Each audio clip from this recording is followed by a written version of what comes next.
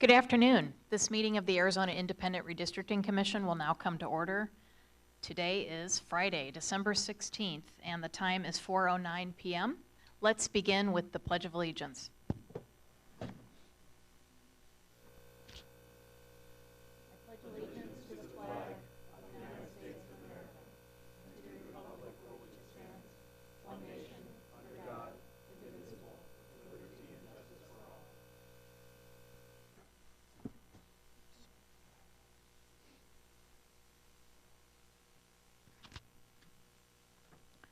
We'll start with roll call. Vice Chair Freeman. Here. Vice Chair Herrera. Here. Commissioner McNulty. Here. Commissioner Sturts. We have a quorum, and I believe Mr. Sturts is joining us intermittently through the phones. He'll be dialing in, and I'm sure he's watching the streaming online. Other folks at the table today include our legal counsel. We have Bruce Adelson, Mary O'Grady, and Joe Canfield. Our mapping consultant, Willie Desmond. Staff in the room include our Executive Director, Ray Bladine, our Public Information Officer, Stu Robinson, our Deputy Executive Director, Christina Gomez, our Chief Technology Officer, Buck Forst, and our court reporter, Marty Herder, is taking a transcript of today's proceedings.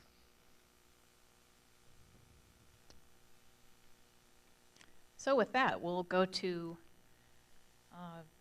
what we normally do, which is items 2 and 3 on the agenda.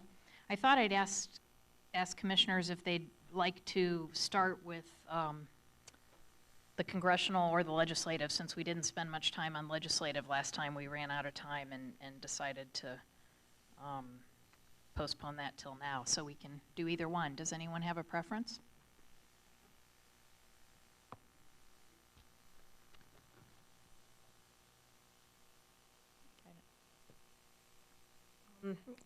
Do you have a preference, Mr. Desmond? I don't.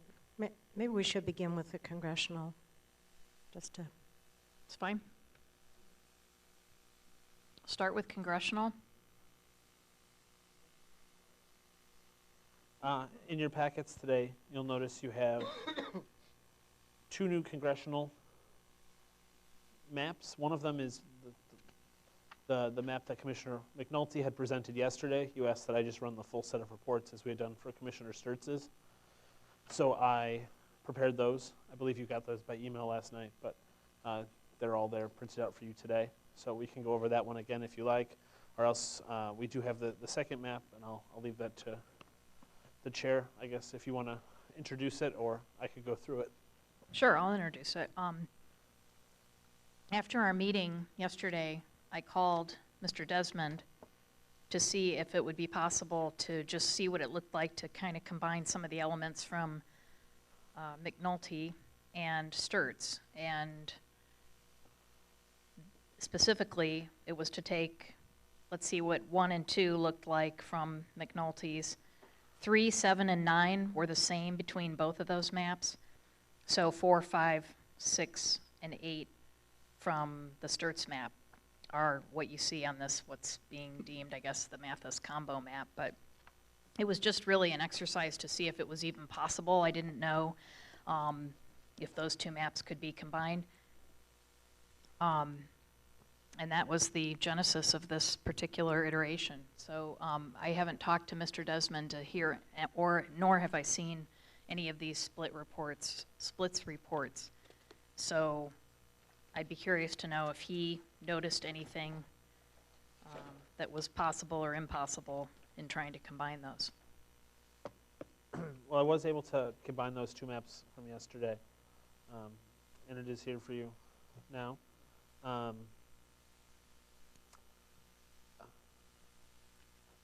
guess the only real area where we had some divergence was District 8 and 4. 4 was underpopulated, combining those. So what I had to do is take a little bit more from District 8, which was overpopulated. There was already a split in Peoria, so I just continued and made that split. I'm sorry, I didn't realize my screen wasn't up. I made that split a little, gave it slightly more to 4.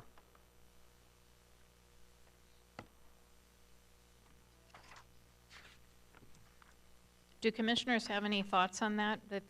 You're welcome to comment. I mean, there's other places where 4 could take population from District 8. That just seems like the most logical.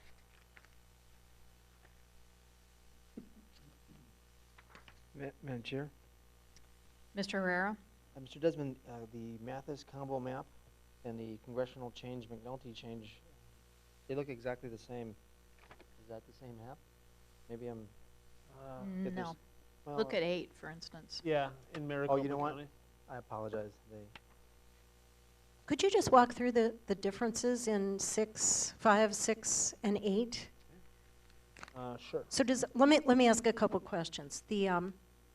So as I understand, Sedona would be in CD1 now, Correct. and then is Fountain Hills combined with Scottsdale? Yes, in District 6. And is the Fort McDowell Reservation combined with Scottsdale and Fountain Hills? Yes. Okay. The so District 6 is Paradise Valley, Scottsdale, Fountain Hills, Rio Verde, Cave Creek, Carefree, and then portions of Phoenix. So that accomplishes one of the things that So I had wanted to accomplish on Mr. Sturtz's map, is that?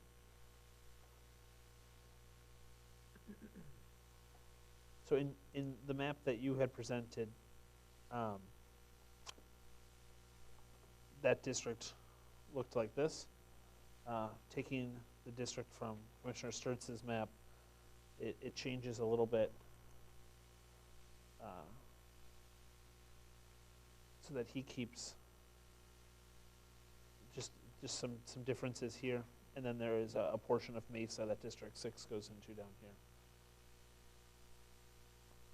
Could you just walk through the differences, perhaps? Sure.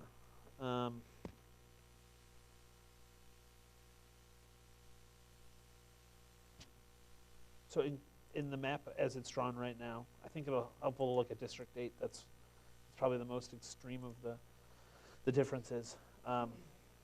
District 8 has the northern part of Goodyear, Citrus Park, El Mirage, Sun City West, Surprise, southern portion of Peoria, and then parts of Glendale and Phoenix, along with all of New River and all of Anthem.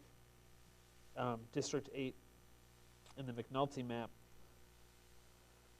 did not include New River or Anthem, went up to the county boundary here, included all of Peoria, a smaller portion of Goodyear, and then went all the way out to the county line and followed the county line again. So District 8 is significantly smaller, I guess, in this map. District 6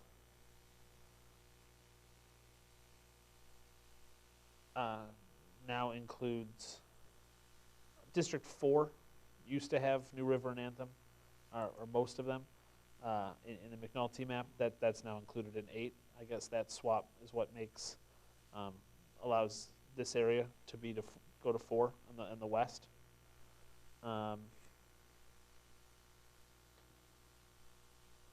Looking at District 6 as it's drawn, again, it includes all of Cave Creek, Carefree, Fountain Hills, Rio Verde, Salt River, and Fort McDowell areas, and then a portion of Mesa down here that I believe was originally done to population balance, but I think Commissioner Sturtz had talked about changing that a little bit. So I think for Monday, there's a good chance that there'll be some further tweaks to this.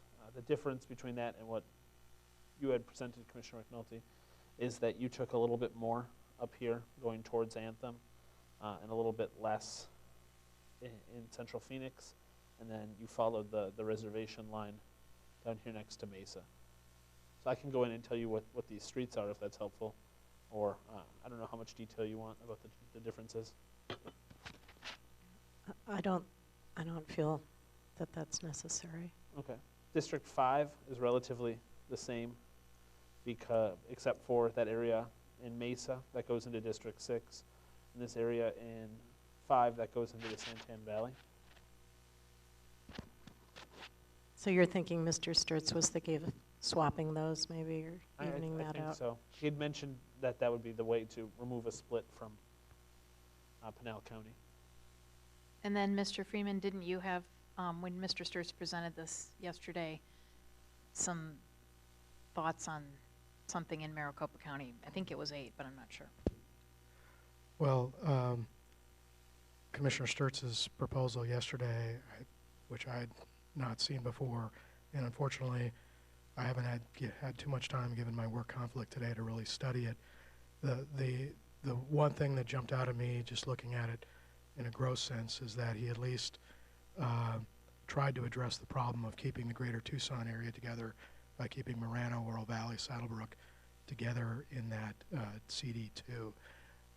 As for, and that's probably, it didn't address, I think, the issue with the CD4, the lobster claw coming over the top of the Phoenix metro area and descending down into Pinal County. And as for inside the Maricopa County area, I mean, I have great concerns about CD9. It is not compacted. It's frankly, somewhat ridiculous looking how it meanders up into central Phoenix. It also disrespects a community of interest there that strikes kind of close to home for me because I've lived there virtually my whole life, which is, you know, the Arcadia, Biltmore, and Paradise Valley area is split there. And I really hadn't had a chance to study alternates, way to adjust that. One question I do have about this change is, what is the population in Peoria that is now being put into CD4?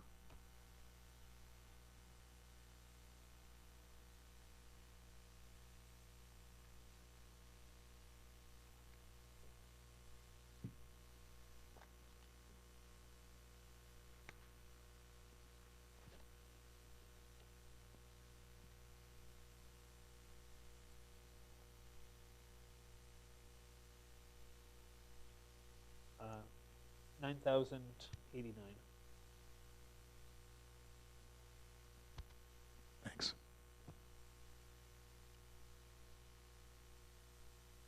And this is now up on the website as well, This chair's map. it's going up on the website soon. Yeah.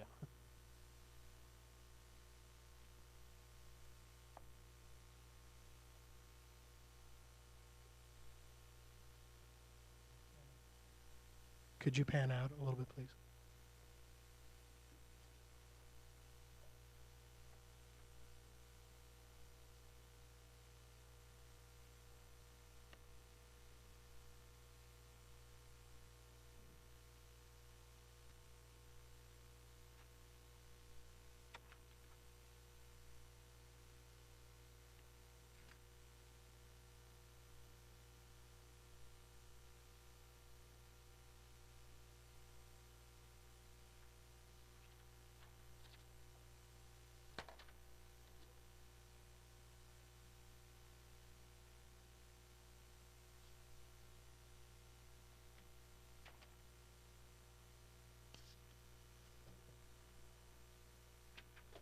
Ms. McNulty, what were the, or maybe it's for Mr. Desmond, on whatever this one is, the congressional change, McNulty change version 2, that one?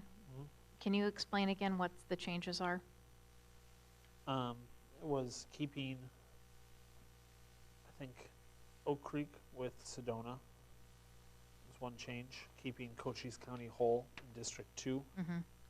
was the other change. Keeping District 6, I think it was keeping Fountain Hills with Scottsdale. Right. And then District 4,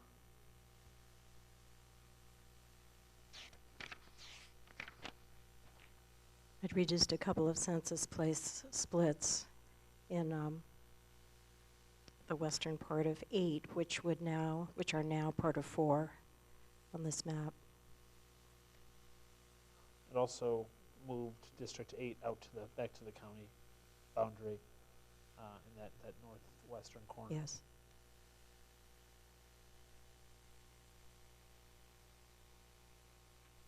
So if you, I don't want this to be overwhelming, but the red line is Commissioner McNulty's map yesterday. The green line identifies areas where the draft map was different.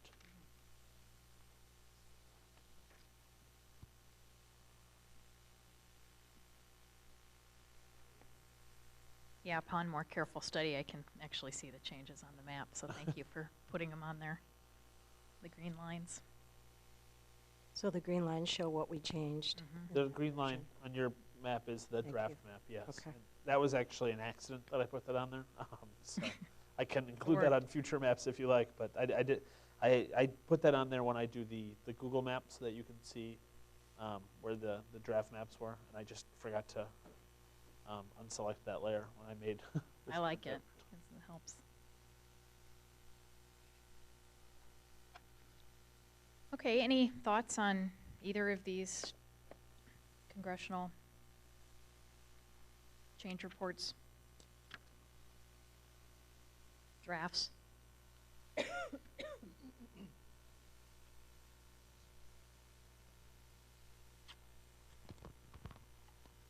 Madam Chair? Mr. Herrera? Can you remind me, Madam Chair, your thinking when you, with this Mathis combo map? Can you tell me what you were thinking? Sure. So both of them, both Mathis and McNulty and Sturts presented these. Ms. McNulty, I think, one of our first days back, suggested 4 or so changes to the congressional draft map that she wanted explored.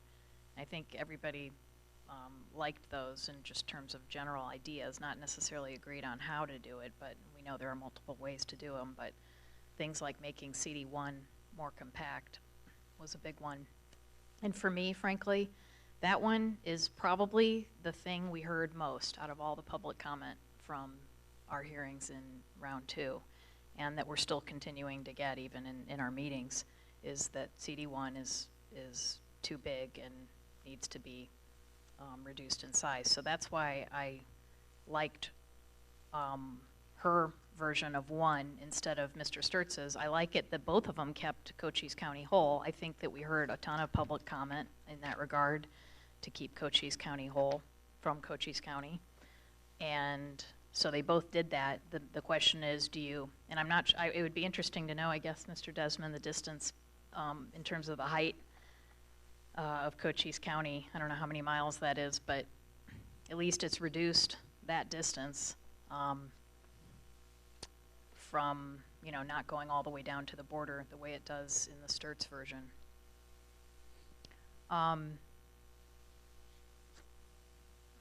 It's about 150 miles.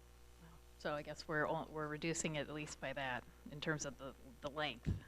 A little more in area. It would be interesting. Yeah, I don't know the total. I haven't studied these numbers that we just got on compactness, but it would be interesting to compare what Mr. Sturts presented yesterday and that. I also do like the idea that there's a third congressional voice in Tucson. I know it's really interesting in the public hearings, or the public hearings we've hosted in the second round, how different people view that differently. I happen to think that more representation is better than less representation. And so when there is an opportunity for an area to be represented by additional voice, I tend to favor that. That's just me. I know that others feel like, no, they want one congressional rep or legislative rep representing their interests and don't like to see any sort of splits in that regard. But I think that can be argued different ways. So those were really why I chose 1 and 2 of that map. And then I really liked Mr. Sturts's 8. I think I made that sort of clear yesterday because it's way more compact, and the fact that it's minimizing the amount of urban in 8 is also nice. It's keeping 8, putting the rural parts of 8 into 4, and it just keeps it. I think it's a better interface, frankly.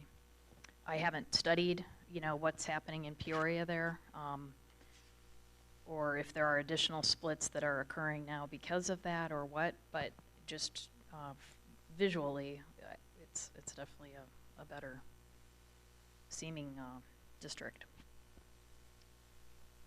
And then the lobster claw thing, Ms. McNulty brought up a while ago, and I think everyone felt that that was something that we ought to try to look at.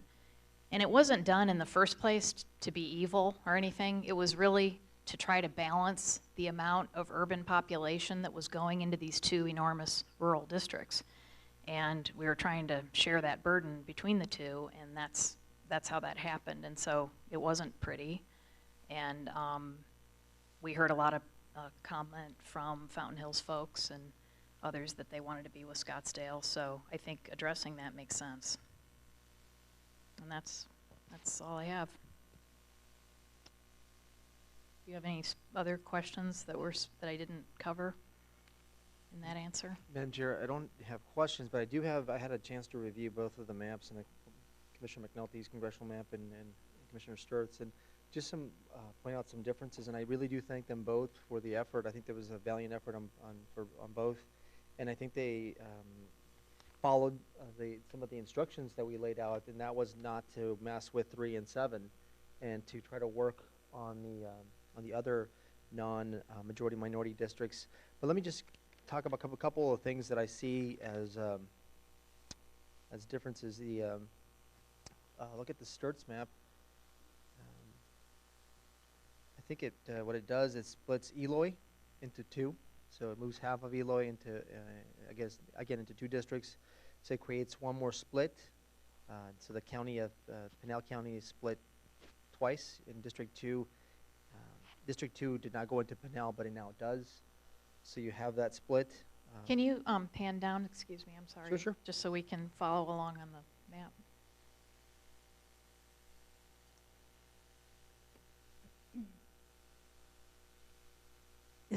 You're referring now to Mr. Sturtz's map, but not to my version of CD1 that's been incorporated in this map? That is correct. Right.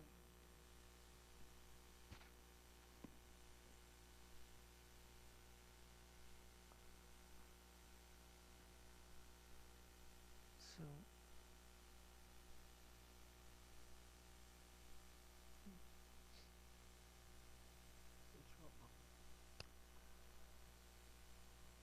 can you scroll down to actually take me to hold on.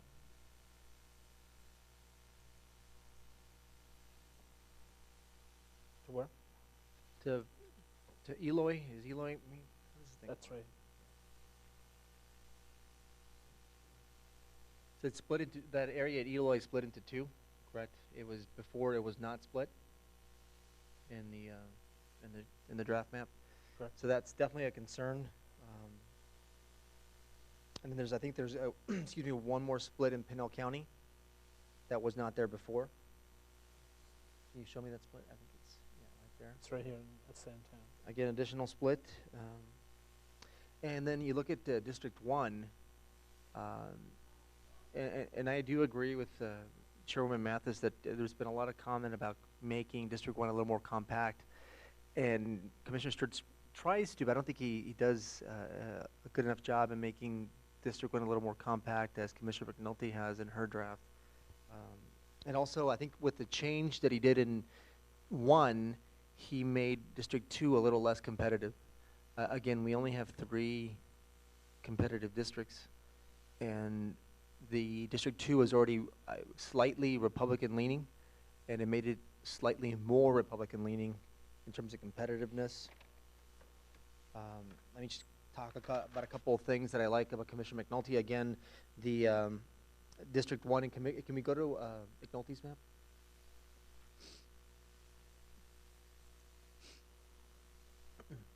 Okay. So Commissioner McNulty takes public comment into account when creating District 1, making it more compact. Keeps the competitiveness of 1 and 2, keeps it the same. Again, we only have 3 competitive districts, so she keeps them the same. Again, I think in District 2 is that there's a slight Republican tilt, but again, it stays the same. And then she has one more county that is made whole in Cochise, and I think Sturts does that as well, but the difference is that she makes, by keeping Cochise the way it is, she makes District 1 more compact. Again, doesn't split Eloy, keeps it whole.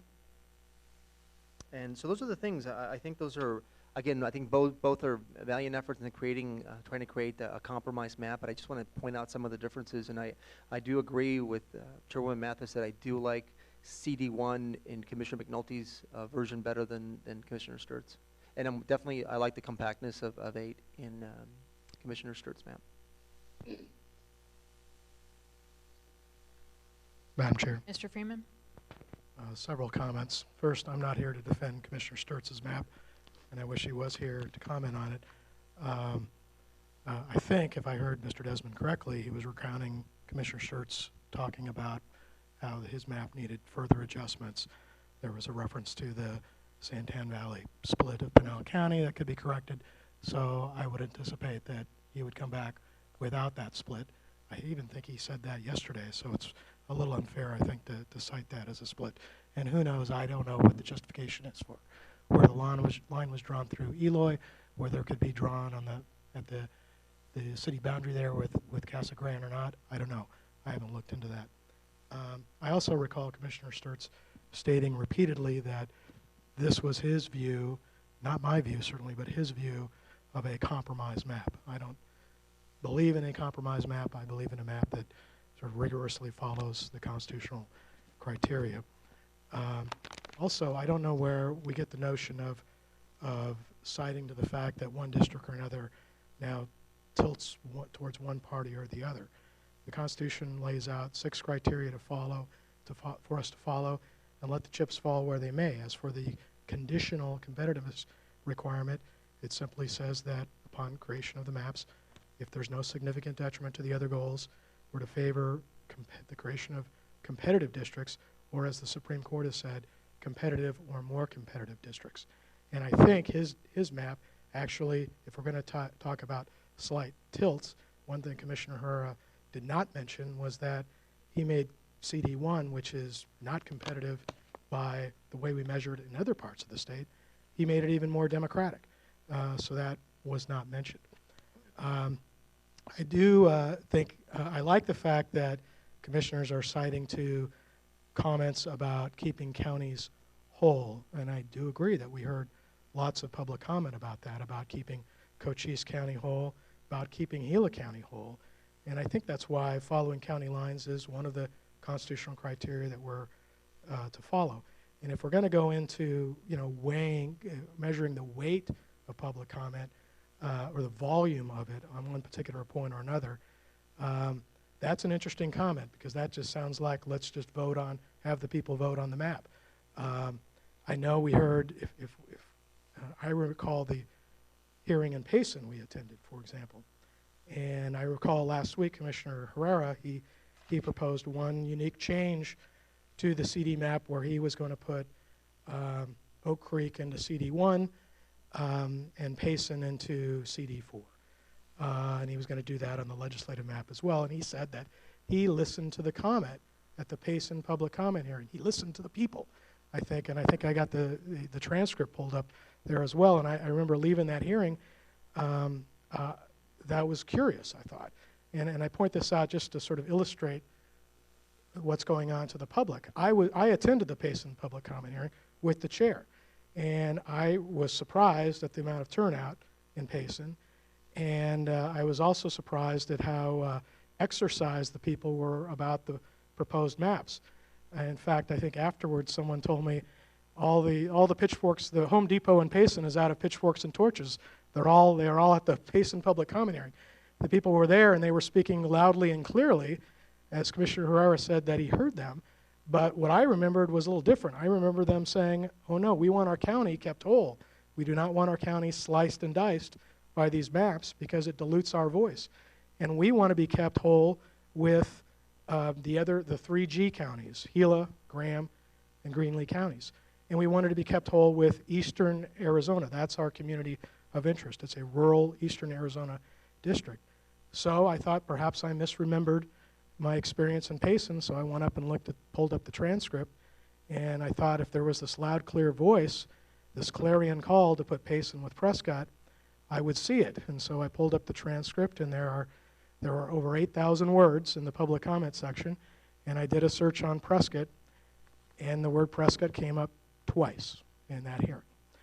And so I thought, well, maybe there were two really passionate speakers who spoke about the need to keep Payson with Prescott, because Commissioner Herrera said that's what they said. And I looked at the first instance, and that person was talking about how Payson has nothing in common with Prescott. But I looked at the second comment, and the second person got to the microphone, and this person even had to acknowledge the overwhelming commentary at that hearing about keeping Gila County whole. He acknowledged it. But then he proceeded to say, yeah, I think Payson has a community of interest with Prescott, Sedona, and Bullhead City. And I don't know this for sure. I did do a little Google search on that person, and Google told me that, the internet told me that a person with that exact same name is in the employ official of the Gila County Democratic Party. So that's kind of what's going on here, and that's, I guess, the basis for putting Payson with Prescott. That one comment at that hearing, while everyone else was saying something entirely different. I did hear public comment about keeping districts compact. CD4 is not compact. CD4 takes the entire urban burden into the rural district. I think the population in Apache Junction and Santan Valley and Florence and Gold Canyon that is now put into this river district that's suburbia, and it's a lot of people that go into that district. And we've heard a lot of people in rural Arizona talk about, hey, you can't put too much urban or suburban populations into an urban district or a rural district before they lose their rural character, because the representative is going to really be more responsive to that urban, suburban interest and not them. And I think it's on the order of a sizable percent, 100, 150, perhaps even 200,000. You don't have to look it up, but people that go into that CD4. We've heard about compactness. We've heard about keeping communities of interest in the urban Maricopa County area. I think what I heard Commissioner Sturts say yesterday was it was his compromise because he wasn't going to touch that CD9 that winds around through the Phoenix metro area, and he didn't. So that was his compromise. I don't think we can compromise there. That is shattering various communities of interest and putting communities that have diametrically opposed viewpoints under one congressional member.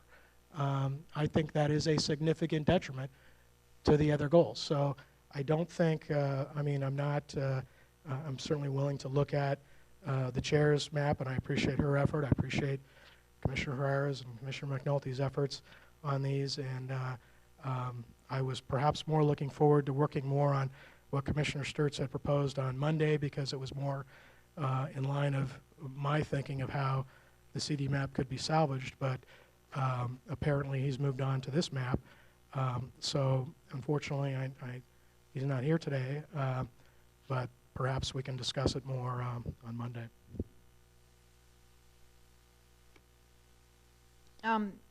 Just a comment. This combo map that we're all seeing for the first time, it's my understanding, Mr. Desmond, correct me if I'm wrong, so 1, 2, and 4 would be the only parts that differ from what Sturts presented yesterday? Is that right or no? Okay. Any other comments or questions on congressional? Madam Chair. Go ahead. Mr. Desmond, do we have a new formula for the competitiveness indices? We do have those formulas that we introduced last week. I don't have those numbers generated right now. Okay. Could you generate those numbers for us? Yes, we'll get that programmed. Do you want just every 1 through 9, basically? I think so, yes. I think it's been, I would like to see 1 through 9, Okay. yes. I think it's helpful to look at the different formulations because they all together tell a story. Okay. I would say that, from my perspective, a very substantial compromise was made on the working draft congressional map, in which we settled on one competitive district in a city of over 4 million people. And you'll recall that I had hoped, and I believe we could have, while enhancing communities of interest and addressing all the other constitutional criteria, to create another competitive district in urban Maricopa County. And we did not do that. That was a very substantial compromise. The comment that we've received in the second round, and since then, I would agree that probably one of the most frequent concerns has been the size of Congressional District 1. The other has been competitiveness, and the fact that the whole purpose of Proposition 106 was to create an independent commission that would be responsible for developing fair and competitive districts, and toward that end, the Constitution includes 6 criteria, 2 federal and 2 that are also federal and 4 that are state. So that is an important objective. In the working draft map that we have now, we have 4 solidly Republican districts, 2 Democratic voting rights districts, and 3 districts that are about as close to 50-50, I think, as you can reasonably expect to achieve based on performance. I know that we receive a number of comments that we often hear that CD1 is more democratic, but that's solely based on looking at registration. And we've also heard a great deal of testimony from the Native American nations about the fact that the discrepancy between registration and performance is enormous. And when you back that out, or when you factor that in a formula and look at the various indices, you see that CD1 is in fact competitive. CD2 is about razor thin, I think, and CD9 is also. So that is an important criteria to me. It's not the only criteria. All of these have been constructed with all of the constitutional criteria in mind. But I don't think I don't view my job right now as making a compromise. I view my job as drawing a conclusion about what I, as an independent member of the Redistricting Commission, feel is the best balance of the 6 criteria and is the best thing for the state of Arizona. Having said that, if you'll indulge me, I'd like also to talk about Congressional District 9. I think it's important that I put some thoughts in the record about that district, because I don't think it disrespects communities of interest. It's a central urban district that makes a lot of sense. It includes Ahwatukee, which is an urban village of Phoenix that's, as we've learned in this process, geographically separated from the rest of Phoenix by South Mountain and other towns. The south border is Pecos Road, which is also the boundary of the Gila River Indian community. Ahwatukee is closely associated with North Chandler, which is the area of Chandler that's north of Pecos Road. The boundary that separates North Chandler and Ahwatukee, as those of us from Tucson know because we drive it just about every day now, is I-10. But this is also something that ties the communities together. The 2 communities share a very widely known district together, which is the Kyrene School District, and with South Tempe. They share economic interests and residents from both sides of the freeways, freeway shop, work, play, on each side. Ahwatukee and Arcadia, although they're not contiguous, they make up the current Phoenix City Council District 6. They share in much in common, both socioeconomically, demographically, and culturally. They encompass an area with high educational attainment.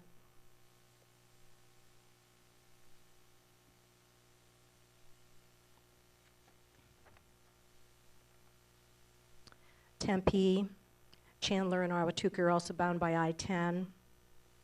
Neighborhoods cross between South Tempe and North Chandler, and the entire area shares socioeconomic and cultural ties. That area of the city is well established like the rest of the district and differs greatly some of the areas of more recent growth. Tempe has a unique characteristic that as the gateway to the East Valley and Phoenix. The core of Tempe is surrounded by freeways, the 202, the 101, I-10, and 143 on the west and US 60 on the south. It's home to ASU, but it's more than a college town. It has a well-established population, and because it's surrounded by developed areas, is essentially landlocked. It's been forced to take a different perspective on economic development than some of the high-growth areas. The creation of Tempe Town Lake and the development of the light rail have been a key part of Tempe's development and a key to developing a regional approach to urban renewal and economic development. The decision to tie West Mesa, Tempe, and Phoenix together with the light rail was made after studying transportation, economic, community, and cultural issues. And the route chosen reflects a sensible combination of communities as they stand now and they're likely to grow. It isn't by accident that the light rail was put in this area. It was made as a result of very detailed economic, socioeconomic studies, little like what we're doing here now.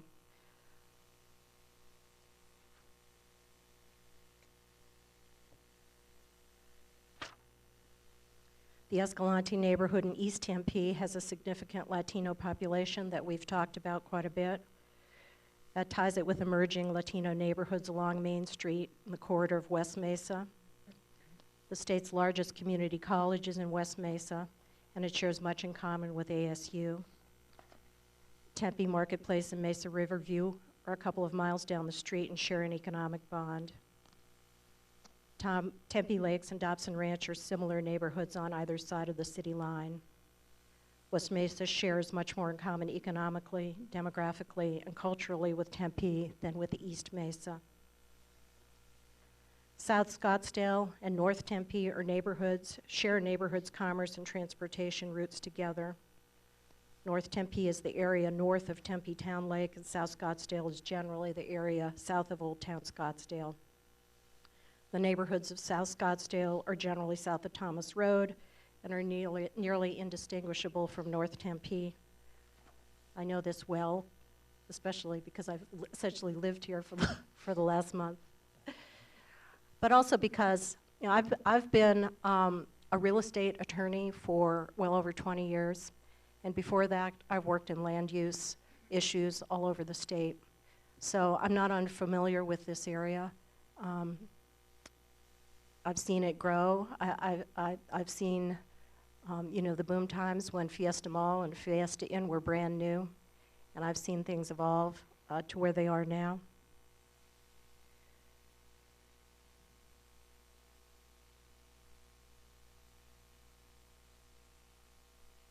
The area centered on Scottsdale Road, which runs north and south, also shares Papago Park, which crosses between Phoenix, Tempe, and Scottsdale.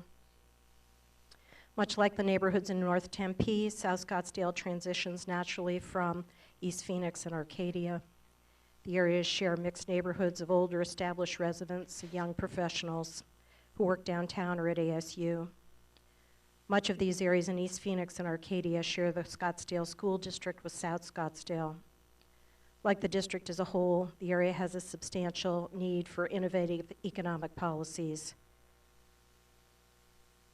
And thus, I think, the merit of the light rail. Midtown is a collection of established neighborhoods and commercial areas. It's a high traffic area during the week, and many people from other parts of the district come here for work. The area shares much in common with the rest of the district. It's established, has many different needs than the high-growth areas outside the core of the city. The area will constantly be at the heart of transportation issues and a part of the economic hub that drives the region. So we can differ on specifics of streets and what all that means, but I believe that the district makes a lot of sense, and that,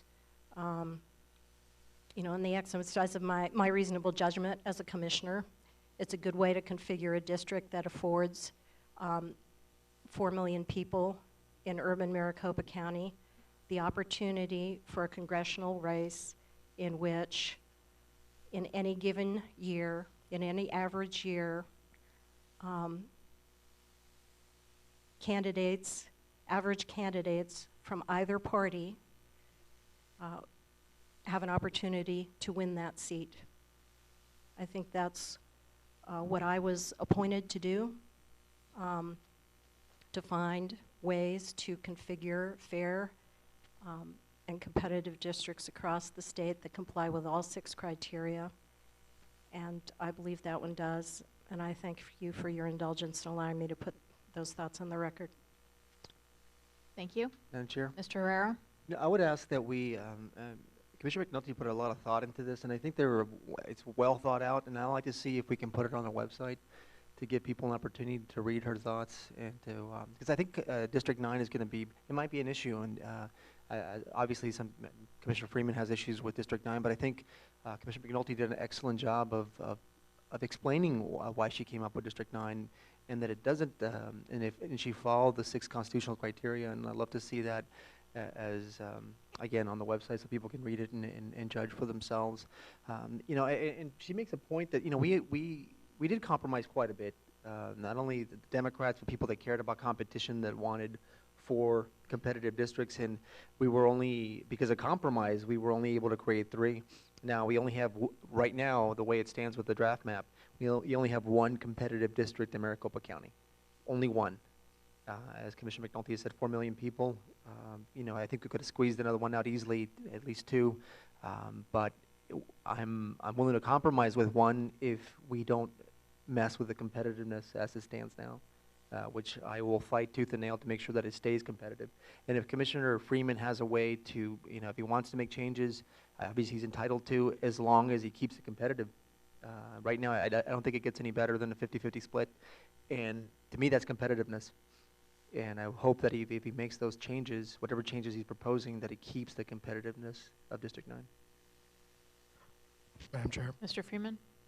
Well, if it's 50-50, then I guess we have 0 competitive districts, because there's none of them that are 50-50, and it's kind of really impossible to decide what criteria you're going to look at to even measure competitiveness. So, but in a broader sense, I've learned a number of things serving on this commission.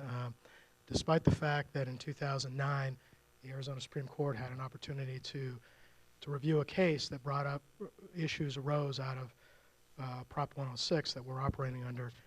And despite the fact that the Supreme Court of Arizona said that at least the provisions they were looking at were not vague, they did not feel the need that they needed to try to divine legislative intent, which would be hard to do with a proposition, because that's really calling for the intent of everyone who voted for the proposition, voted against it, or chose not to vote on it. They said that Prop 106 means what it says. And so all you have to do is read it and apply it. And the competitiveness criteria, they said, is both mandatory and conditional. It's the only one that's conditional.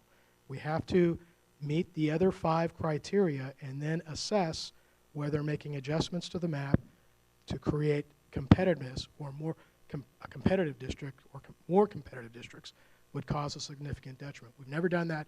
We never completed any form of baseline map on which we could make that measurement. Yeah, I've learned about what the notion of well, in terms of what the Constitution means, it appears to mean whatever the Democrats say it means, basically. That's what I've learned. I've also learned something about the notion of what a compromise means. What a compromise, and I've heard it with respect to the retention of legal counsel, the mapping consultant, and now the maps, that it's a compromise. And to me it means I get nothing I want, they get everything they want. They say they're not going to get everything they want, so they can have their cake and eat it too. They can say they've compromised and pat themselves on the back for that and get it all. And to me that seems like that's what's going on here. With respect to CD9, now going back to what I said earlier about what the people said at the Payson public comment hearing, I also recall a public comment hearing in Phoenix back in August, and there were 2 or 3 people who came up before the microphone and described a community of interest. And interestingly enough, they all said about the same thing. They said that West Mesa and Tempe, the 202 corridor, Arcadia, and North Central Phoenix was a community of interest. Now I know, and with all respect to Commissioner McNulty, I know she's got a long experience in real estate with respect to even the Phoenix area. But I'm probably a little older than I look. I've lived either in the Arcadia area or in Paradise Valley my entire life, except for when I was off in school. That's 46 years. And I can tell you that there are diametrically different interests in that area of Phoenix and Tempe and West Mesa. They are completely different. It is not a community of interest. It is a fracturing of various communities of interest.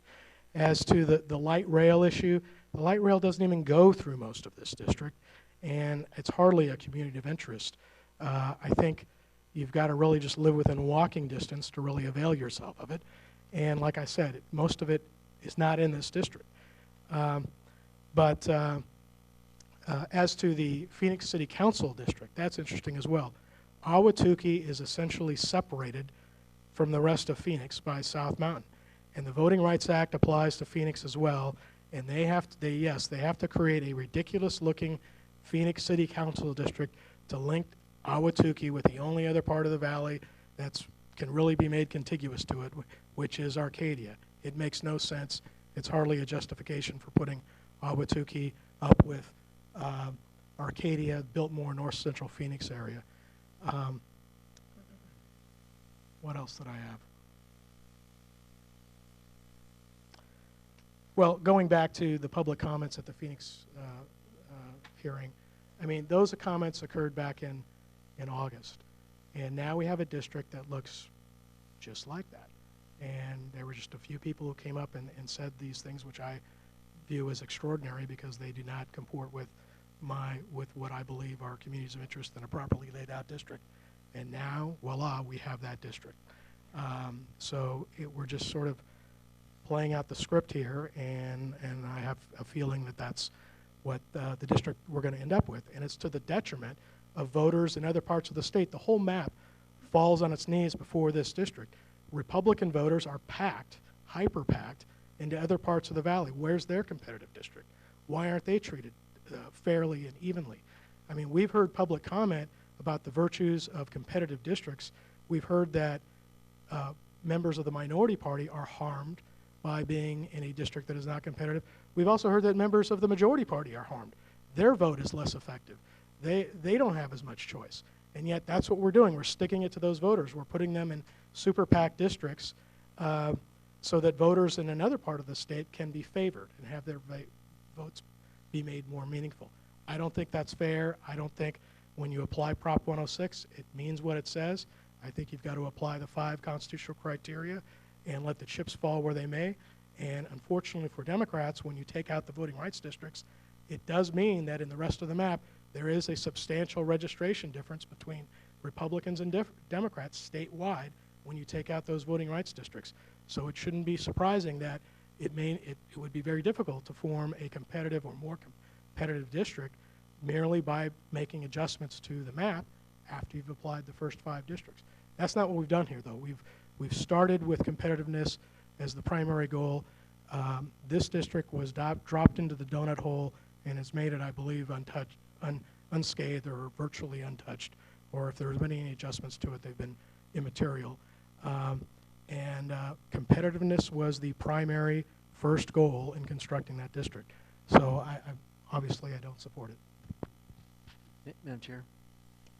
1 second, Sure. I just would say that you are older than you look, which I hope you'll take as a compliment. Mr. Herrera?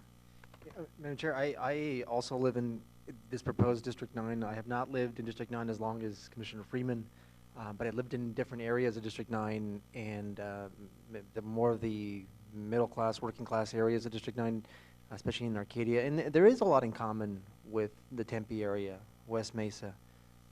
I mean, I personally shop in Tempe quite a bit. I mean, we go to ASU games. People that I live in the neighborhood go to ASU.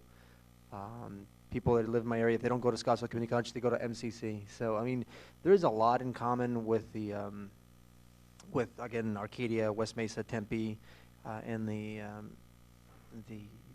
district that was created, presented by Commissioner McNulty.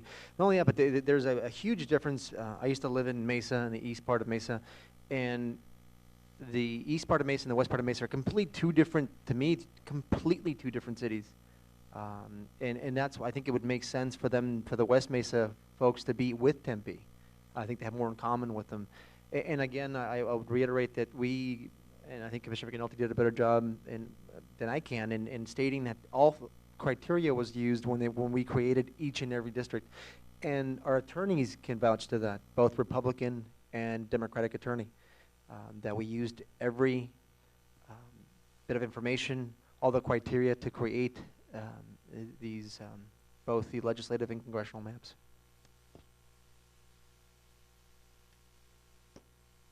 Madam Chair, Mr. Freeman? I mean, another concern I have is how we seem to be applying criteria differently in different parts of the state at different times. It seems arbitrary and not rational to me. I mean, I've heard about different areas of the state not fitting together.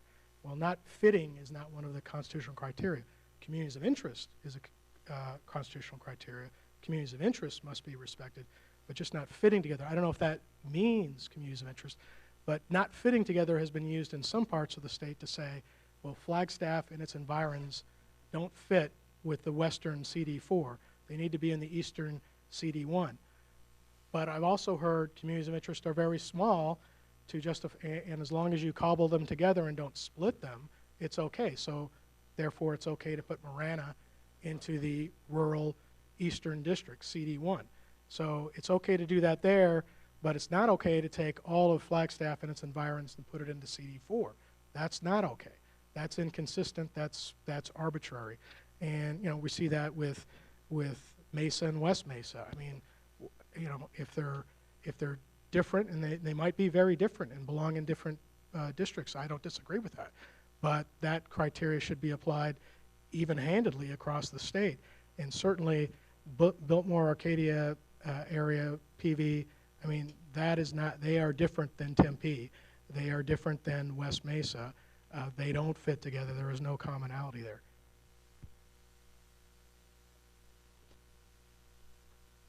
Any other comments? I will add the comment that there's no grouping of, you know, however many 100,000 people that are going to be similar, and that's not really our job. Our job is to balance the 6 constitutional criteria. They don't have bright line definitions, so obviously we disagree. But there's nothing wrong with that. I mean, we have a right to disagree, and I think we've all worked very hard to understand the state and to do the best job that we could to perform the responsibilities that we are to perform based on the 6 criteria in the Constitution. To Mr. Freeman's point that there's no compromise and that he's unable to get what he wants, I just have to ask, you know, I guess it depends on what your objective is. If your objective is to have 2 Democratic voting rights districts and 7 heavily leaning Republican districts, then I can't compromise with that, because I don't think that's what our charge is. I understand that may be what Mr. Freeman believes his charge is. It's not what my charge is.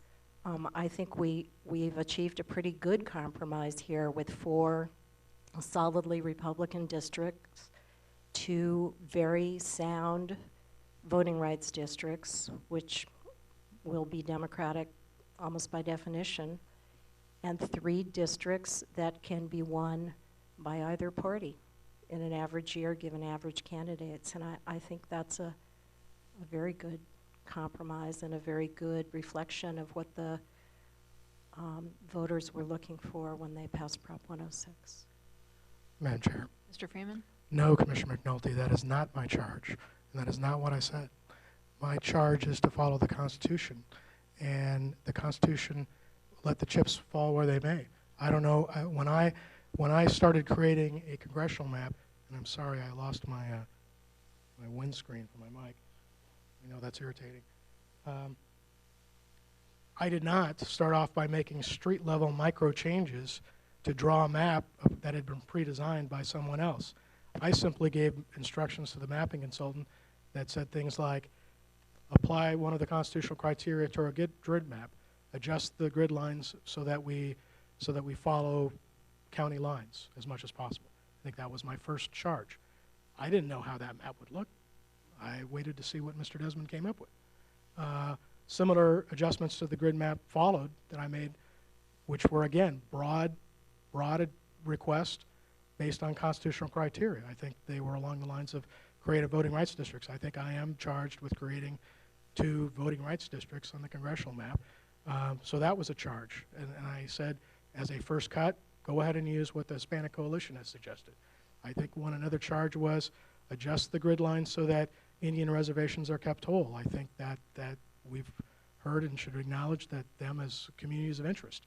I gave instructions just to maximize respect for municipal lines, try to reduce splits of municipalities as much as possible. That's a constitutional criteria. I did not know how that map would end up. That is applying the Constitution objectively, fairly, evenly, statewide, and let the chips fall where they may.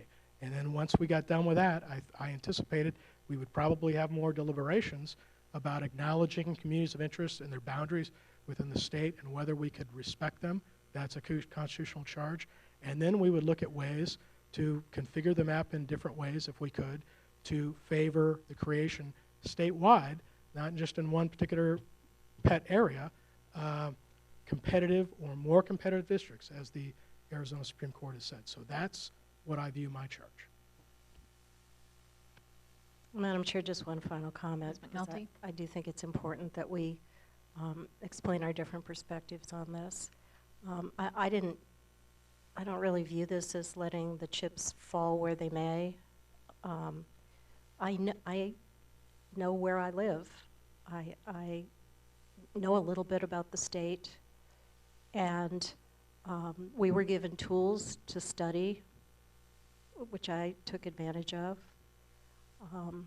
I think that there are, concentrations of Republican population in the state. There are concentrations of Democratic population in the state.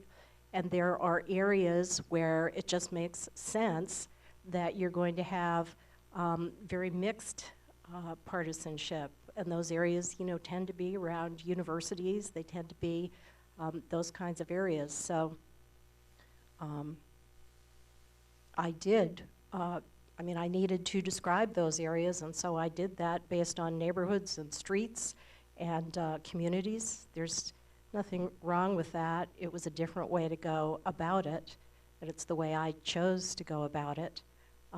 But that's entirely consistent with the Constitution. You will recall that when I did the legislative maps in Tucson,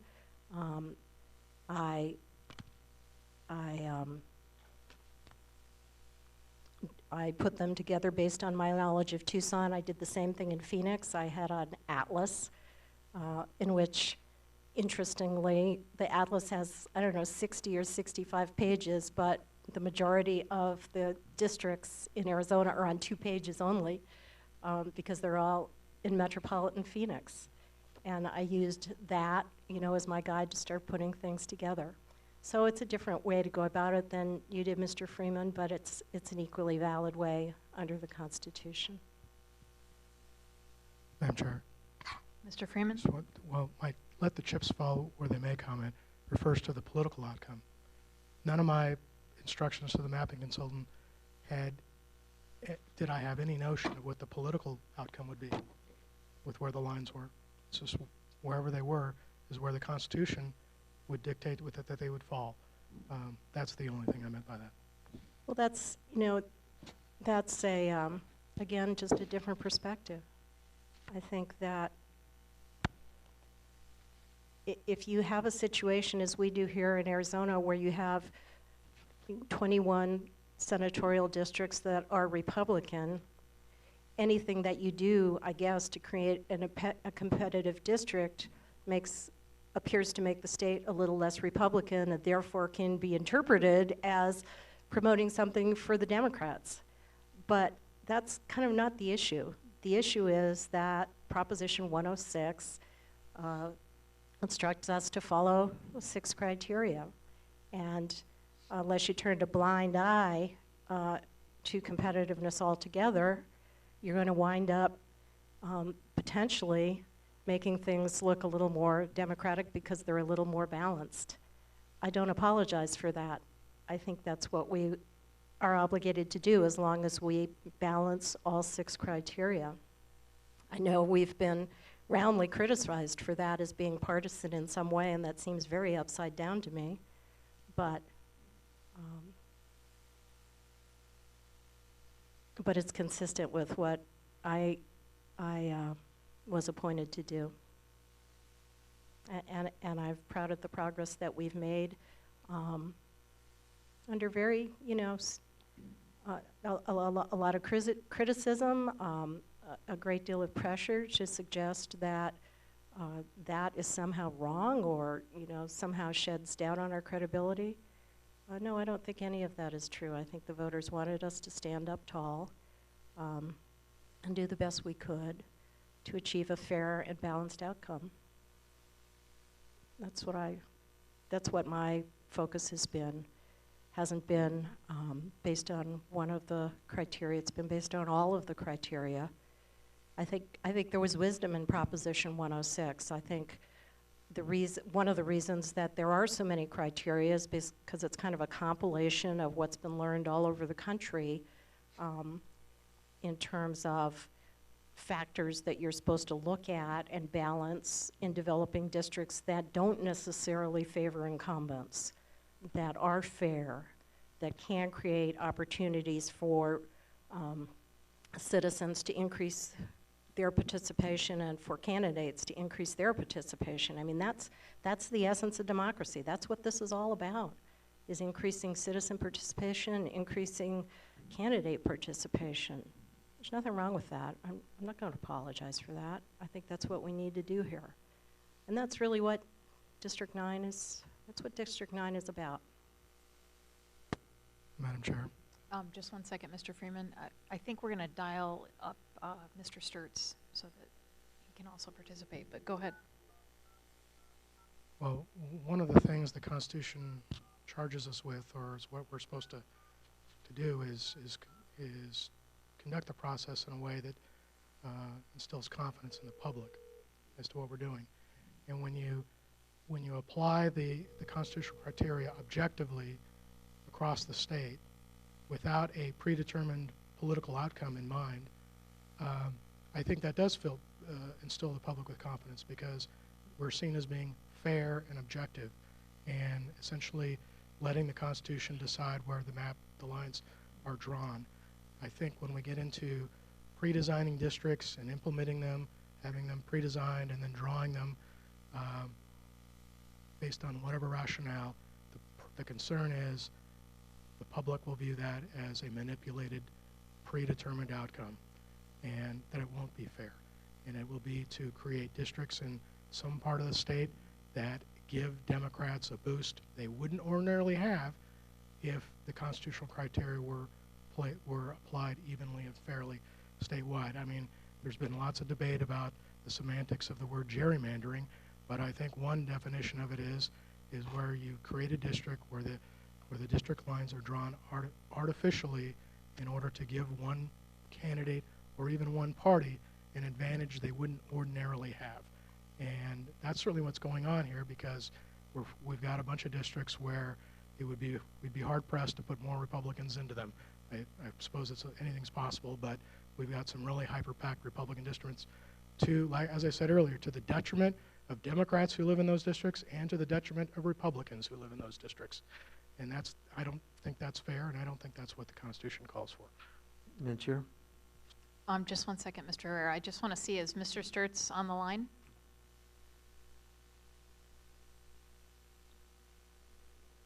There might be a delay. There wasn't. I hope not. I am, but I'm having a very difficult time streaming with you right now. We can hear you really well, if that's any consolation. Madam Chair? Mr. Herrera? You know, I think we probably should move on from this argument. You know, I think Commissioner McNulty has been, I think, pretty clear and very positive in her remarks where she stands, and Commissioner Freeman's taking more of a negative approach, and I don't think we're gonna agree, and that's fine. You know, we have differences. Let's be respectful, and which we have been. But one thing I do say, I think that the public and the majority of the public does have confidence in what we're doing. I think it was pretty clear when we had the governor trying to intervene and the legislator. I think the polls showed leave the commission alone. It was extremely clear. And if Commissioner Freeman believes that we're not following the constitutional criteria, and which I disagree with him, you know, there is a remedy. That's through the courts, and the courts will. I think I'm extremely comfortable that the courts again will side in our favor. They can throw anything they want at us, that we're doing this, we're doing things, we're being unethical, we're being this and that, and again, I think they'll be proven wrong. And he can throw any accusation he wants, and he's entitled to, and he has in the past, and it hasn't worked. So what I want to do is just move forward. Again, they can agree to disagree. I tend to side with Commissioner McNulty. I think her points are extremely clear, valid, positive, and she states them in a way that we know. Let's agree to disagree. Let's move forward, and let's focus on. If we're done with the congressional map, let's focus now on the legislative map. I would just like to comment on the constitutionality of the maps, at least from my perspective. I do believe we've applied all 6 of these criteria in an equal, balanced way and tried to follow the Constitution as closely as possible. Now, if we have not if we've fallen down somewhere, I would hope that our legal counsel would be advising us to say, hey, you're not doing this correctly, or that was wrong, and they would jump in and tell us. And I would hope that before we approve final maps, that if there are any concerns along those lines, that they are addressed and fully before we approve maps. So that's all I would say on that matter. Mr. Sturts, did you have anything you wanted to add?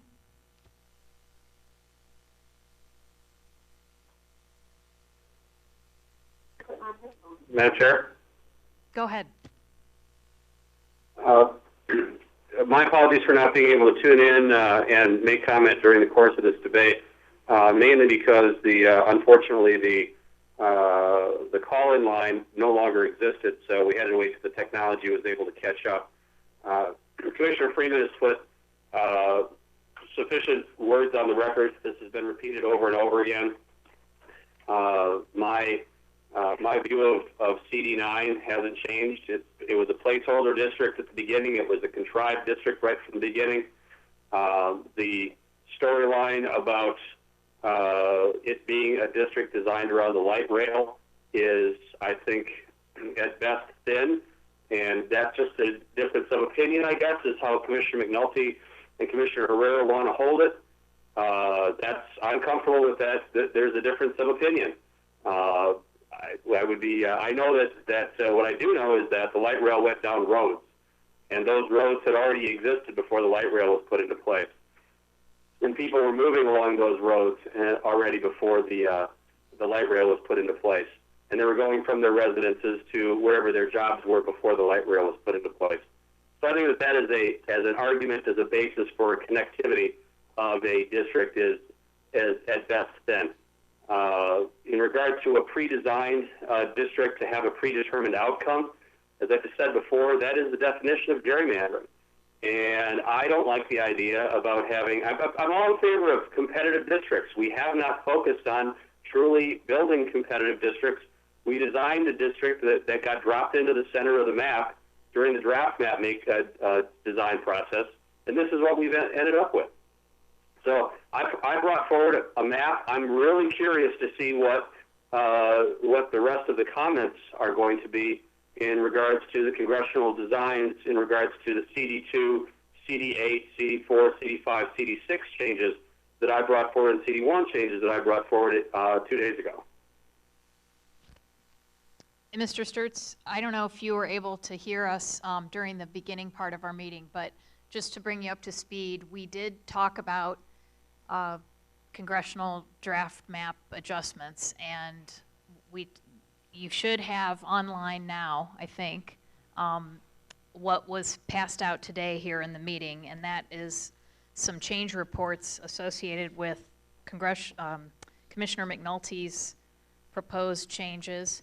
And then what I had asked Mr. Desmond to do after our meeting yesterday, after seeing your presentation, is, and I didn't know if it was possible, I just said, can you see if this even works? Can you take districts 1 and 2 from McNulty's map, 3, 7, and 9 between your two maps were the same, and add in your version of 4, 5, 6, and 8, and 7, 4, 5, 6, and 8.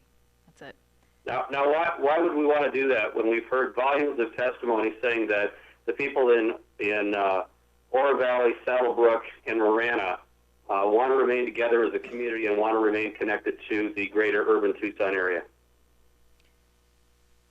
I was strictly, when I chose 1 and 2 from McNulty's map, what I was really focusing on was I like the fact that she does improve the compactness of CD1 by not going all the way to the border. And we heard overwhelmingly from everybody that seemed to be everybody's biggest concern was how big CD1 was. And both of you kept Cochise County whole in both versions. The difference was the border and whether CD1 goes all the way to the border or stops at the Cochise County line. I also mentioned that with regard to the Marana, Oro Valley, Saddlebrook areas, I remember yesterday Ms. McNulty, in talking about her definition of communities of interest, I don't agree with everything she said. It's not my perspective. I do think that Oro Valley, Marana, and Saddlebrook have common interests and could benefit, therefore, from common representation. I do think they're worth keeping together. She viewed it as Saddlebrook's a community of interest, but not necessarily Oro Valley and Marana. So there's a difference in opinion there. But the reason I left that the way it is with those going into CD1, because I guess another idea would be to, just have Saddlebrook go to the north, and you'd split Saddlebrook, Oro Valley, Marana. But I do view them as a community of interest based on the tons of testimony we received. And what I said was that I do think that having an additional voice representing an area, that being Greater Tucson, in Congress is a good thing. I think having 3 voices is a benefit, and it's in fact something we highlighted and touted on our second round of hearings. And I think that's a positive. So that was just my take. Madam Chair? Mr. Herrera? Yeah, I would like to see if Commissioner Sturts was able to listen to Commissioner McNulty's explanation of District 9 and how she came up with District 9. So that's a question for Mr. Sturts. Could you hear that, Mr. Herrera, what I'll do is I will wait until this is posted so that I could adequately hear it, and I'll reflect back on it, and I'll give my comments to that testimony on Monday. The reason I ask, Madam Chair, is because Commissioner Sturts was talking about some of the things that Commissioner McNulty had mentioned, and talking about the light rail being the thin, not good of an excuse. It was some thin proposal that the reasons why District 9 looks the way it does. So I was assuming that he did, and so I would just try to confirm. I didn't want to interrupt. I just wanted to mention Buck just motioned that these maps are now available online. So if Commissioner Sturts had any questions, you could view the change report and the maps. Great, thank you. And all of us need to look at these. We just got them at the beginning of the meeting, so it would be helpful, I think, for all of us to kind of study these in more detail to see what it all means. Are there any other comments on the congressional map at this time? Is there anything, Mr. Adelson, that you wanted to mention on 3 or 7? I think we're...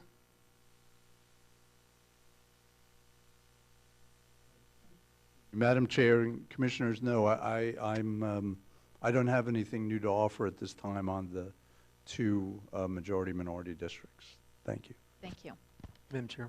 Mr. Herrera? So once again, I'd like to thank Commissioner Sturts and McNulty for the changes that they proposed, and for again, for leaving 3 and 7 alone and waiting for, and respecting our decision to wait for the analysis to come back. So I would hope that it stays that way, and also for in the legislative map that any changes that are being proposed by any of the commissioners leave the majority-minority districts intact until we get the analysis back. So I'm looking forward to continued respect of the decision we made. Madam Chair, Mr. Freeman? Commissioner Herrera keeps saying that, but he keeps misrepresenting the record. The record was not that they were locked in. The record was only that we were going to send those districts off for further analysis. That was the only thing that was agreed upon. In fact, the original motion by the chair was to lock them in, and I objected, and she changed it to reflect that merely the agreement was to send those districts on for further analysis. Madam Chair? Mr. Herrera? Again, I don't think I misunderstood. It was to temporarily lock them in, I agree, until we got the analysis back.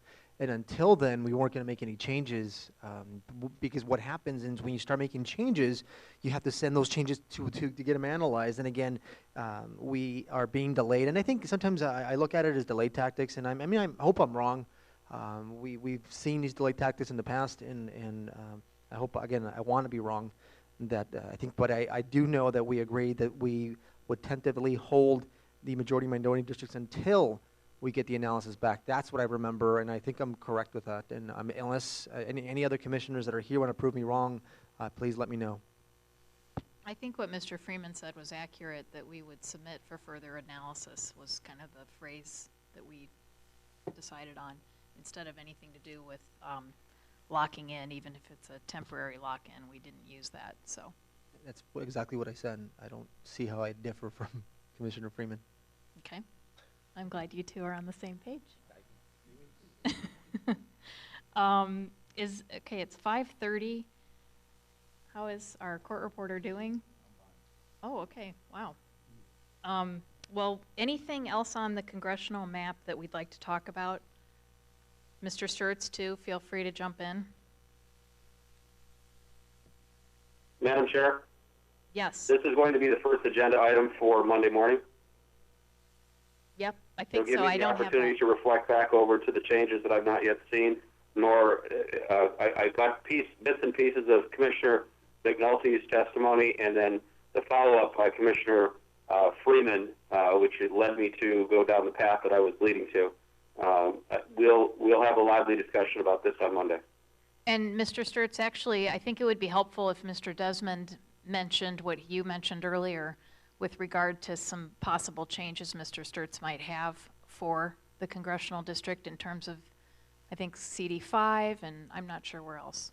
Could you go over that? Yeah, Commissioner Sturts, what I had mentioned was that yesterday you mentioned that we're going to look to ways to remove population deviation among the districts and possibly remove a split of Pinal from District 5, and that you had indicated there would be further changes that would possibly be for today, but more likely for next week, Monday.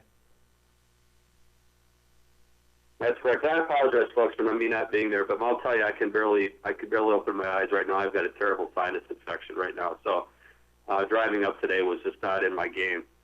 So yes, I'll get those to Mr. Desmond over the weekend, and we can talk. They'll give me the opportunity to take a look at these other issues as well.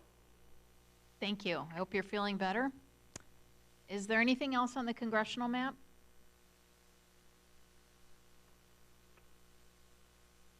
Okay, I think we're ready to move on to the next agenda item, Buck, Which- if I get batteries. which is the legislative, same discussion except on the legislative draft map. And yesterday, Mr. Desmond provided us with a lot of change reports that we didn't really have a chance to get into.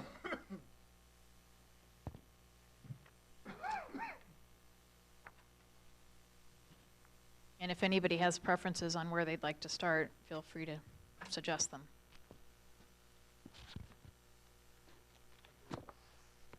The only change we really dived into was Commissioner Herrera's changes. We also have Commissioner Freeman's, Commissioner McNulty's, and Commissioner McNulty had asked me to look at changing the split between District 8 and 11 in Pinal County, to see if there was a way of making one of those districts more competitive. There's two options on that. One that, well, we can go into those further. Also for today, there's one more change report for the legislative, and that was something that Commissioner McNulty had asked me for this afternoon, and that was just to try and balance some population in some of our non-majority minority districts that had either far too much well, depending on what the legal team says, too much population or too few, trying to bring down the deviation closer to zero. And so before we choose which one to start with, I should ask Mr. Adelson too, is there anything that you'd like to address the commission on with regard to just the majority minority districts? Because these other changes are outside of that. Madam Chair and members of the commission, thank you for the opportunity. Just as an overall comment, as you know, there's ongoing analysis of the effectiveness of the majority minority districts, and it's something that's analysis that I'm doing, Dr. King is going to be doing, and we're all doing. I think that as we move forward, it's very important to remember that one of the ultimate comparisons that DOJ makes under Section 5 is the comparison with the benchmark, the existing legislative lines that have been pre-cleared, as well as the effectiveness of the district, of the districts measured against the measurement elections that we've been using. And that's certainly what I've been focusing on, I think we've been focusing on. So that's just a general overall comment that at this point, as we come closer to the finish line, the measurement against the benchmark becomes even more inexorable and mandatory, and gets down to very, very nitty-gritty details of 0.2% or 0.3% to determine whether or not there's retrogression. Because the department has found retrogression in other jurisdictions in as little as 0.5% depending upon a district. So those are just some overall comments that I wanted to share. Thank you. Madam Chair. Mr. Herrera? A couple comments, Mr. Adelson. One of the reasons why you aren't able to give us information is because the analysis isn't back. So again, changing the information would delay us some more, but I've already made my case with that. But I wanted to say the District 7, Legislative District 7, we have agreement, I think, from the Native American tribes that they like the way the map currently looks. And I think all of us would agree it's difficult to get all the tribes together to agree. I mean, because they're all, independent tribes. But how important is it to get the approval or the go-ahead from the Native American tribes that will be affected in District 7 for us going forward? Let's just say that we make no other changes to to District 7 the way it is. The Native American tribes like the way it is. We probably like the way I think I like the way it is. And if the analysis comes back that that District 7 the way it is in the draft map will pass DOJ, how important is that to have the backing of the Native American tribes in that district? Madam Chair and Commissioner Herrera, it is very important to have the backing of in District 7 of the Native American nations. That is very important. However, it's not the dispositive, it's not the final answer, because DOJ will still conduct its own analysis. In my experience, I've seen whether they're Indian nations or minority organizations proposing a certain map, and then our concluding that that map had issues under the Voting Rights Act. I'm certainly not suggesting that that would be true here, but it is important to realize that I share your opinion that the support of the Indian nations is vital and is very important, but it's not the final word, as is true with all the things we're talking about. The final word is with the Department of Justice, and they will do their own analysis, or I should say analyses, and the analyses that they're doing, the analyses that we're doing, and certainly the analysis that I'm doing, to make sure that the matchups are the way they need to be. And if there are any questions, as we've been talking about, figuring out the questions now and answering them now, so we don't get a phone call or a fax from Washington asking us questions, because that's a situation I think we all want to avoid. Madam Chair. Mr. Adelson, I think you would have, even before we sent the analysis or the information to get it analyzed to see how the districts are, if there was any red flags, you would have raised them even before we sent them to get them analyzed. So is that correct? Madam Chair and Commissioner Herrera, I think that, when we're talking about analysis, as I said before, I'm doing analysis, Dr. King is doing analysis. In looking at, one of the things that I've been looking at and will continue to look at is the measurement against the benchmark. And what I've found at this point is that the draft districts match up as well as or better than the benchmark as far as election performance. Now that's one metric and only one part of a very large puzzle. But they're continuing to be match up with the benchmark. I mean, for example, one of the things we talked about last week is matching up minority population, minority voting age population, the minority population of the largest minority group in the district, be they Latino or be they Native American. So there are continuing matchups that need to be made in order to eliminate as many of the questions as possible. But just as far as performance, that's something that we've been talking about recently and something that I've been focusing on recently. From a performance standpoint, by performance I mean the measurement elections that we have been utilizing. The draft districts appear to either equal or better the electoral performance in the benchmark. Now that is very important, very significant. It's not the last word. It doesn't mean that we're all finished and we just package everything up today. It doesn't work like that. But preliminarily, I think that's a very positive indicator, and we'll continue to look at the other indicators to answer the questions that we need to. Sure, Mr. Adelson, and I don't disagree with anything you just said, and my intention was never to say, okay, our job is done. But the reason I bring up District 7, it's a district that is important to me and is important to everyone, I think, sitting in this table. And I want to make sure that we've come a long way for all of us to be on the same page, including the Native American tribes, because I think we all know it does take quite a bit of time for them to get on the same page with the other tribes. So I want to make sure that anything going forward makes no changes at all, especially to District 7. This is a district that's important to me, and I've told the Native American tribes that they definitely have a representative in the commission that is looking out for their interests. So I want to make sure that we don't go back to square one in District 7 by making any changes until, again, we get back the analysis. So that's all I wanted to say, and I appreciate your comments. Is there any estimate on when the analysis is due back?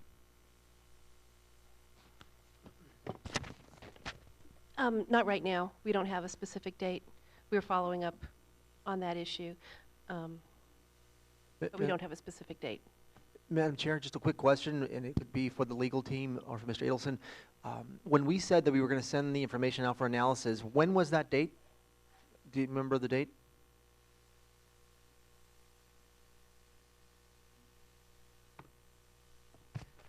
We're huddling, but we don't have that date for you right now. Maybe by the end of the meeting, we'll I guess get what that for you. and I knew you wouldn't know the date because it's been a while. You would probably agree it's been more than 3 days, probably more than 4 days. Right now, I don't see any end in sight in terms of when. I don't think you guys know when we'll get the analysis back. And again, it's just, I can't stress the importance of, again, not making any changes to the majority-minority districts, and then having to wait again for the analysis, for the second analysis to come back on the new proposed changes. So I'm just trying to, I can't stress the importance of keeping them the way they are until we get the analysis back. I think it was the 9th, a week ago today, because I remember Ken saying something about he would then have the weekend to talk to Dr. King and at least provide, you know. How the process kind of works is you guys, we left off on the 9th. That's the most recent working map. Those are the changes that were submitted for approval. It's not like we just take that map and just send it. You have to, there's a lot of work that goes into the ecological inference uses different voting precincts. So you have to start, looking at those districts, matching them with the old voting precincts, sending those percents. So I believe Ken worked through the weekend to get that information ready to send to Dr. King, and either sent it Saturday, Sunday, or Monday of this past week. That sounds right. Any other questions on majority-minority districts? Madam Chair, I just have a follow-up comment. I know, like yesterday, we heard the testimony from Guadalupe, and I don't know how you all, I don't know if you're going to make, if you want to, how you regard that. But it seems to me that in terms of timing, if there are changes that affect minority districts that the commission is interested in, it might make sense to have a couple of tracks referred for analysis. I don't know that you want to wait and get, the analysis of these, but you still have options that you're interested in that you want to explore, and then those come up later, but this analysis checks out just fine, and it's something that we can certainly defend as non-retrogressive.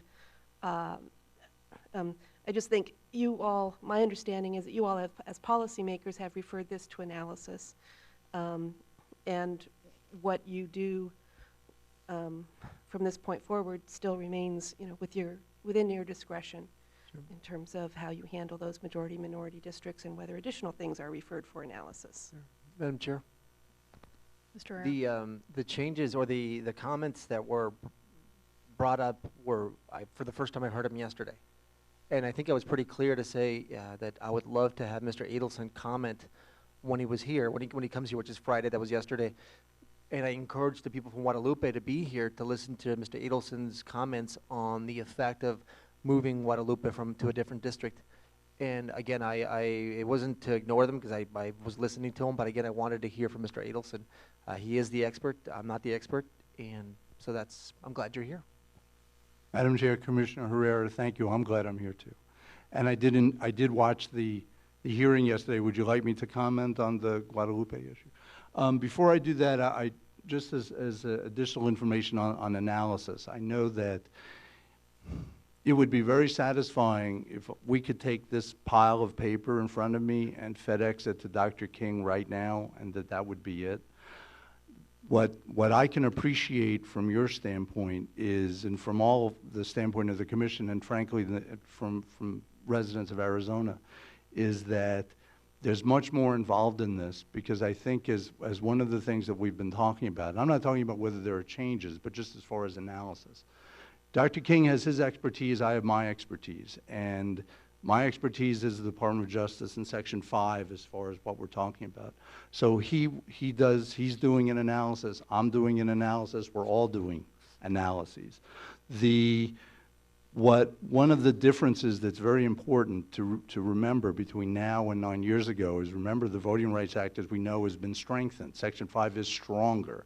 So DOJ is looking at more things than we looked at. I will tell you that when I have been reading the pleadings and the Texas litigation, one of my reactions was, wow, you're looking at that? We couldn't do that 9 years ago. And I will admit a little sense of envy that DOJ has certain tools that we really didn't have to the same degree at our disposal. So I think that's important to realize.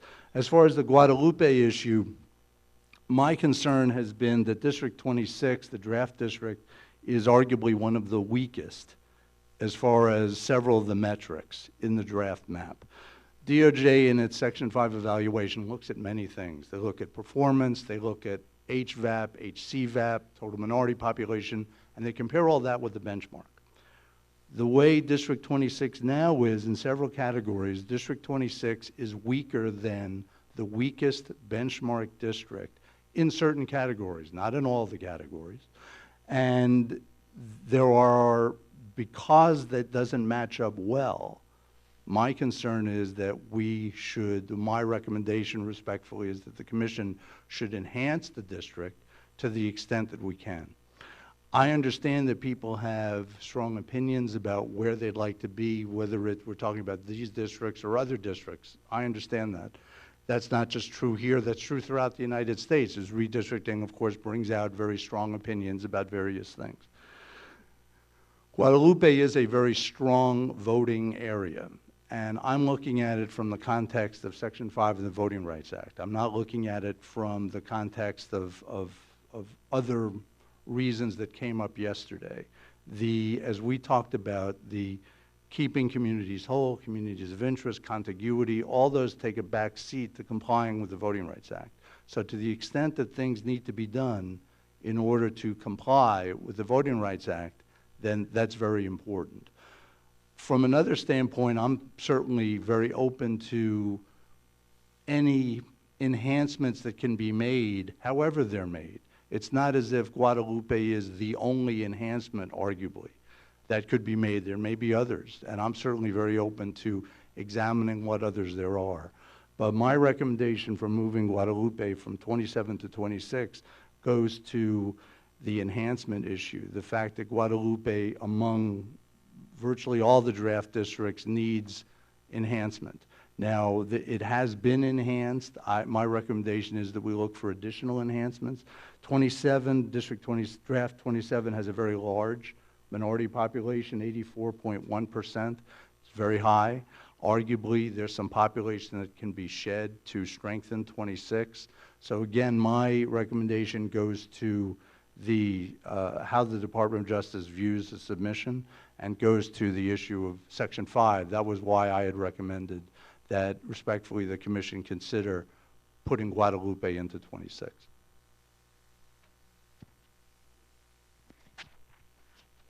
Madam Chair. Ms. McNulty? Ms. O'Grady, do you have comments on that issue? Well, Mr. Adelson's observations as to why the move was made are certainly accurate. There was an effort to enhance 26.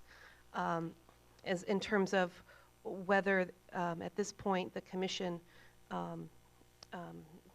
should not move, should keep Guadalupe in 26. That's the map that was referred for analysis. I think that's a policy call for the Commission because I think although it does improve 26, and some of this comes to maybe our different views on the benchmarks, the electoral performance of 26, even without Guadalupe, is better than the electoral performance over the past decade in some of the benchmark districts. So I'm not persuaded that without Guadalupe we have a retrogression problem based on 26. That said, so I think there's some policy discretion on the part of the Commission in terms of how it wants to deal with the Guadalupe issue. If there are other ways to enhance 26, then certainly, I don't think anybody objects to exploring those. And the options there are, we've looked to non-voting rights districts for additional folks, and we haven't found anybody looking west and looking south. Then it's a matter of looking to voting rights districts and maybe taking different people from 27 into 26, or moving north and moving people out of 24 into 26, and then doing some other exchanges between the voting rights districts. So I guess my main point is I think the Commission has options available to it, one of which is to keep Guadalupe in 26, but I don't think that's the only option. And it might be, if there's a timing concern, it might be, we might have more things that Dr. King is looking at other than the move to, other than this particular proposal. It's up to the Commission how it wants to handle that. Mr. Herrera? But do you agree that moving Guadalupe into 26 strengthens the the voting performance or the majority-minority performance of 26? Oh, absolutely. Absolutely. You're taking a solid block of Hispanic voters and moving it into this district. So it absolutely improves the performance in 26. Madam Chair, Ms. McNulty? cadre of lawyers. So would it make sense to have an alternative analyzed at the same time by Dr. King? Is that something that the Justice Department would look on favorably? Would they view that as additional effort on our part to satisfy the Voting Rights Act and therefore make it more likely we would achieve preclearance? Madam Chair, Commissioner McNulty, yes. The only thing that would be problematic is that if we had a district that was obviously retrogressive, let's say it went from 65% minority to 42, that would be a huge problem. And given that the commission said, you know what, we're not going to do anything to change it. We're just going to refer to analysis, and when it comes back and it says retrogression, we don't care about that. That would be a problem. Now, as ludicrous as that sounds, that does happen in certain parts of the country. At this point, since we have a district, and I certainly agree with Ms. O'Grady, that from an electoral performance standpoint, the district appears to be a good district. It's not as solid as 27, for example, but the performance indicators do seem to suggest that minority voters will have the opportunity to elect candidates of choice. At this point, when we have a district that has a positive performance indicator, but has some questionable metrics as far as CVAP, for example, then having another map referred for analysis to see what the comparison is, which one would be better, I think that I would certainly respectfully recommend that. I don't see that that is a problem for the department at all, because we're not starting on the surface with a map that is obviously retrogressive and problematic under Section 5. So, Madam Chair, would it make sense for us to request that Mr. Desmond work with Mr. Canfield, Ms. O'Grady, and or Mr. Adelson to put together another proposal? I mean, as you say, we've looked at the non-voting rights districts, and I think we've concluded there's no help there. There is the Salt River Reservation nearby. There's District 27, whether some combination of movement from those things would be worth referring for analysis at the same time. And would you could we do that without Guadalupe? Could we look at it as in the alternative? In other words, look at an alternative in which we did not move Guadalupe out of 27, but we did some other combination of things. Madam Chair, Commissioner McNulty, absolutely. I think that looking at alternatives, whether the alternative A, moving Guadalupe into 26, alternative B, not moving it, but moving some other blocks in, absolutely. I think Justice won't have an issue with that. I think that that's all part of the deliberative approach of the commission. And again, there's no clear red flag retrogression where you're acting either intentionally or accidentally to discriminate, which would be a violation of Section 5. So I would certainly respectfully endorse that. The only caveat as far as when we're looking at moving population, my recommendation respectfully would be not to really do much with District 24. Because 24 is also relatively low on the scale. It does have a positive performance indicator, but there are metrics that don't match up well with the weakest of the benchmark districts. So to the extent that this can be done without lowering the metrics of 24 further, I think that would be the best course from my perspective.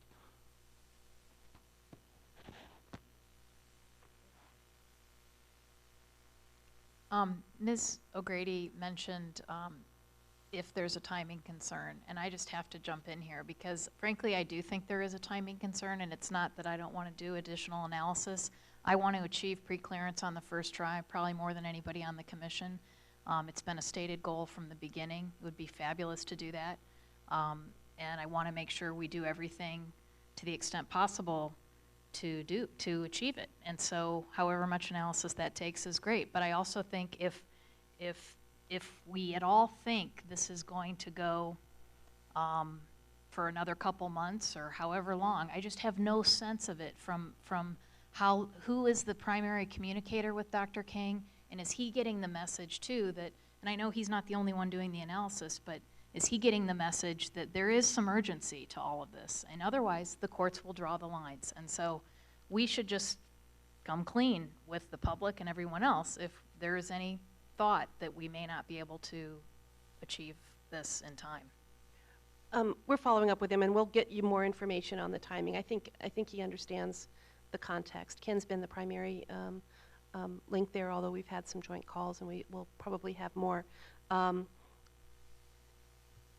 My thought in terms of the moving efficiently, and I don't know if this works for folks, if you go through the change, because the change orders that you have, and see what's on the table in terms of other legislative things, and then we could work. I mean, there's not that many places to go in terms of other enhancements, and if you wanted to spend some time in session looking at some options of other enhancements to 27, and then the other thing apart from 26.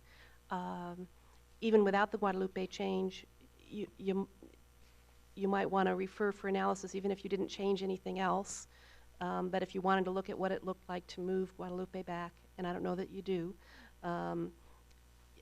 you could still refer for analysis that change, because you made other changes 26 to enhance it, like Dobson Ranch. I think that was a change, and I think that helped it. But I don't know if you want to spend some time in this meeting looking at the other routes to enhance 26, and just to give us a little more guidance on which areas to go or not go. Madam Chair, voice seems to have. It's working. Is it work? Okay. That. Madam Chair, I certainly understand your concern and certainly understand the calendar. I should tell you, if this is beneficial, in doing my performance analysis, one of the very positive things that the Commission has with the draft map compared to the benchmark is there are 3 benchmark districts that have poor performance with our measurement elections. The draft map does not have that level of poor performance. So just in that sense, that's very positive. If that were reversed, if the draft map, certain districts did not beat benchmark electoral performance across the board, that would be a huge problem.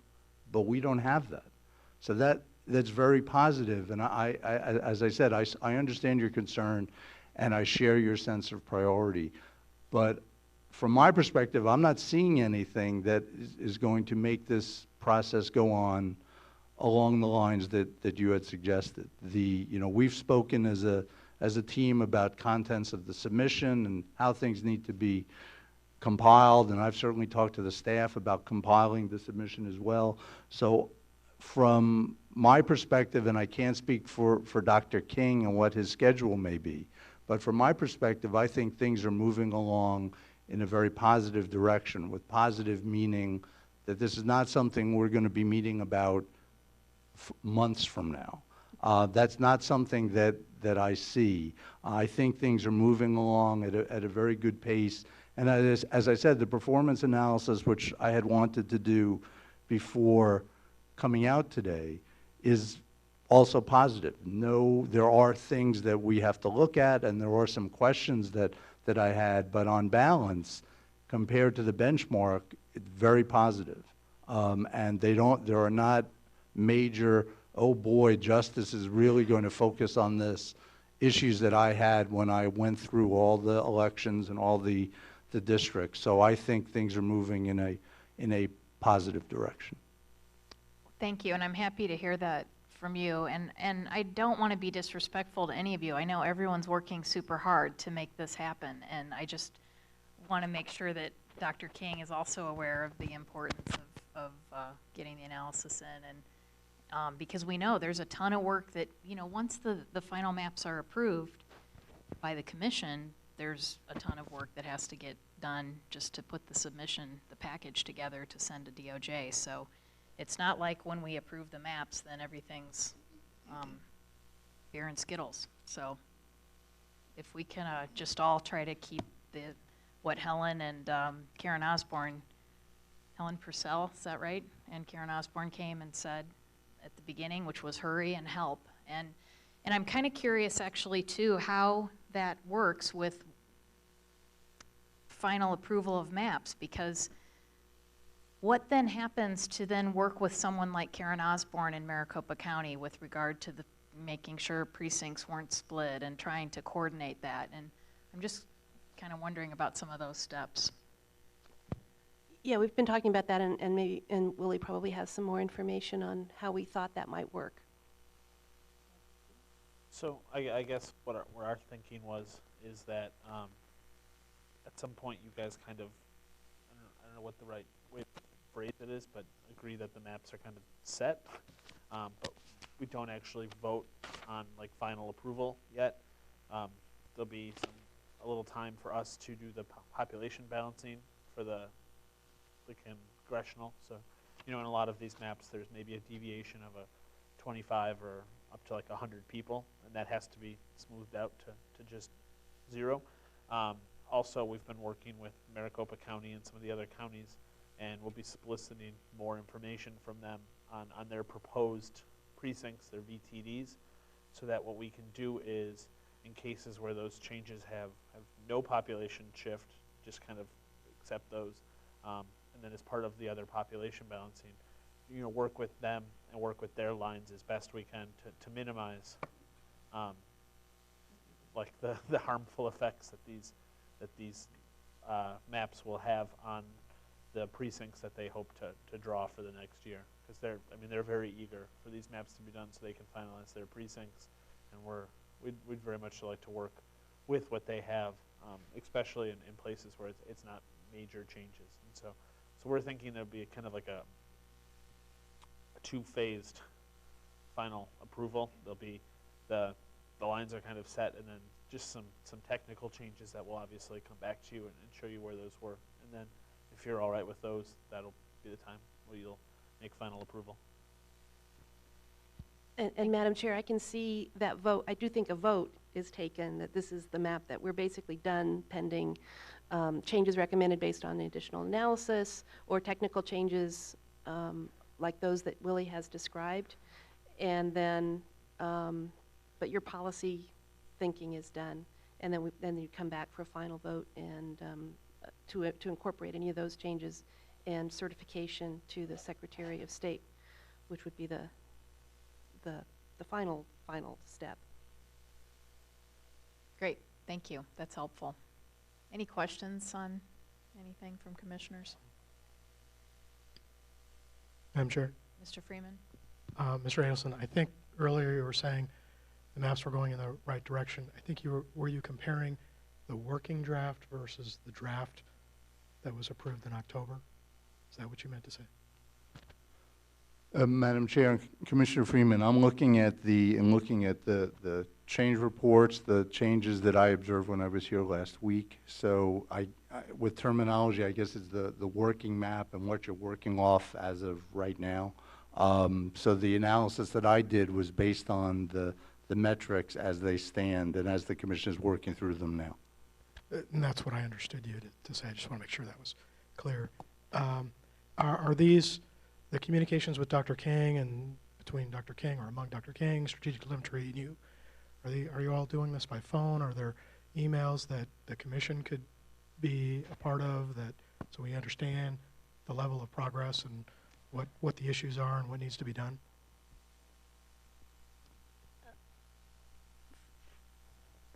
Frankly, we probably need another. We haven't followed up with Dr. King. Ken has been that connection since we got to the working map phase, and we're in the process of trying to set up a call so that we're all, in terms of what work product we, would like from him. So in terms of including, if we had, one of the things that we're, at this point, if we have him on the phone with commissioners, we could have I would think it would be executive session work product at this point to discuss, you know, where we are in that analysis and get a client advice on that. And we are making it clear on the agenda for next week that if we want to have that type of executive session discussion, and perhaps we can follow up and see if we can coordinate that with Dr. King's schedule.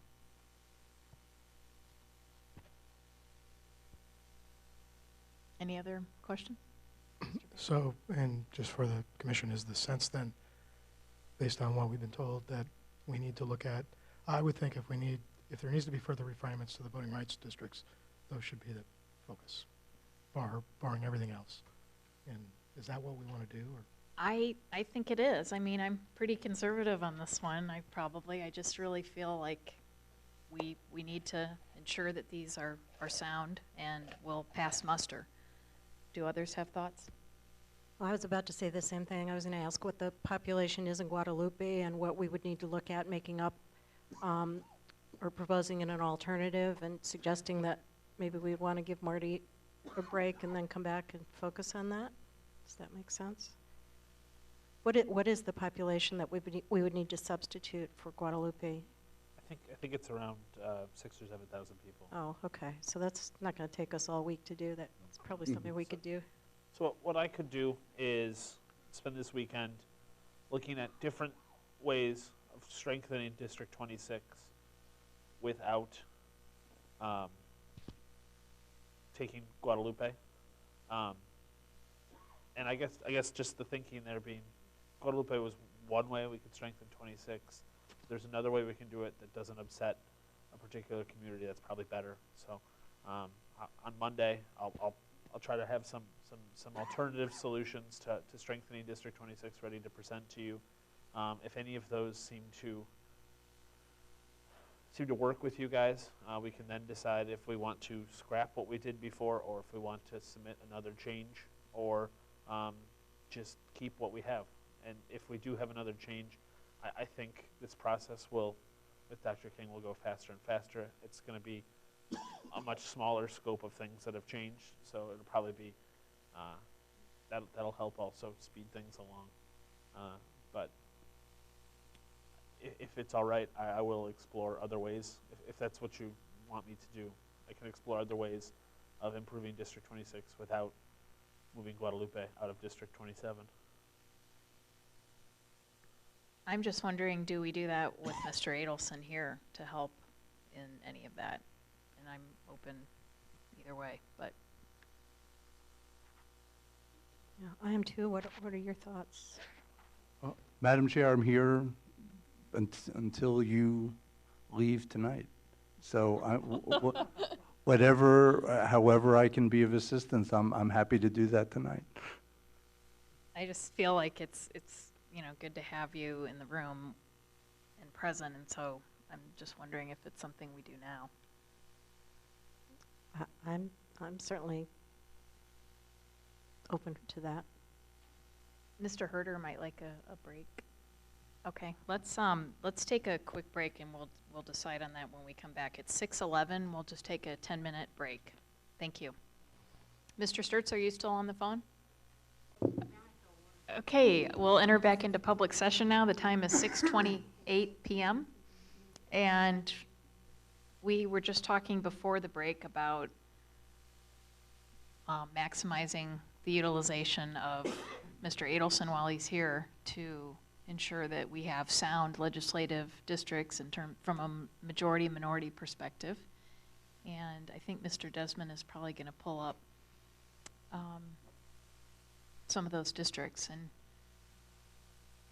talking about Guadalupe and alternative paths to see if there are any. And we've already explored, I think, as Ms. McNulty said, the areas around that to see if we could take anything from some of those districts. And now we're going to look at other majority-minority districts, I believe. Is that accurate? If you like, we can, yes, look at ways of improving District 26 without taking Guadalupe.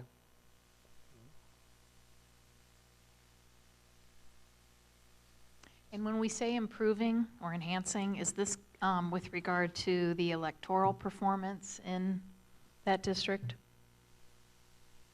specifically, or is it kind of a lot of different things that we're looking to do?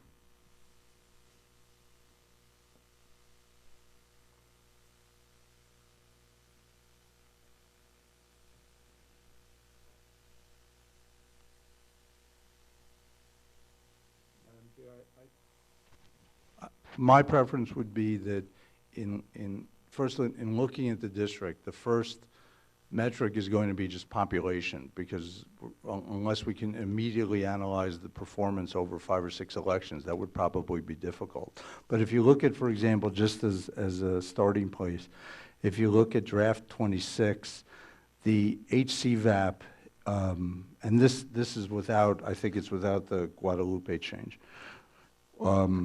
was 17.6%. With Guadalupe, I believe. Yeah, I think it's on this change report. Yeah, it improved to 19.2%. So if you look at that, for example, one of the things that I would like to see is the HCVAP moving over 20%, because there are no benchmark districts that have HCVAP under 20%. So that would be one thing that I would like to see. You know, ideally, it would be a one-for-one match, which it may not be possible. But if it could be over 20%, I think that would be ideal as far as something to shoot for.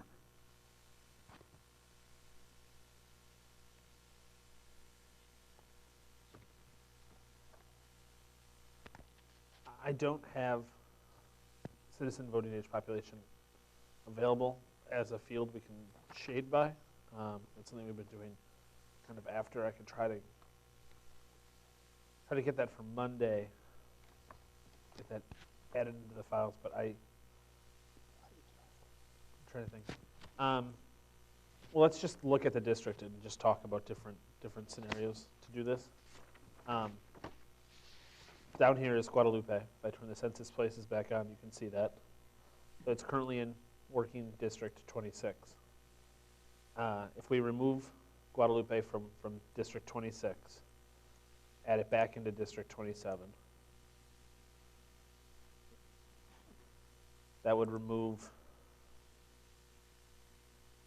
5,523 people from district 27, or from district 26.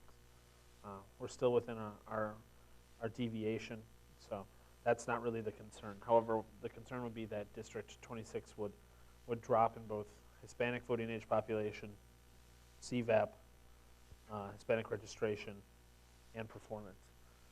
So different places we could make up that population would be, we could take the Salt River Reservation and add that to District 26. That would take a little from 24, and 24 could perhaps take part of this area that sticks out from 27. So ultimately, we're taking just we're shifting population from District 27. District 27 is probably our strongest district. Another option would be for District 26 to grow to the west, take some of this area from District 27, again leaving Guadalupe with the rest of that district.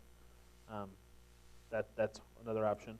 We've explored pretty extensively taking some of this population. The downside is that this population seems to be very low performing in the mine inspector race, and when we've increased the Hispanic percentage using this, it hasn't had a net increase for CVAP, and it has actually been detrimental to our mine inspector indicator, our Attorney General and President indicators. So that's been the concern there, and we have played around with that quite a bit.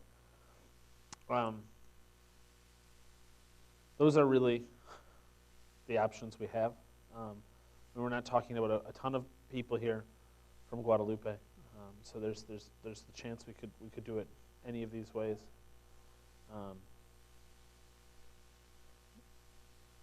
And it's up to you how you want to proceed right now. We could just see how some of these things look, if that's the best way to start. Madam Chair, could I ask Mr. Desmond a question?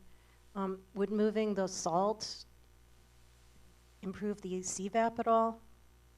doesn't strike me as responsive to what Mr. Adelson said we need to do there. Madam Chair and Commissioner McNulty, I mean, I understand that we may not be able to see an HCVAP change, but if there are other indicators like overall minority population, for example, which might go to your point that if you're looking at an Indian reservation, then you're not going to have a citizen voting age population issue, most likely. There also is an issue with Hispanic registration, for example. That may also not relate to your point, but I think that an exchange, as you're suggesting, if that can be done, if the minority population can be enhanced to the same extent as if Guadalupe is put in the district or more, then I think that would be something to look at. Then we wouldn't need to get CVAP over 20. Well, but the HCVAP is something I think that when Willie said that whenever he's able to get that, I think that's something that we can see. But we should be able to do minority population right now, just by switching the two and getting a sense of how that changes the minority population in the district. Okay, I guess I'm missing something. I understand that part, but I thought you said our goal for 26 should be to get the CVAP over 20. Oh, I see, yeah. I don't see how moving an Indian reservation is going to do that. I see your point, Commissioner McNulty. That was one example. There are 3 areas of 26 that are weaker than the weakest benchmark district. The HCVAP is one, minority population is another, so that if minority population can be increased, that's a very positive enhancement. If the minority population goes above what it is now with the Guadalupe shift, that's important to know. If it's less than that, that's important to know too. But as we were talking about earlier, seeing that as an alternative, I think, is important. But there are 3 areas of concern that I have with draft 26. HCVAP is one, minority population is the other, and Hispanic registration is the third. Okay, well, I guess I'll go back to my point. If we move an Indian reservation, that doesn't address 2 of the 3. So wouldn't it be better to focus on an area that might address all 3? Absolutely, to the extent that Willie can bring that up, absolutely. Okay. Well, I would suggest then that we focus first on the eastern side of 27 rather than moving the Salt River Pima Reservation out of 24. Okay.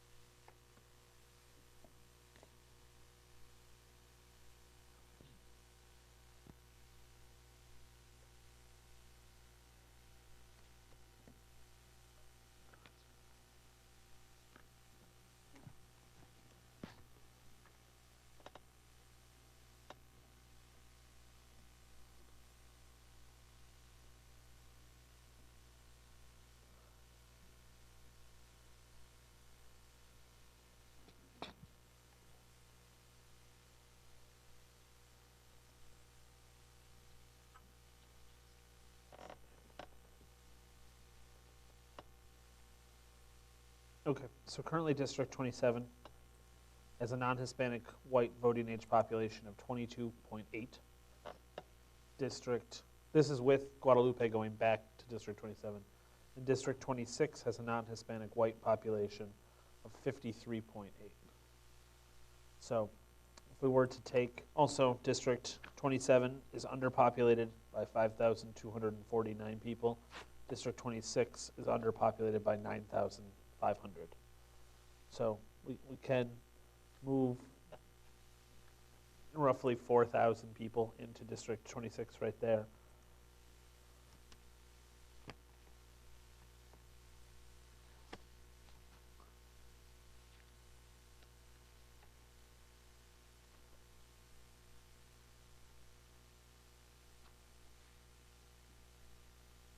All right, so give me just 1 second.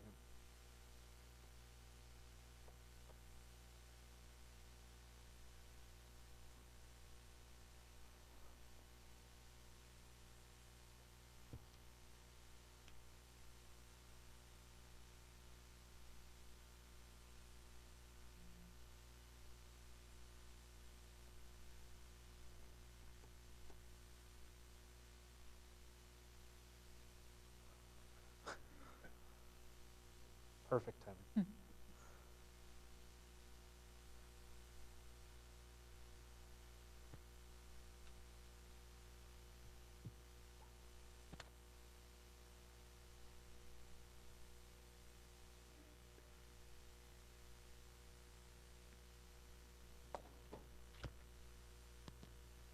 So basically what we can do is we can move 4,000 or 5,000 people from a different area of District 27. That it's probably not going to be quite as good as Guadalupe was, but maybe close. That's a starting point. We could also trade some population from District 26 to District 27 that might not be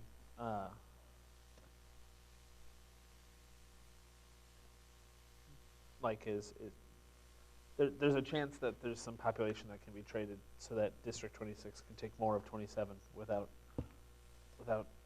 further underpopulated District 27.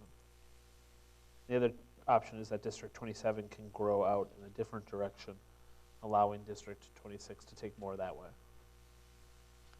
And my computer seems to be freezing, so. Okay, take a brief break. Okay. Time is 6:42 p.m.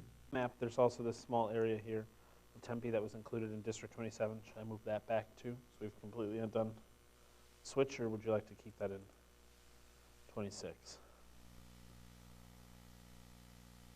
What is the current boundary between 27 and 26, that line?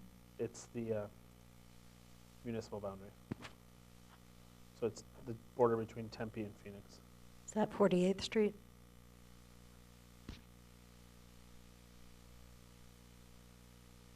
Yes.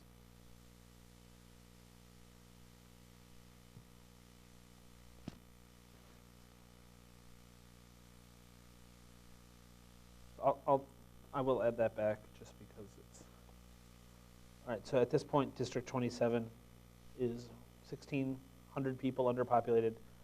District 26 is 13,000 people underpopulated. So 26, start with these areas that are the best.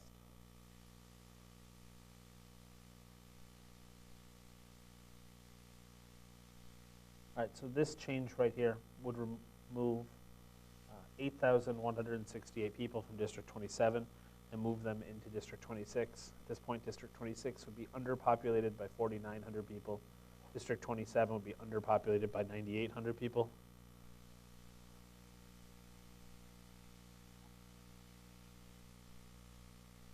District 26 now has a non-Hispanic white percentage of 52.99. District 27's non-Hispanic white number is up to 23.18. The Hispanic percentage is 30.47.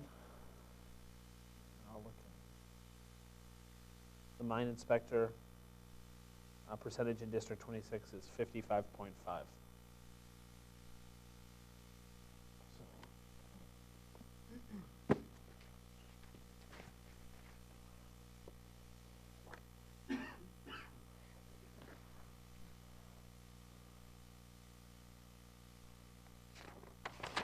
So District 26 saw a gain in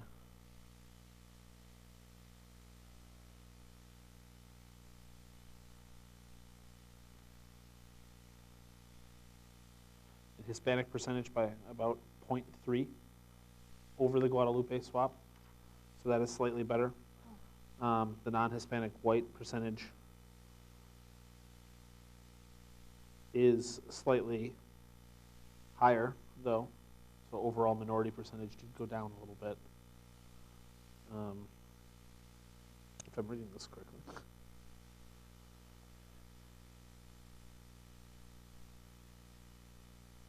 And then looking at mine inspector. Sorry.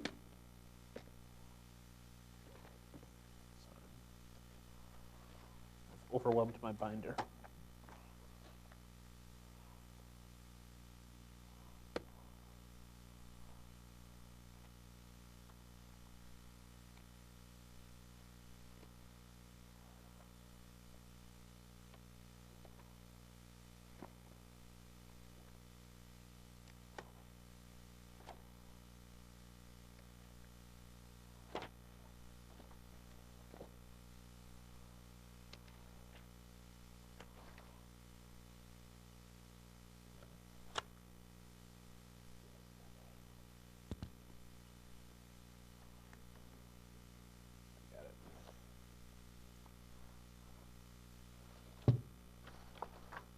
26 had a mine inspector of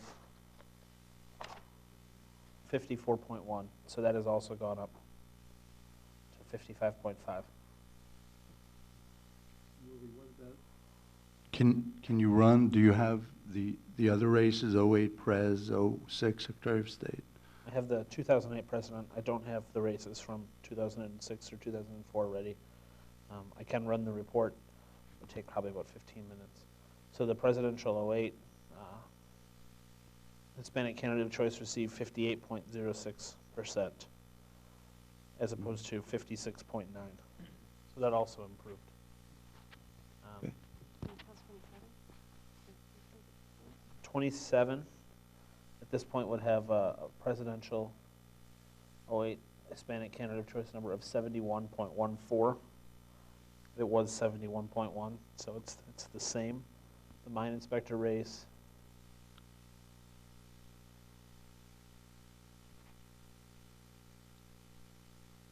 is 72.9.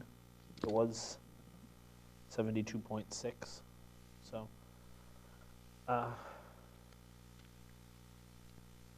they've both gone up.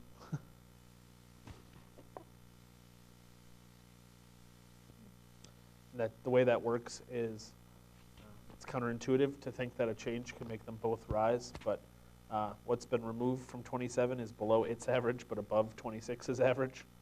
So by removing what's bad there, it's still better than what's good in the other one, so they both, it's a net increase in both. You've left Guadalupe with District 27. And at this point, District 27 is underpopulated, 9,828 people, but I believe that's less than the 10,772 it was in the working.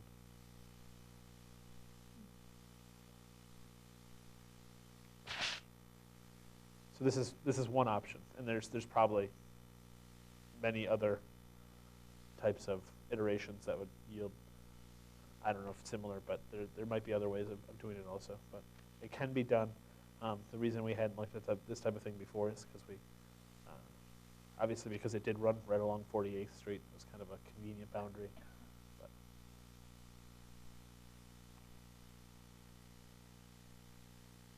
So when could we get the electoral performance numbers on the other races? You said 15 minutes or so? I could probably do it during public comment, yeah. Okay. It'd just be good to get all of them. Okay, well, I can do that. I can, if you'll bear with me like 5 minutes right now, I can have it running in the background as we do the other legislative changes. So if you just want to hold on for a second, that won't take too long. Does anyone have any other comments or questions on that idea? Only the CVAP, whether you'll be running the CVAP also, or whether we need to wait till Monday for that? I'll be running that also. Okay, thank you. Yeah.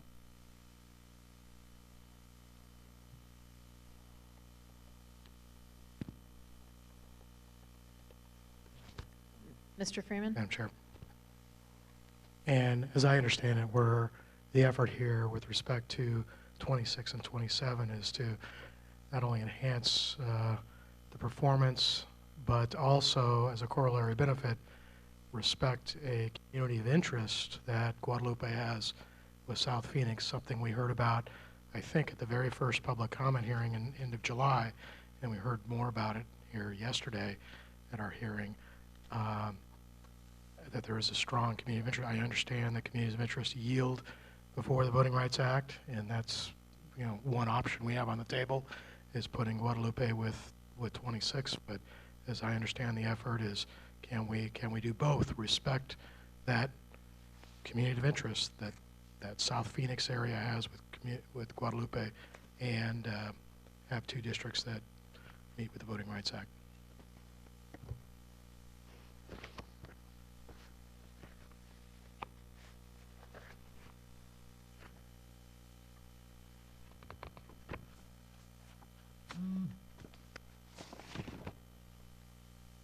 I would just comment that my understanding of the reason we were making this change was to address a Voting Rights Act concern that Mr. Adelson had, that District 26 was not strong enough. And we were looking for a way to accomplish that, which didn't open us to challenges from minority groups based on a concern about Guadalupe and the ability of citizens of Guadalupe to elect the candidate of their choice if they were moved. Commissioner McNulty, Madam Chair, I think as we had talked about earlier, to the extent that the commission has as many choices as you would like to effectuate the considerations that we talked about earlier, I think is beneficial. And then seeing what works best for the commission, keeping in mind the considerations we talked about, that's certainly, you know, as I said earlier, I think that's ideal. If there are several options, then I think looking at them can only be beneficial. And again, that will not be something that the Department of Justice will have a problem with. Madam Chair. Mr. Herrera? And I think I would agree with Commissioner McNulty that we're trying everything, looking at all our options to see how we can strengthen those 26, the majority-minority district. And I think, Mr. Adelson, you have said repeatedly that although there are 6 constitutional criteria, there's 2 that trump the other 4. And I think you said that clearly. Am I mistaken? Commissioner Herrera, Madam Chair, I mean, just as under federal law does tend to trump state law of what we're talking about. I think that with redistricting, of course, there are many considerations and many factors, so that, you know, as in my response to what Commissioner McNulty had raised, to the extent that the Commission can have as many options on the table that deal with all the considerations you need, I think that's a positive, because then I always view more choices as being better than fewer. So I think in this situation, I think that holds as well. Madam Chair. Mr. Herrera? One more comment. One of the reasons and we're also taking the public testimony seriously, especially from Guadalupe, is because they're a protected group. And we want to make sure that we address their issues, and making sure that if we have other alternatives to strengthen 26 without affecting a majority-minority area like Guadalupe, we'll look at those issues. We'll look at those other options. Mr. Adelson? Commissioner Herrera, Madam Chair, certainly that the more options that you have, the better, and clearly the Latino residents of Guadalupe are a protective class under the Voting Rights Act. I think from the standpoint of the Act as a whole and Section 5 as a whole, when the department reviews your submission after you adopt plans and they're certified and they move on to Washington, they look at retrogression across the entire plan and across the entire state. So that's part of why we're looking at certain categories and certain metrics to make sure that they're offset in a positive way that does not raise questions of retrogression.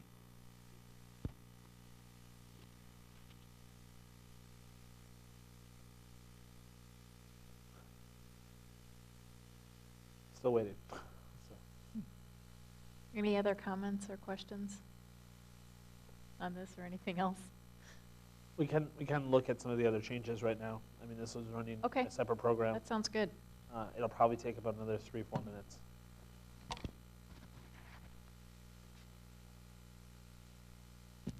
So who wants to go first? We've got a lot of change reports from yesterday. The other thing I could do quickly is just show you the streets that we just moved also, if you're, or we could just wait and see how it comes back. I'm sorry, what did you say? I was going to say I could just show you on the, you know, go down to show you where this change occurred. Oh, sure.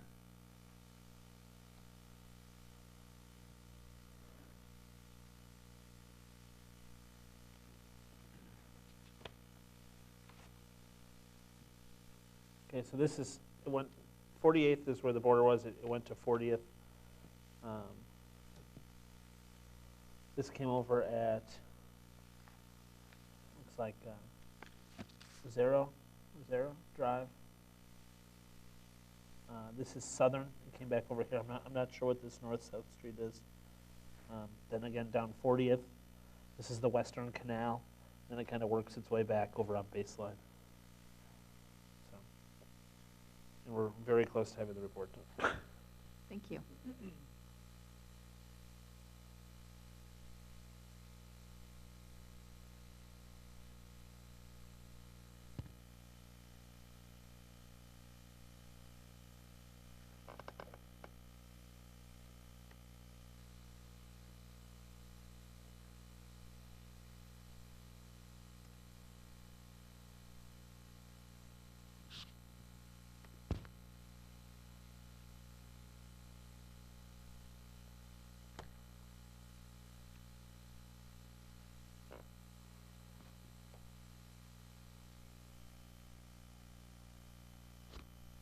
Okay. So District 26, this is the change report. Hispanic CVAP went from 19.2 to 19. So Guadalupe does have a very high citizen voting age population, so that did go down slightly. Hispanic registration also dropped from 18.5 to 17.1. The Prop 200 yes, the higher here is not good. We want it to be as low as possible, went from 50 to 50.3. 04 presidential Dem went from 53.4 to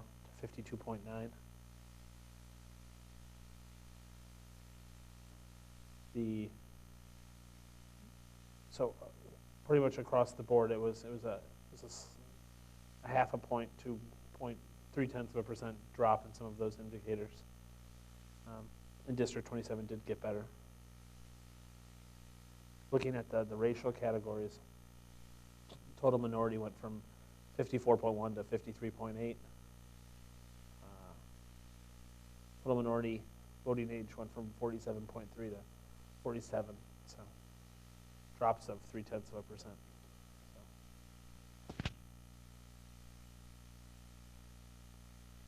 Not as good as we had hoped, but still better than the draft map.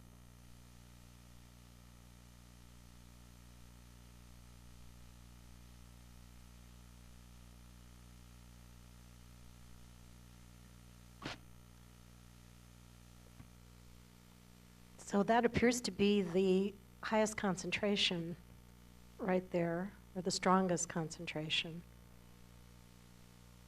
Mr. Adelson, should we keep moving up 48th Street, or are you satisfied that that's an improvement, or are you thinking that it's a wash?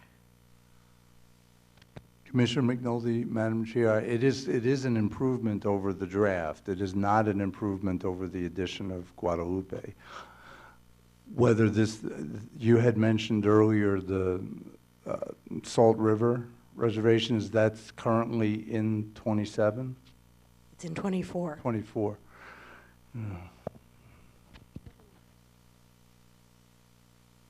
Well, you know, as we talked about, I mean, we're looking at options. So, you know, I'm as open to options as the four of you.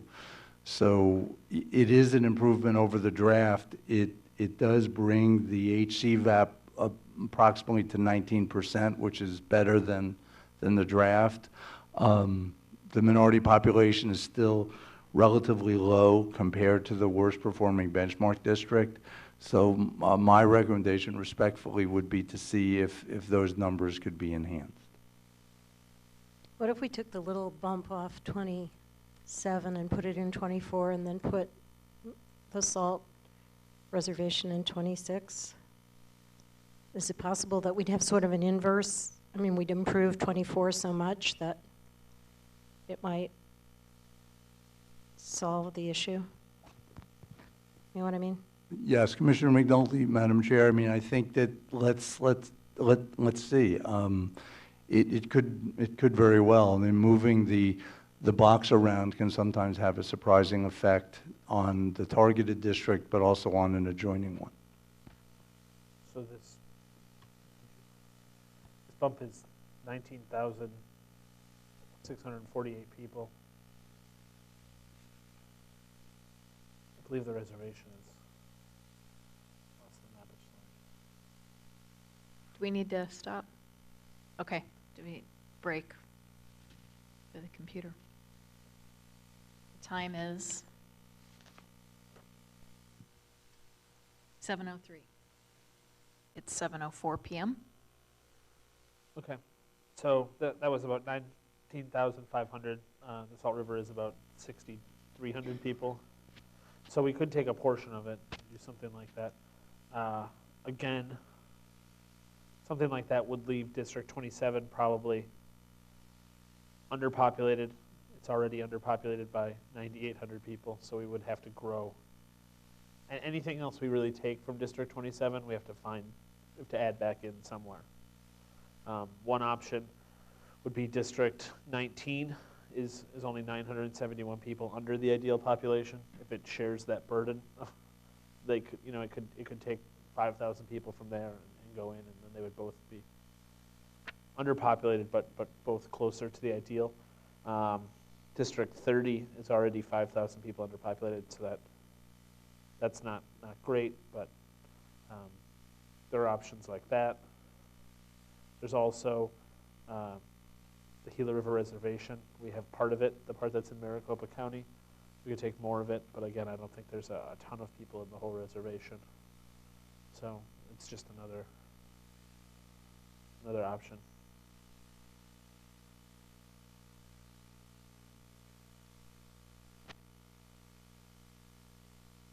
Madam Chair, Mr.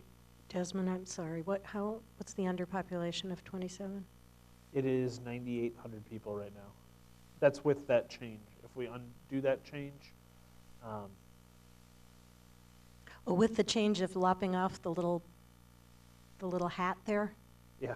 Okay, can we take off half of the hat, or does that not help? So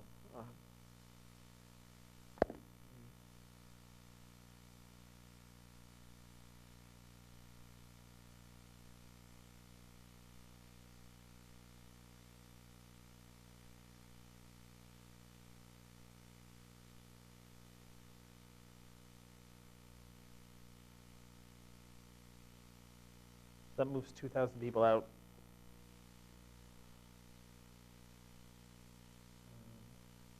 Are there non-minority people we could take out instead Take out of 26. of 26? We've Like kind of, the top, that little nodule. we can, but then we're adding them to District 24. So we haven't done that in the past because, that's another district. I mean, that's one way we could maybe cycle some population, is we give this area to 24. It's not great. But then 24 takes from 27. And 27 can maybe absorb some more of 26 somewhere. What if you didn't do what we just did, the little area on 48th Street? Yep. What if you undo that and do the hat?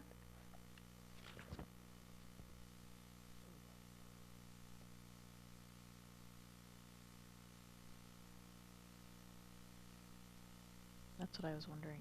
Okay, I'm sorry. So the whole thing, you think, or just part of it?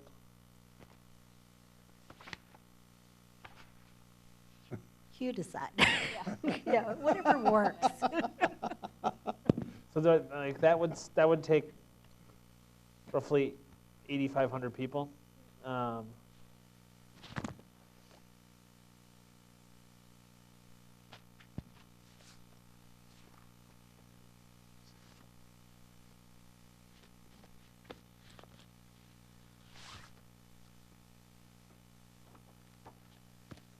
Madam Chair, may I make a suggestion? Please. Can I go over to the map? Buck, do you have the laser pointer? Well, that's okay, I'm just going to use my hand. What about these areas over here? Can we move these into 27? These, or some of these?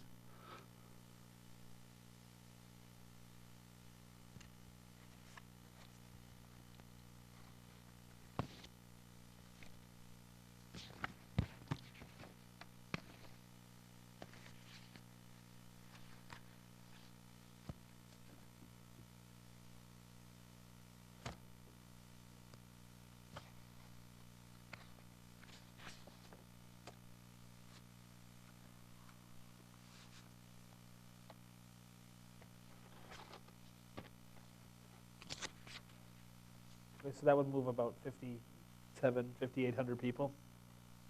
Should allow you to balance with a little bit more. You did 27?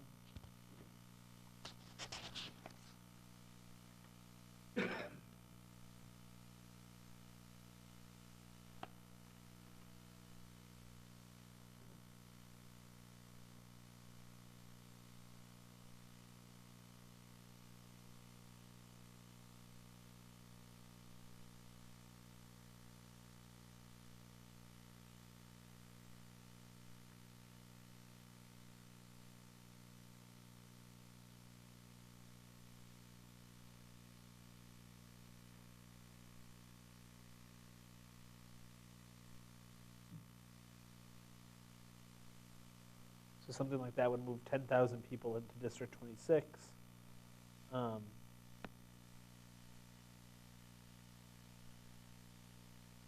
That area is, looks like maybe 60%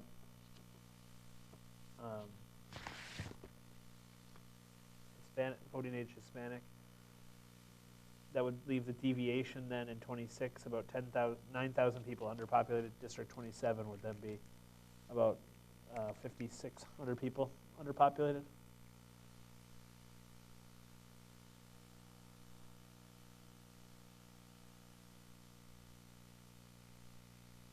So at this point, the Hispanic voting age population in 26 is 33.1.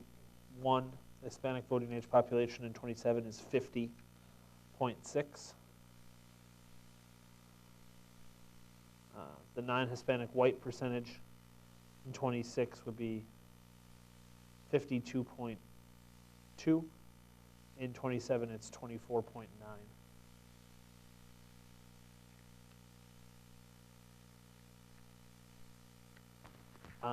If you like, I can rerun the numbers on there again, do another change report. Again, it'll take about as long as it took last time, so it's up to you. Seems like we should.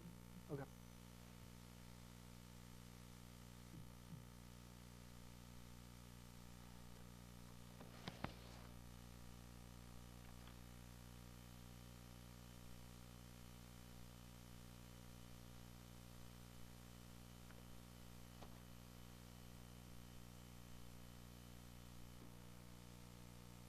In the meantime, would you like to look at something else, or?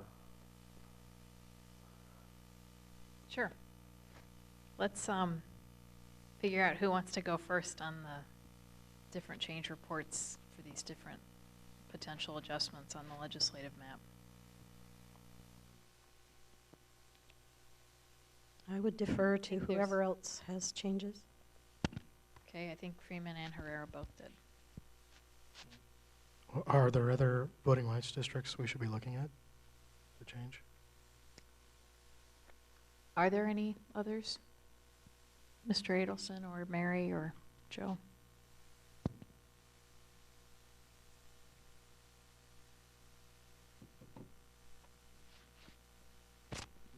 Sorry, I keep losing the little button. Madam Chair and Commissioner Freeman, the main areas that I had been concerned about were 4, 24, and 26. Now, in the changes that were made last week, which were very significant to 4, is primarily in electoral performance, so that 4 became much stronger as a result and really solved a significant question. So I think that those are the districts that I had focused most of my attention on. There are some other districts that don't match up in all the numbers. But I also have to say, to be fair, is that it really is almost virtually impossible for any state to match every single number against every single benchmark number. What is important is, I think, frankly, the exercise that we're doing now is trying to do what we can to achieve more of a sense of parity with the benchmark, excuse me, without sacrificing performance, which I think we've already determined tentatively is pretty good.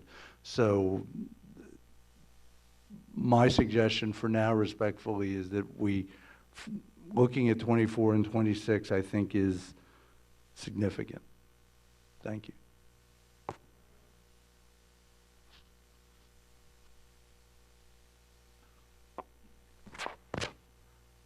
Okay, well, I think that leaves us open to talking about the other adjustments that commissioners have raised outside of voting rights districts.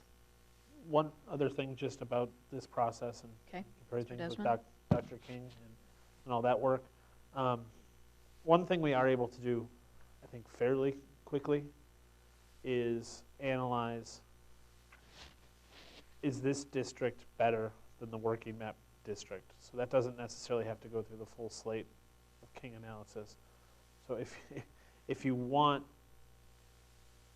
again, I can work several scenarios over the weekend or something, and we can come back and just compare and contrast how those look against the swap with Guadalupe, and I'll let you know if anything's better or not. I don't know if we're gonna find it right now, but that's Sure. just another option, just so. No, I think it's worth exploring.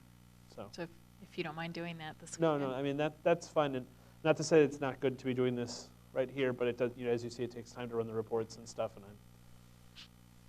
I'm just trying to offer that.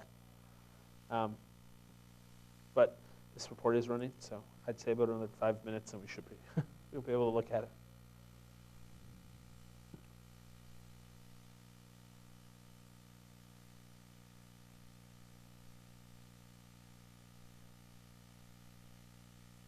In the meantime, though, do we want to look at one of the other changes from yesterday or today? Mhm. Okay. Which one should I start with? Commissioners?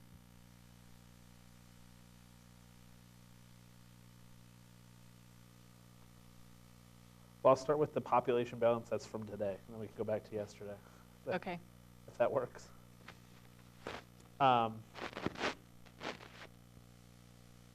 Looking at our working map, the districts that seem to stick out with largest population deviation that were not voting rights districts are, I believe, District 1, which was over 11,000 people overpopulated. Once the addition of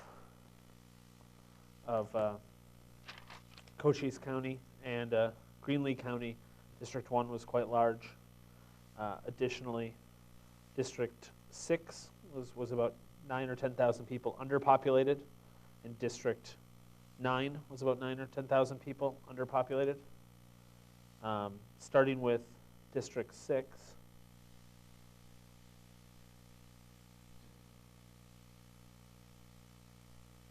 the way we sought to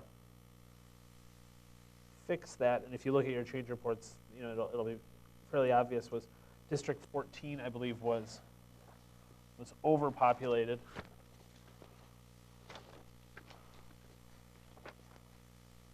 So by taking the Camp Verde from District 14 and adding it to District 6, District 6 was able to go from a deviation of 9,908 people to a positive deviation of 1,072.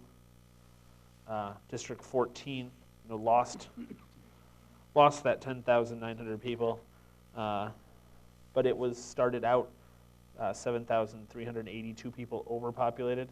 So that then went to a negative deviation of 3,598. So the percentages went there from 3.5% down to 1.7% negative. District 6 went from negative 4.7 to positive 0.5. So that's the first swap there, and does balance the population over the two districts probably a little better.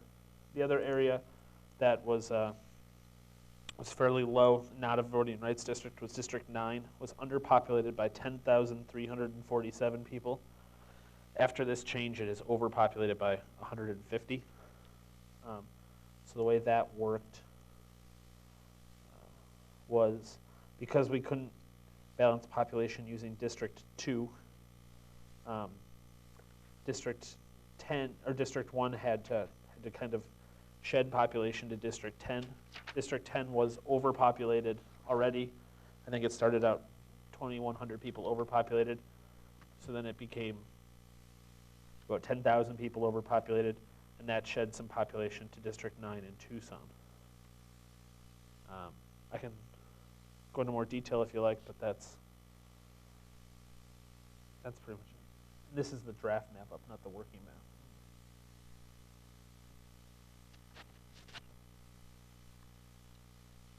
So what is the deviation now of those districts?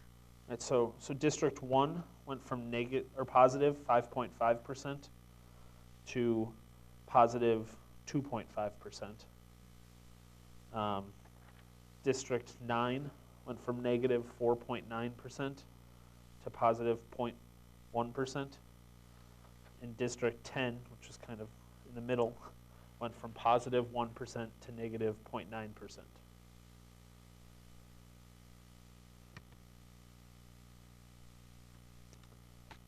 You can also see the splits report, one census place was unsplit, although more tracts and block groups were split in this change.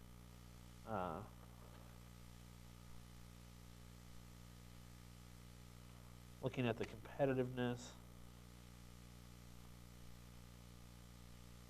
Sorry, what census place was that? I'm not sure. Okay. It was probably a very minor split in a census place because I don't recall seeing anything. Mm-hmm. I'm guessing it was fairly insignificant, but I just don't know.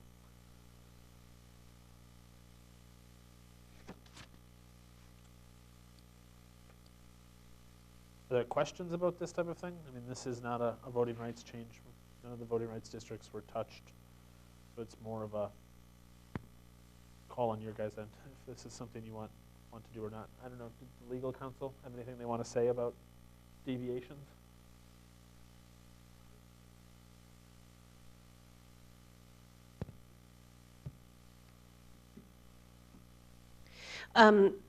Yeah, Madam Chair, Commissioners, on the subject of deviations in the legislative map, the working map did have I think it made sense to make every effort, as this change does, to reduce the deviations that are in the map, other than the voting rights districts. We understand that they're low. We've made a record as to why they are low for the most part.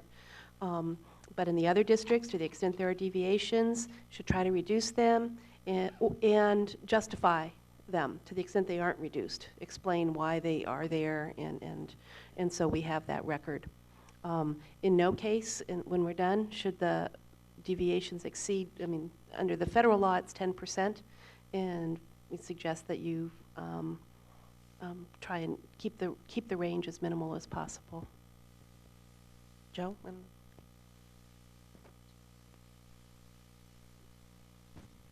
Madam Chair, the only thing I would add, and I think Mary hit on this, was that under the evolving case law on the subject of population deviation under the Equal Protection Clause for purposes of the legislative maps, the old rule used to be 10% was a safe harbor. Because of intervening precedent over the last decade, that's not necessarily the case. There can be a deviation, but the Commission needs to explain why there has been a deviation, and it's basically going to be judged on a reasonable basis, rational basis, kind of standard by the court. But they will. It would be good to justify those deviations, at least on the record, to explain why they took place. Voting Rights Act, adjusting districts to accommodate the Section 5 concerns of the Voting Rights Act obviously would be one such concern, keeping communities together, municipalities, that kind of thing. So we would encourage you to put on the record the reasons for the deviations when we get to that point for the final adoption.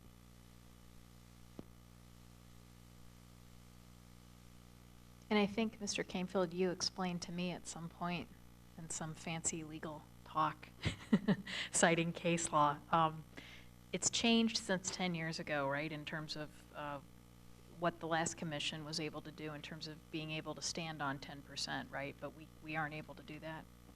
Madam Chair, during the last decade, the case law generally said that if the population deviation was within 10%, that was considered presumptively to be okay under the Equal Protection Clause. Remember, we're only talking about the legislative districts here. During the last decade, there was a case out of Georgia, if I recall, Larius v. Cox, where the court, from trying to recall the facts here on the fly, but if I recall correctly, there was apportionment decisions made, population deviation decisions made based on partisan considerations, and that the decision of the district court in that case held that there wasn't a basis for making those determinations that tied to traditional redistricting type criteria, communities of interest, keeping municipalities, other counties, that kind of thing, and that there wasn't a justification for the deviation that was acceptable, at least to the panel. That these decisions go directly to the United States Supreme Court. In that case, the court summarily affirmed, as I recall, with a concurring opinion from a couple of the justices. So we don't have a full-blown U.S. Supreme Court decision on point, but we have a summary affirmance of a lower court opinion that basically held that the 10%, the old 10% safe harbor rule no longer applies, that there can be a deviation that is greater than there would be for the congressional districts, because that deviation is grounded in Article 1 of the U.S. Constitution. But if there is a deviation, there has to be a reasonable, rational type basis for the deviation that should be grounded in the constitutional criteria, or traditional redistricting principles, which are set forth in our at least 4 of the 6 criteria. And the adjusting population deviations for purposes of the Voting Rights Act are certainly considered justifiable reasons for varying. So, and I don't, Bruce, do you want to add to that at all? Thank you. Yeah, Madam Chair, I'd reiterate what Mr. Canfield said, that excuse me, courts have routinely found that adherence to the Voting Rights Act constitutes a rational basis. So to the extent that your deviations are driven by compliance with the Voting Rights Act, that is clearly a rational basis under an abundance of case law. It is unfortunate that there has been no controlling decision on exactly what is the permissible deviation. Unfortunately, that's going to come out over the next 10 years. And the redistricting as it occurs now throughout the country is going to form the basis for that. I guess the only thing else I would add is that it's the Section 5 considerations obviously are, the Commission is establishing that as part of the record in terms of the deviation for the voting rights districts. For the non-voting rights districts, we would encourage the Commission to put on the record the reasons for those deviations by explaining why the deviations had to take place. Thank you both. Appreciate it. Any questions on that? Madam Chair, Mr. Freeman? does Section 5 expressly authorize underpopulating districts, or is that an acceptable, just a recognized acceptable practice to enhance the voting rights district? As long as we don't get outside of certain boundaries, then we're not going to run afoul also of the Equal Protection Clause, which I assume might even trump the Voting Rights Act. Madam Chair, Commissioner Freeman, on the last point, I don't think my friends at Justice would even agree with that. But clearly, legally, as we know, if the deviation, even from voting rights perspective, goes to 12, 13, 14%, which of course we're not talking about, then there would be an equal protection issue. This underpopulation for purposes of Section 5 goes back almost to the beginning of when the Voting Rights Act came into law. It really comes from court decisions. It is an accepted practice. It has been an accepted practice for a long time. But Section 5, as it's written, does not specifically say that. You've lost your windscreen, too. I found mine.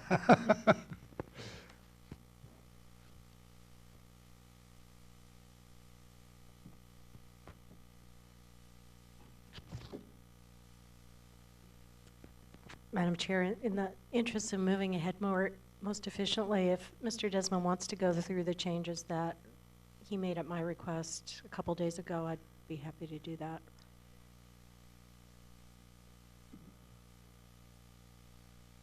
I didn't hear a rush to the front. So I didn't either. people can be thinking about them over the weekend.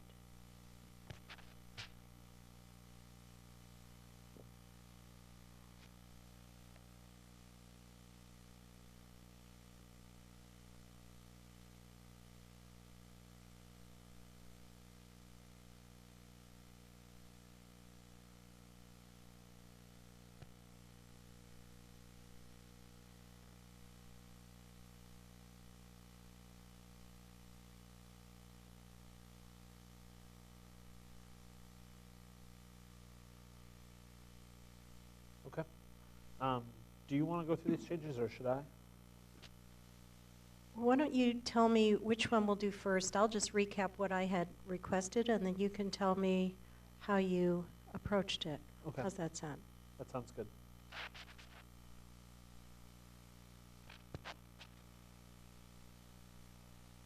So the green line is the working map.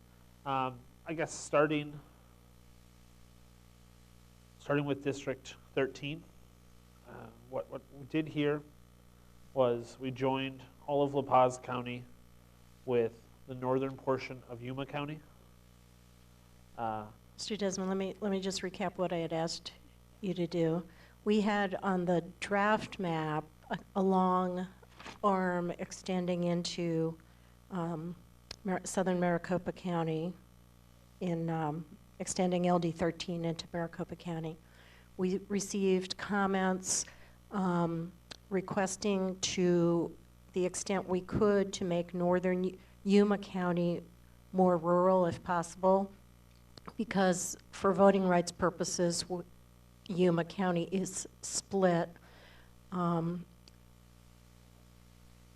The LD 13 takes in Yuma County and Maricopa County, and we heard public testimony requesting that we look at putting La Paz County with Yuma County, with which it was once a single county, and then finding a way to try and make the rest of 13 a little more rural. So I'd asked Mr. Desmond to look at that and to look at cleaning up that arm in 13 and perhaps taking some of the western agricultural areas of Maricopa County and less of metropolitan Maricopa County if possible. So District 13 did come in, or does come in. It takes Surprise, Citrus Park, parts of Glendale, parts of Goodyear, and kind of runs straight across Goodyear. What we were able to do was have it use the same southern boundary going through Goodyear, but now it runs south of Surprise, so it doesn't take any part of that. Takes all of the northern half of Buckeye instead of splitting it a third time, and then runs up around Wickenburg to the county line then, and then it's all of La Paz and then the northern part of Yuma. That's essentially what it does. How this does affect District 5 is District 5 without La Paz does need to make up a little bit of population. It gained population when it took the non-reservation lands in the North Mojave, but it does come in now to, and this how I drew it, into Yavapai, takes Chino Valley and Paulden and puts that with Mojave County. I spent a lot of time trying to find a way of balancing these counties on the western side. Mojave is almost enough to be a district by itself. Yavapai is almost enough to be a district by itself. La Paz is about 20,000, and then Yuma is about, I think, 100,000. So it just doesn't quite, you're left with something left over. So there's not a super clean way of doing this, but in fixing some of the areas in the West Valley, this seemed like the best way for me to proceed there. So the next set of changes. Before you move on, I would just say that the things I like about that are that it does have La Paz with northern Yuma County. And it does keep Buckeye in that district, which I think we were actually expressly asked to do. And it does reduce the number of splits there. And it does look a lot better, at least. The next set of changes kind of mirrored what Commissioner Herrera had done somewhat, but a little differently. We were able to remove a split of Glendale in forming District 22 that incorporates a good portion of Surprise and northern Peoria and just the northern portion of Glendale, and leaves District 21 close to how it had been, but District 21 is no longer in Glendale. That's how we removed the one split, so that takes a portion of Surprise here. So Surprise is split In the draft map, it's split 3 times. In this, it's split twice, so we were able to remove a split there, remove a split to Glendale,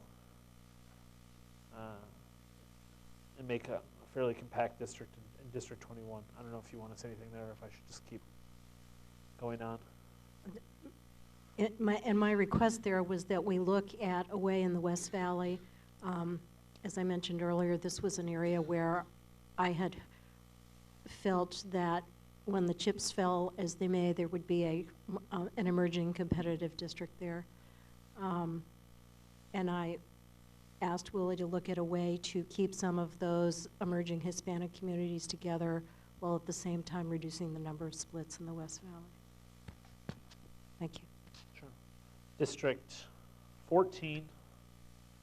Let me just.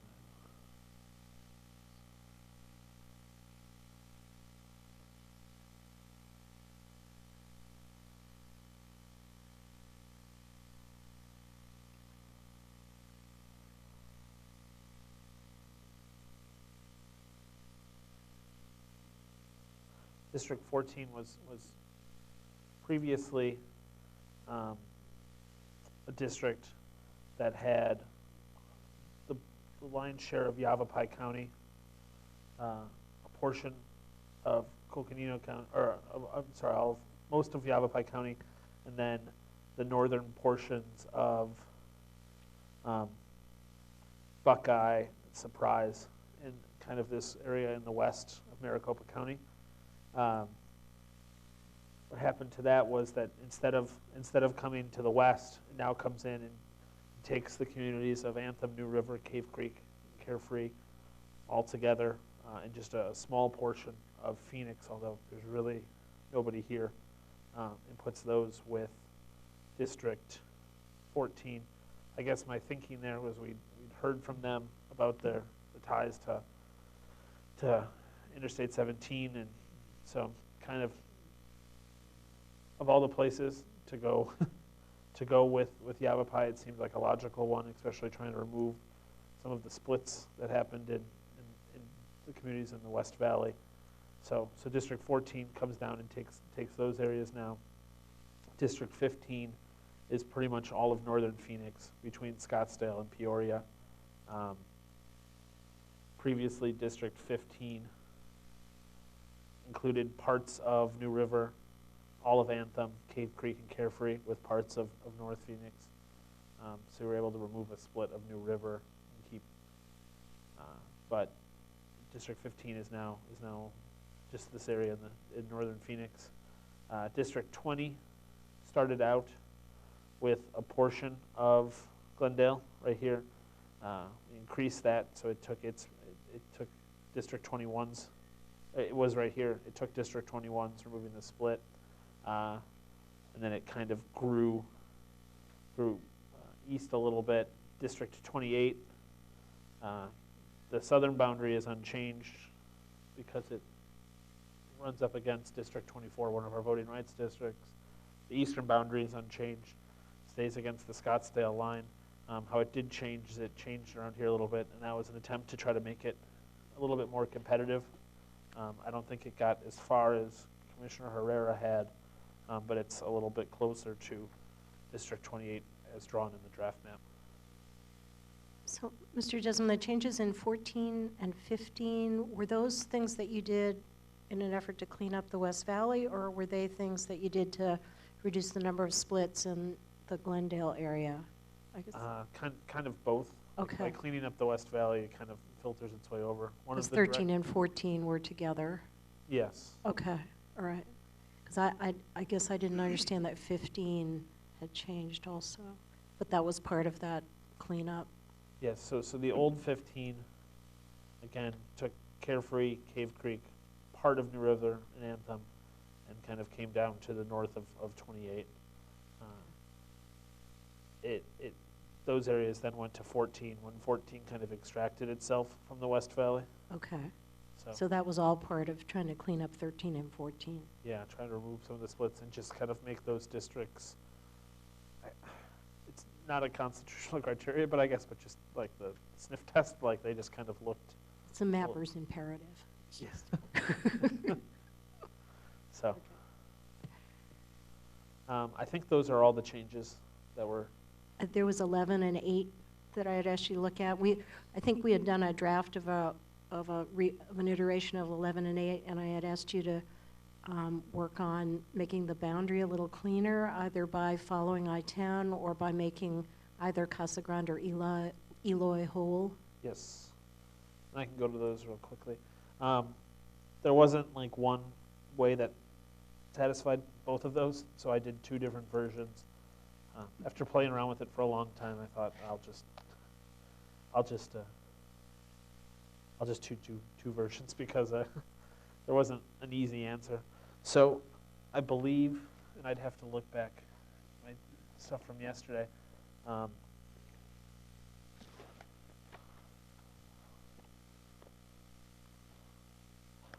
Just one second.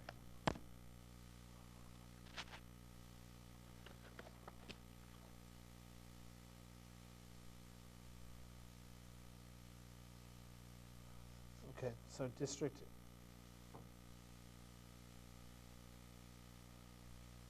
So again, the green line is the border as drawn. So before it ran up,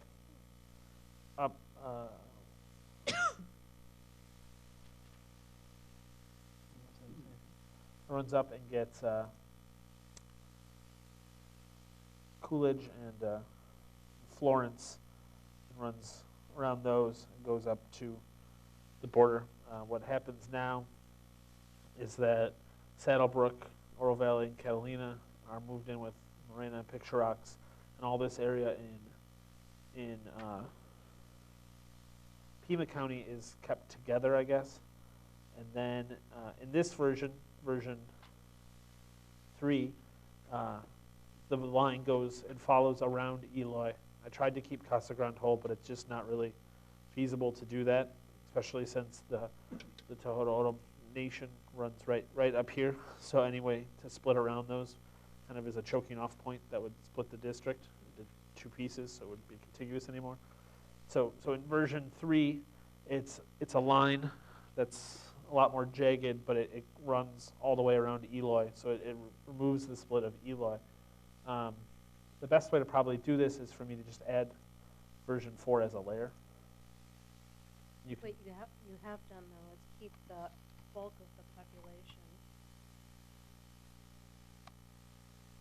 The bulk of the population of Casa Grande, which is on the northeast side of that line, together. Correct. So the other option is right here. This is a much cleaner line that runs, as you'd suggested, kind of right along 10, following the census block groups there. It doesn't run right up 10 here, but goes up at another major road, and I can tell you what that is. Goes north at Cheech and Choo. Runs north there, and is a kind of a cleaner looking line, I guess is the best way to put it. And these do have different effects on the competitiveness of 8 and 11. Version 4, District 8, using Index 2, is 52.5 Republican, 47.5 Democrat. Version 3, it is 52.9% Republican, 47.1% Democrat. District 11, version 3, is 58.2% Republican, 41.8% Democrat. In version 4, it is 58.4% Republican, 41.6% Democrat. Could you talk about the total minority population also? Because District 8 has, until recently, been an opportunity to elect district. I think we have, and one of the reasons for this whole exercise was to combine those Copper Corridor communities which have higher minority population into one, to ensure that they're in one district. It's in District 8 using version 3 has a total minority population of 46.7. District 11 has a total minority population of 34.9. So it's not quite a majority minority district. It's not quite an ability to elect district. It's still, in this case, more Republican than it is Democrat, but it's certainly close. And I don't know how this would compare against our worst benchmark district, but it's kind of in the neighborhood. These are. Is there anything else to say about that? It's not there. The other thing to think about with this district is there's a fairly large prison population, so it's possible that extracting some of that might bring that percentage down a little bit too. I'm not suggesting that it would become a majority-minority district, but I do think because it has a history of having an opportunity to elect that kind of increasing the competitiveness of this district goes hand in hand with preserving to some extent that opportunity. And you were able to go from 35.4% up to 46.7 total minority in 8, and in version 3 and in version 4, District 8 goes from 35.4 again to 48.3. So. Thank you.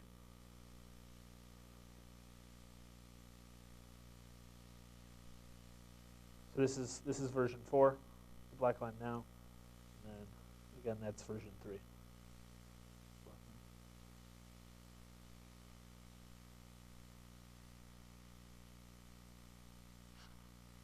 Do we have these in our packets with pictures? I didn't make full packets for all these. I can start making the full packets for everything. It just takes a lot of time. We can look online.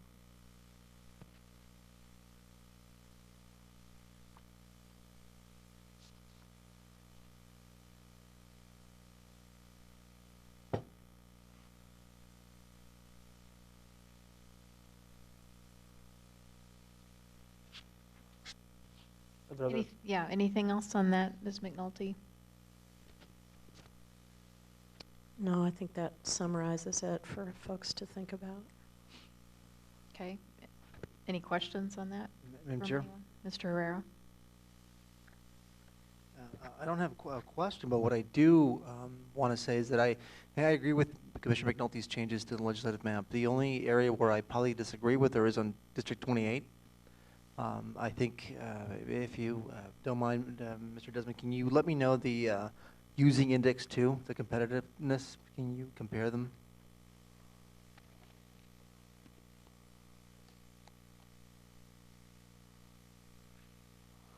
Just 1 second.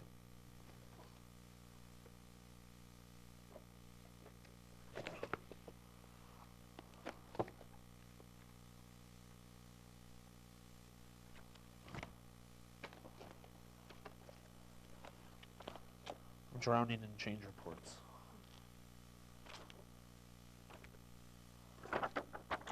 District 28, using index 2, is 54.8% Republican, 45.2% Democrat. That is using Commissioner McNulty's changes. Yes, the 28 as drawn in that map we looked at now, those are the numbers. Okay. And that's from 55.9% Republican, 44.1% Democrat. So an increase of 1.1% Democrat, a decrease of 1.1% Republican. A decrease of 1.1% Republican. And Mr. Desmond, can you go over the index report on the changes that I proposed to 28, using the same index, index 2? Yes, in yours, it went from 55.9% Republican, 44.1% Democrat, to 52.6% Republican, 47.4% Democrat. So, about 2.2% more Democrat and yours negative, about 2.2% less Republican. You know, we don't, when we created both maps, obviously we're trying to balance all the 6 criteria. But what we don't have, and especially in the legislative map, is we don't have enough competitive districts. So what I was trying to do, again, balance all the 4 state mandated criteria in trying to create a competitive district in 28, because I think it's possible, and obviously it was done. So what I'd like to have Commissioner McNulty is consider the changes that I made in 28 as part of her changes, or see a way where she can improve 28 to bring it to the level that I was able to bring it in Index 2 in the changes, which is a little over 47.4, I think. So I'm still thinking that this is a possibility, and I'd like for it to be considered.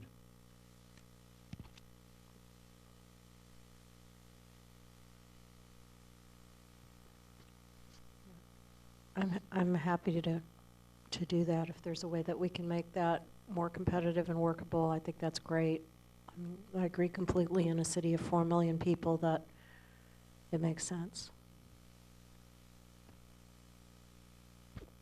Madam Chair? Mr. Herrera? So the changes that I had proposed were not too different from Commissioner McNulty, so I would like to just state that for the record. And again, talking about 28 and how we can continue to make it more competitive. So I don't have anything else to add.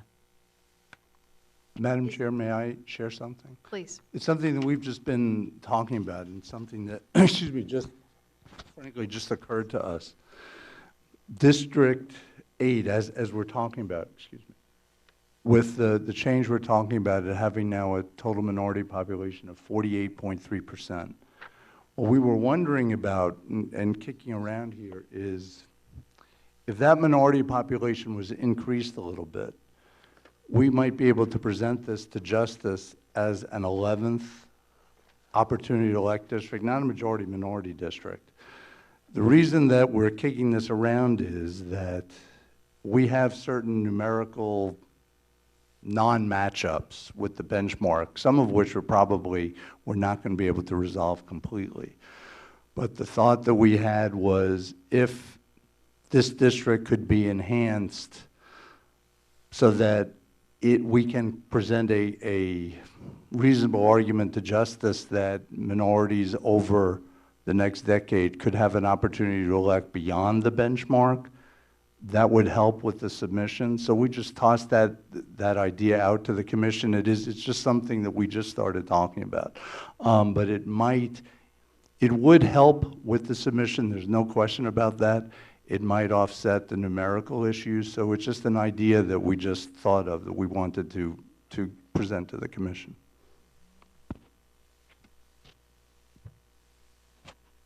Thank you. Well, it sounds like something we should explore. Madam Chair? Mr. Herrera? No, I agree. I think it's something we should explore, and I'm going to thank Commissioner McNulty for looking at ways to not only improve the maps, but looking at ways that we can help protect the voting rights of the minority folks that are protected by the Section 5 of the Voting Rights Act. So thank you, and I think we can hopefully can look at it a little bit further and see if it's a possibility. So I'm excited.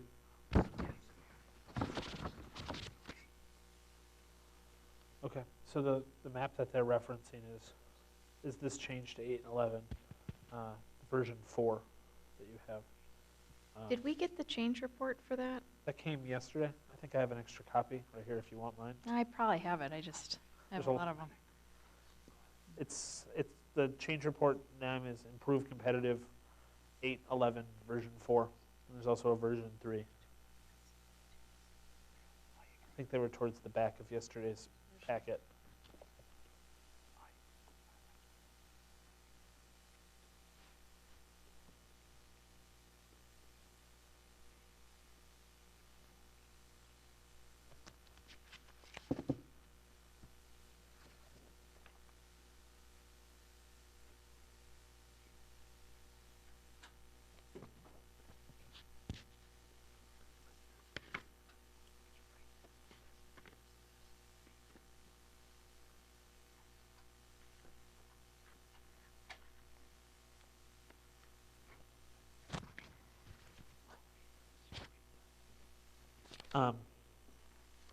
Is there other things? I don't know, do you guys want to move on, or how do we want to proceed with this? Okay.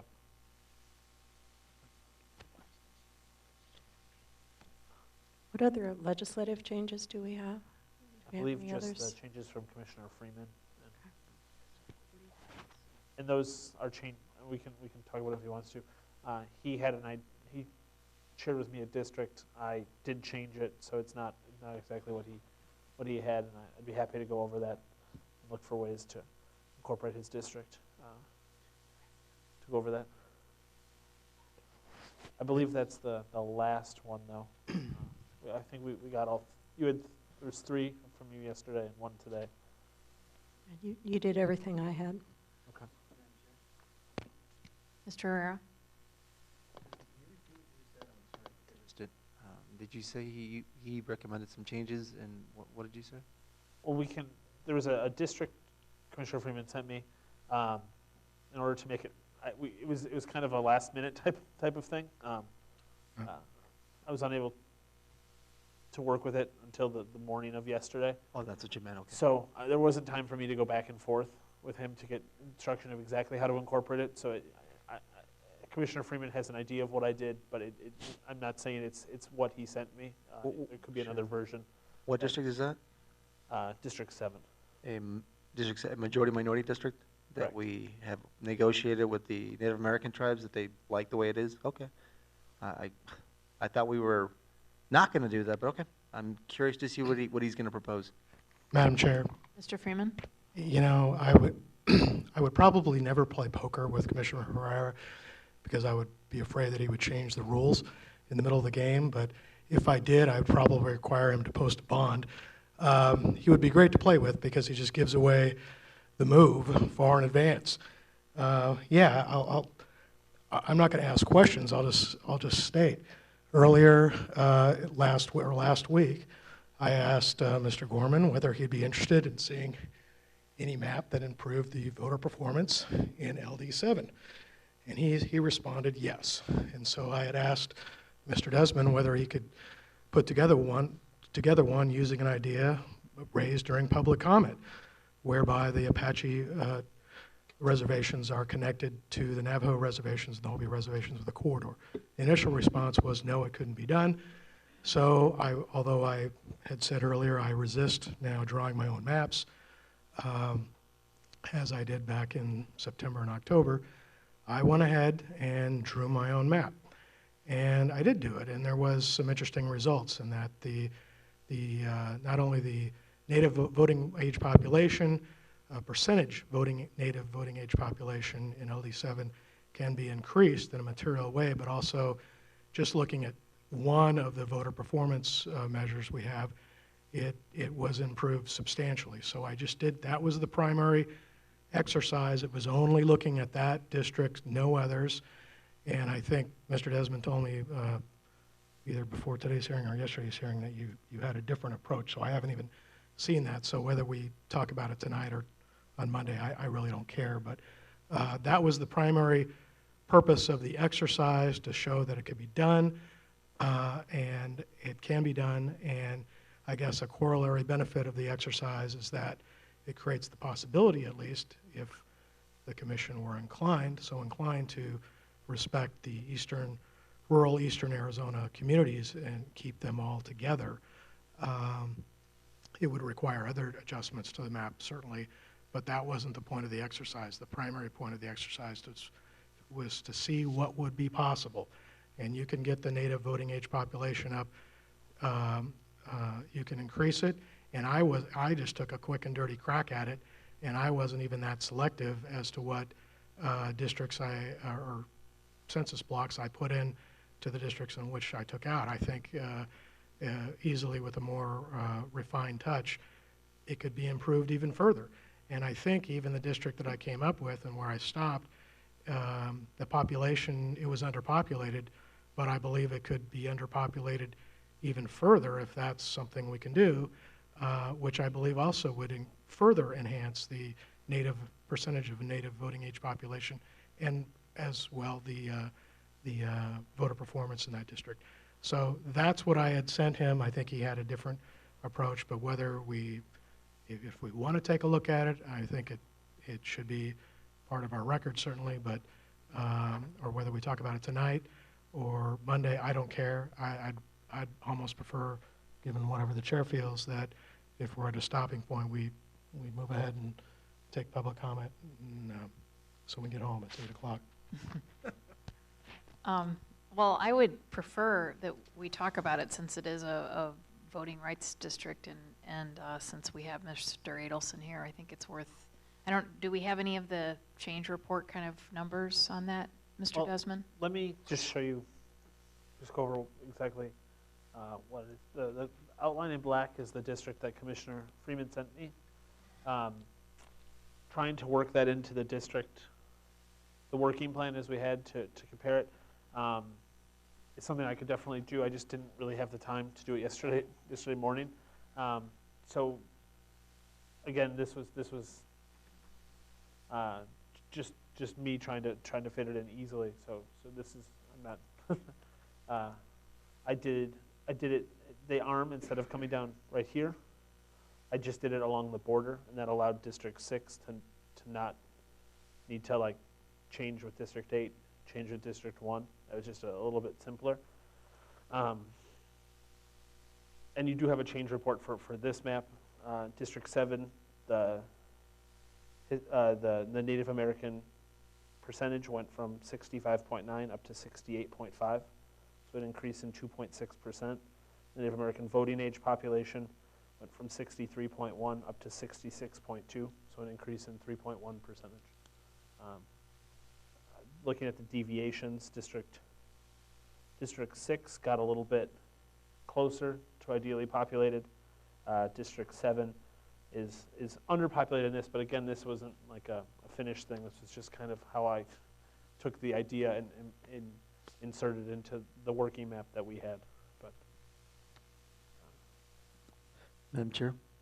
Mr. Herrera? Just, Mr. Desmond, quickly, can you let me know what happens to the competitiveness of 6 based on these changes that Commissioner Freeman is recommending? So comparing it, just index 2 to index 2 from the working draft map to the changes, again, that Commissioner Freeman has proposed. District 6 goes from 54.1 Republican to 58.3. 45.9 Democrat to 41.7.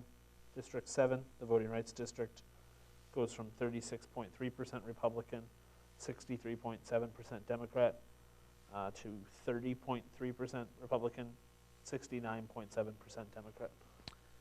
So explain to me, so Mr. Freeman likes to bring up the issue of hyperpacking. I mean, this is his word, not mine. So it appears that we hyperpack Democrats in District 7? I believe the assumption we've been working under is that since the Native American majority minority district is a unique circumstance and there can only be one. Sure. There's Yeah, not really and the same concern of packing. No, and I understand that, but I'm just talking about Democratic registration, because I think you mentioned Democratic registration becomes higher in District 7 based on those changes. Is that correct? Now, I'm not talking about the Native American population. That's an obvious, but also the Democratic registration goes up. The registration does go up, yes, goes up by 1% Democrat. Sure. To what again? What's the percentage of Democratic registration in 7 with those proposed changes? Registration is 54.8 from 53.8. Okay, so it's and then again, the competitiveness level of 6. Can you went a little fast. Can you just Sure. Repeat the competitiveness level, index 2 from this one to the current working draft map using, again, index 2. And if you can go as slowly as you can, because like I said, you went a little too fast for me. Sure. It's getting late. And I can put it up also, if that helps. District 6 went from a Republican index 2 of 54.1 to a Republican index 2 of 58.3. went from a Democratic Index 2 of 45.9 to a Democratic Index 2 of 41.7. It's a change of 4.2%. More Republican, 4.2% less Democratic. So it became more Republican. And considering that we don't have we have very few competitive districts, 6 being one of them, I mean, that's pretty much takes it out of the ballpark of being a competitive district. So I'm obviously disappointed, but those are his recommendations that I don't agree with. But let me also remind the commission that the Navajo Nation, including Leonard Gorman, proposed a map. They proposed a map one week, and then I think maybe even the same week they came back with some recommended changes, and to improve. They were working closely with the city of Flagstaff, putting in the Schultz the Schultz flood area, and Leonard Gorman has a team of his own, so I think he knows what he's doing, including his team. They chose not to do any of this because they respect the relationship they have with the city of Flagstaff. The comments, I was there in Flagstaff twice, and the comments from the city of Flag residents, not only the city council, supervisors, but the public were pretty clear that they wanted a competitive district. They didn't say they wanted a Democratic district, they wanted a competitive district. And the Navajo Nation and the Native American tribes in 7 respected that, because they could have easily presented the changes that Commissioner Freeman had just proposed. This isn't anything new. This is just something that really what it does, in my opinion, is to distort or try to lessen the competitiveness of 6. So I just wanted to point that out. And I just want to clip, this is a map that I put together quickly. This is not necessarily exactly what Commissioner Freeman sent me. This was just me trying to fit it into the working map. Sure, and one last thing. Again, my intention is not to argue with Commissioner Freeman, but I just want to point that out that it is, something a concern of mine. I'm a big supporter of the Native American tribes as well as the city of Flag. I went to school there for 4 years, so I think I know the community pretty well. But again, those are his proposed changes that I disagree with, and I'm stating the reasons why I disagree with, and hopefully we can move forward and wait for the analysis to come back on 7. Hopefully it'll be soon. Madam Chair. Mr. Freeman? Mr. Bedesman said, I think twice, that this wasn't my proposed change. It was an exercise to show what's possible to enhance the voting rights districts. But don't let that interfere with your desire to multiple times say that this is my desired change. I think the answer to the question of how these adjustments affect neighboring non-voting rights districts in terms of the competitiveness is really unremarkable. If you look at every place where a minority-majority district runs up against a non-minority-majority district, and you examine the changes that were made to improve the effectiveness of those districts, I bet that you end up putting Democrats in the minority-majority district, and they Republicanize the neighboring district. So it's an unremarkable answer to an unremarkable question, I think. With respect to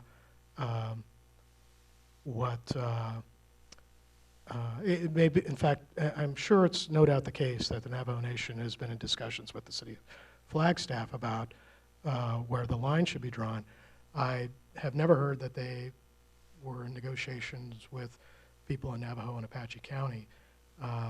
In fact, we had a representative from the Board of Supervisors from Navajo County here, I think it was last week, who effectively told me that they have not been talking with them at all. The point of this exercise, again, was to see what was possible in terms of maximizing the effectiveness of that voting rights district. As council has said, it is impossible to pack such a district since there can be only one Native American voting rights district in this state. I was looking at ways to increase the performance of that district, and that was an exercise, and Mr. Desmond had a different idea that I didn't have, and I'd like to look at it too. And perhaps as a corollary benefit, we can take into account the people who live in rural eastern Arizona and actually listen to them too and take their concerns into account. So that was the point of the exercise. Madam Chair, just quickly, Mr. Herrera? you know, again, I thank Commissioner Freeman for his effort, but I would love to hear from, if, you know, it's possible that the Navajo Nation, and I'm not going to speak for them, and the Native American tribes, but they may love this, and they may just say, you know what, no, we like the proposal that we came up with, so I guess we'll find out. So I could be wrong. Madam Chair, I think we have a very solid Native American voting rights district, and we aren't dealing with any issue here of potential retrogression that I'm aware of. I think we're dealing with a district that is sound as it was configured. And this just seems to me to be something that would be within the discretion of the commission to do under the state constitutional issues if it so chose. And maybe Mr.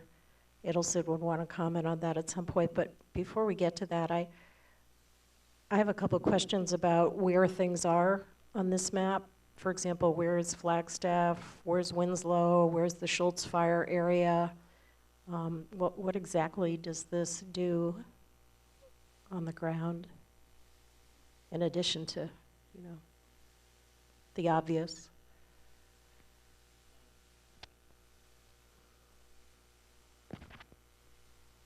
Cholo, Pine Top, Lakeside are all in District 6.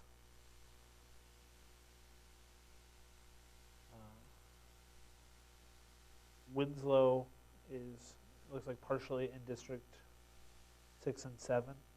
And then the majority of Flagstaff is in District 6 as well.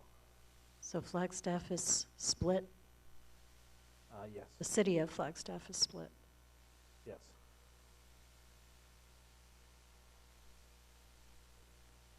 Mr. Desmond, why didn't you go, I'm just curious, why doesn't it go all the way to the eastern border of the state? Well, because the Apache reservation needs to be linked with District. Oh, With I got it, Navajo okay. reservation. Sorry, yeah. And And again, on Mr. Freeman's, it was a, yeah. it was, and I'll just put that one back on really Right. quickly so you can see get that. it. Thank you. And then It's the the only link. reason I didn't incorporate this one directly into our thing, our working map, is because then this portion of District 6 will be cut off from this portion. So to do this one, it's just possible it would just have to work its way around. But that was a lot more changes than I basically had time for that day. I'd be happy to take another crack at it over the weekend, though.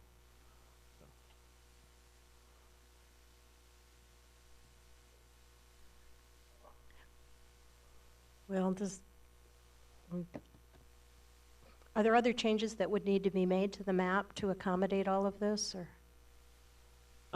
To accommodate the district as I have it here, no. I mean, it's just a change that affects District 6 and 7. If we were to do, you know, the version that Commissioner Freeman gave me, yes, other changes would need to be made. Well, Mr. Freeman has said this is an exercise. He wanted to make a point. I understand that. It's not something I could support. It is not something that I could support because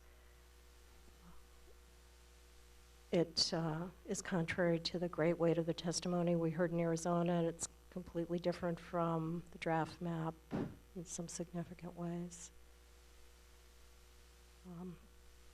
Has compactness issues and contiguity issues that are, I think, designed not to address an issue in a voting rights district because we have a fully formed, sound voting rights district, but rather to address the political issue. And, you know, I understand the concern about folks wanting to be represented in a way that they are used to being represented, but at the same time, we can't do everything that everybody wants, and I think it's very important to do a competitive Legislative District 6 that's consistent with all the community issues and public comment that we received. You know, those folks all live together in the same counties and they have joint county governments, and that all seems to work somehow. So I don't feel as though people are going to be unrepresented. People just want to be, they want to have the same kind of representation that they've had, and that's on the one hand understandable, but on the other hand, it's not one of the criteria that we have to address, so. Madam Chair? Mr. Herrera? Another thing I don't want to see is, you know, I love Flagstaff and the people there, but any changes to 6, we'll see a slew, if not the whole city of Flagstaff here at our next public hearing, and I don't think I want that.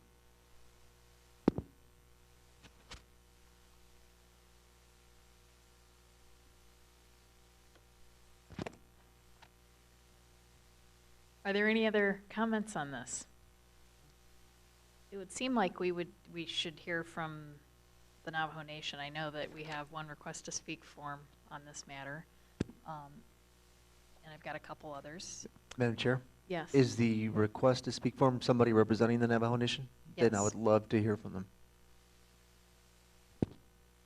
them. I also, Mr. Desmond? I have that change report that we started running Oh, good. a while ago, so we could look at that also. And this is which change report? This was the second sort of adjustments we did to District 26 and 27, where District 27 kind of came across in the north, gave a little bit to 26 just north of Guadalupe there. District 26 in the working map, we did see an increase doing this in CVAP from 19.2 to 19.4. However, Hispanic registration fell from 18.5 to 17.5. Some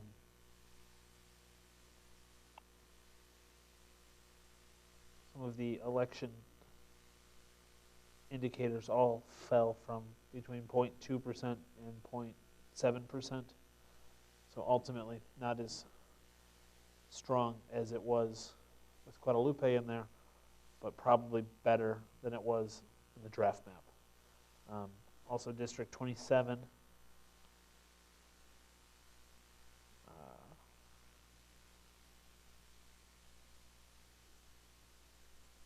was weakened a little bit in most of the election indicators we're using. The Hispanic registration went up, the CVAP dropped, total minority dropped, Hispanic percentage dropped. But so again, there's no real easy answer to any of these. So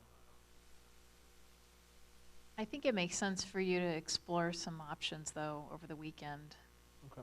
To improve that, see if there's anything that does get the CVAP up to 20. And okay. Madam Chair, Mr. Herrera? the changes that we're considering to strengthen 26 without Guadalupe, are they going to be sent to get them analyzed? Are they going to be analyzed? What What do I'll we do need to this do? weekend is I will see if there's something that's worth sending to analyze, essentially. If there's anything good, we'll present it on Monday, and it's at your discretion whether or not you want it to be analyzed in parallel with the other ones. So That makes sense to me. Ms. O'Grady? On a related issue, on the 8 and 11 change, the version 4 change that was discussed earlier, that Mr. Adelson raised the point about the minority representation in the modified LD8, and I think it makes sense. We've been talking, and I'll let Bruce speak for himself, that might be worth referring for analysis. We've been struggling with how to deal with our benchmark 23, and we've been comparing some of these numbers to the benchmark 23, and they compare favorably in most categories, and so that, as he said, might be helpful. So our recommendation would be that we refer this for as part of our deeper analysis that we're doing with the other districts. Even though it hasn't been flagged as a previous benchmark, we thought it would be helpful to look at. Madam Chair, I mean, I certainly agree. I think that the this is not, there, Arizona does not have 11 districts as a benchmark. Arizona has 10. What is very significant, and what we've been talking a lot about among the three of us, is that if we can present a district and make a plausible argument that minorities have an opportunity to elect beyond what they have now, and that's going beyond matching up benchmark numbers with district numbers, that's a very significant step. And looking at the working District 8 as has been discussed tonight and comparing that to benchmark 23, many of the indicators are better than benchmark 23. So I certainly concur with Ms. O'Grady about having this analyzed, and I really wanted to stress the importance that if the analysis, and we'll analyze it, I will analyze it, Dr. King is going to analyze it, and if it comes back as presenting a plausible argument that minorities have an ability to elect, I think that's huge, and I really cannot understate the importance of that for the submission, because by being able to make a plausible argument to justice that we have gone beyond the benchmark when we didn't have to, in a way that makes sense. And the metrics do seem to measure up, just looking at it now. I think that would be extremely significant. So I certainly endorse respectfully what Ms. O'Grady said about having this go to the next stage to see how it's viewed as far as effectiveness. Thank you. Thank you.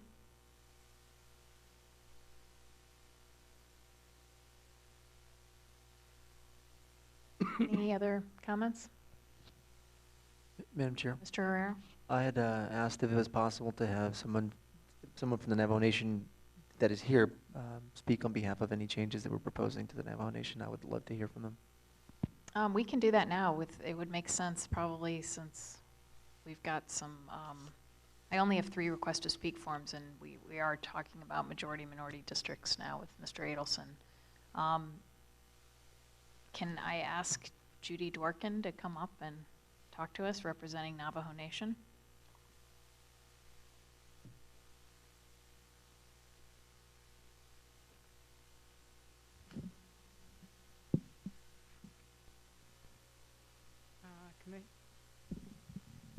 Commissioners, Judy Dworkin on behalf of the Navajo Nation. Name is spelled D-W-O-R-K-I-N.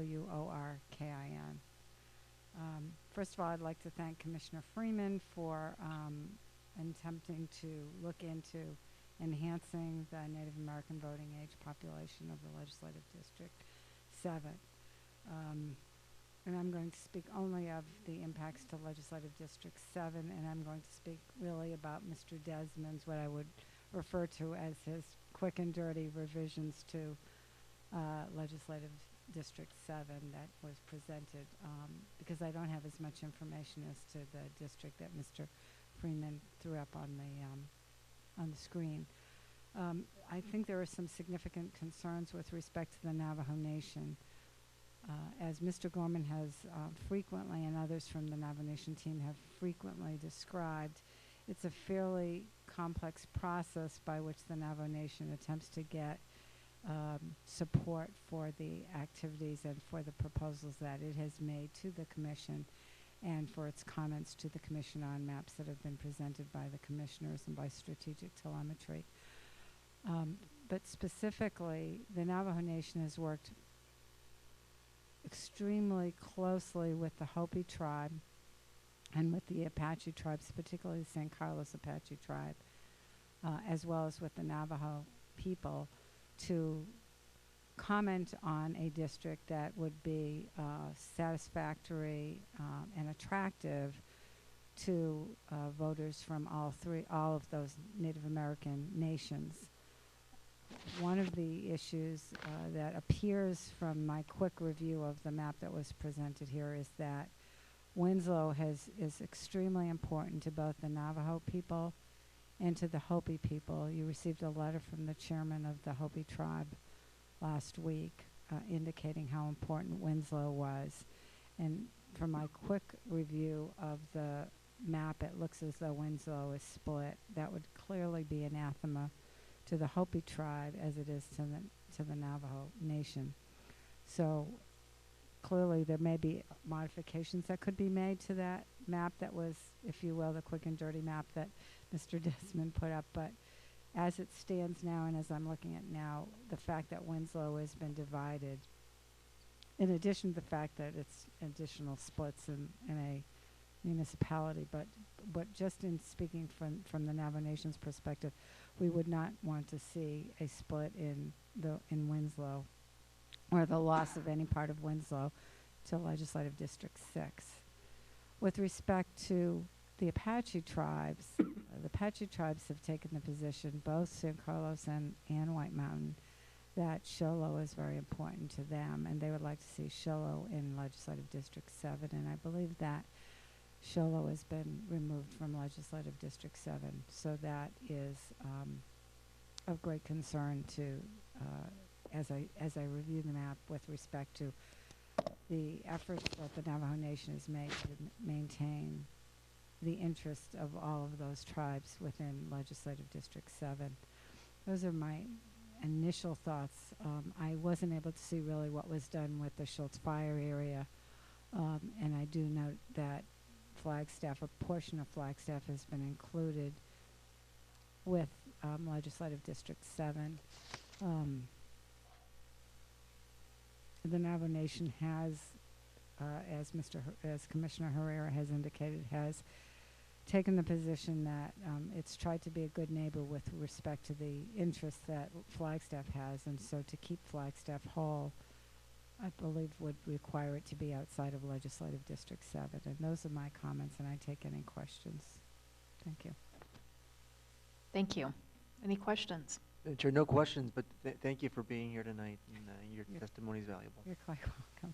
Thank you.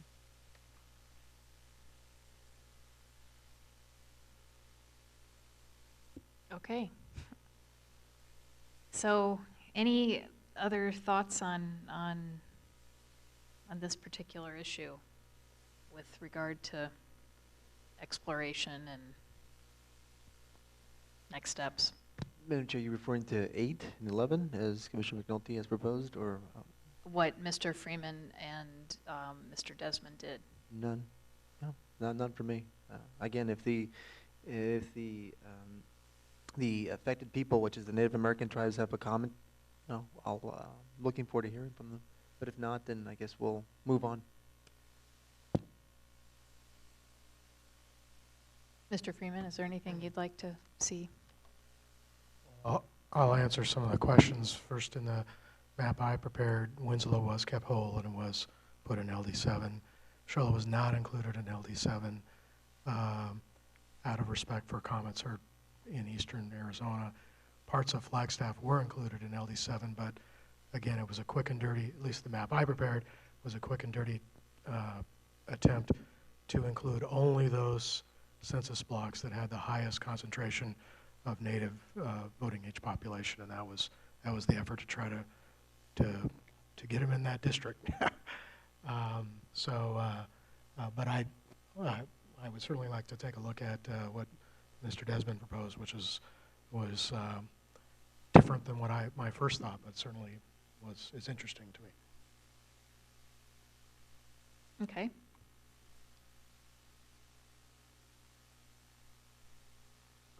With regards to districts 8 and 11, there next steps there, or? Madam Chair, Mr. Desmond, Mr. Adelson, when you suggest referring that for further analysis, would you suggest that we first take a look and see if it could be enhanced before we submit it? Or are you suggesting that we submit version 4 as Mr. Desmond has prepared it? Commissioner McNulty, excuse me, Madam Chair, if you'd like to pursue a course to see if it can be marginally enhanced, certainly I would be supportive of that. Because right now it matches up very favorably with benchmark 23, excuse me, any improvement or enhancement that can be made, I think, is to the better as far as the pre-clearance application. So if the commission wishes to do that, I certainly would support that. I've spent kind of a lot of time messing around in these two districts, and there's probably not a lot that could be done, but it's probably worth us just looking at it over the weekend and seeing if there's any way that 8 and 11 could be, anything else could be swapped that would enhance 8. Madam Chair and Commissioner McNulty, absolutely. I think that if there can be some marginal enhancement in 8, all the better. And then perhaps after the commission considers whatever's developed over the weekend, then maybe that might be something respectfully that the commission wishes to have analyzed to determine whether our quick look is confirmed. Madam Chair, Mr. Herrera? could I have Mr. Desmond tell me based on the changes that Commissioner McNulty has proposed, the competitiveness index 2, both districts 8 and 11 as she has drawn them out?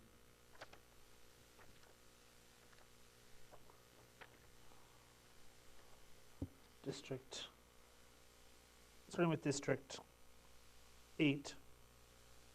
District 8 was 56.7% Republican. It went to 52.5% Republican. It was 43.3% Democrat. It went to 47.5% Democrat. District 11 was 55.6% Republican. It went to 58.4% Republican. It was 44.4% Democrat. It went to 41.6% Democrat. So we were able to create 8, Commissioner McNulty was able to make 8 a little more competitive? 8 became more competitive. It also became significantly more Hispanic. Voting age, Hispanic percentage went from 22.8 up to 30.2. The total minority percentage went from 35.4 up to 48.3. And these numbers, I guess, alone probably don't look like they're a great voting rights district, but I guess the key here is looking at the percentages in current District 23. Sure. So. And it would be great if we could, ideally, this is just in my world, if we could create or make 8 a majority-minority district and 11 a competitive district. I don't know if it's possible, but I think the changes that Commissioner McNulty is proposing were great, and I'm glad she took a crack at that. And also, I think we lessened the hyper-packing of Republicans in 8, so thank you for doing that, Commissioner McNulty. Madam Chair, if I could just add something quickly, and Willie had mentioned this is a voting rights district. We're not viewing this as a voting rights district the same as we are 26 or 29. This is an enhancement to the entire map, so that if we can present a plausible argument that there is an opportunity to elect here greater than benchmark 23, we're not going to suggest that this swaps for 23, but giving us that extra district, assuming we can make a plausible argument, enhances the entire submission and also enhances the prospects for preclearance, although we're not viewing this as a majority-minority district the same way we are the other districts that we've talked about. Sure. Madam Chair, I think what I meant to say, ideally, I would love to be able to create 8 as a majority-minority district. I know that based on the information you have given us, it's probably not possible. We would be able to enhance it, so I'm in my ideal world, that's what it would be, a majority-minority district with 11 being a competitive district. And again, I can't speak highly enough of Commissioner McNulty. When she looks or makes changes to a map, I mean, she's looking at all the criteria, and including the federal criteria. And I wish I could do more of that. I think she's my role model in making good maps. And I have no reason to suck up to her, because she, we're both, we're all peers. But I can't stress the importance of the other commissioners to be doing the same thing when they're putting together maps, because she's proven, on and on and on, proven that the changes that she makes are not only an improvement to the federal criteria, but also to the state criteria as well. And again, she's my role model. Mr. Freeman? Don't laugh at Commissioner Herrera. He meant that seriously. It wasn't a joke. Okay, any other comments on any of these districts? Mr. Desmond, do you have enough to do from us in terms of, and clear direction for the weekend? Just to recap what I'll be doing this weekend. That would be great. Besides my brother's graduation. Yes, that's right. Trying to, I guess, look at ways to improve 8 slightly more than what it is already here. I will also be heavily exploring ways to improve District 26 and maybe District 24 also. Probably running a lot of these change reports and seeing if there's anything that's a viable alternative to including Guadalupe with District 26. Aside from that, are there any other just non-voting rights mapping changes that you'd like me to work on this Madam weekend? Chair? I know Commissioner Sturts will be sending me something. I'll try to have that ready for Monday also. Right, on the congressional. Sure. Mr. Herrera? Thank you. I can't stress, Mr. Desmond, the importance of looking and concentrating your efforts on District 8 and strengthening those, strengthening District 8 to be able to make it a stronger, well, not a majority minority district, obviously, but just a stronger district for minorities living in that area. And then also, I think it is an important issue, and I think it's something we need to address, and I think Mr. Adelson already addressed it, and also your efforts on 24, 26, and also 11, if you can make 11 competitive. If I had it my way, those are the areas that you would hopefully focus on, because I think those are important issues.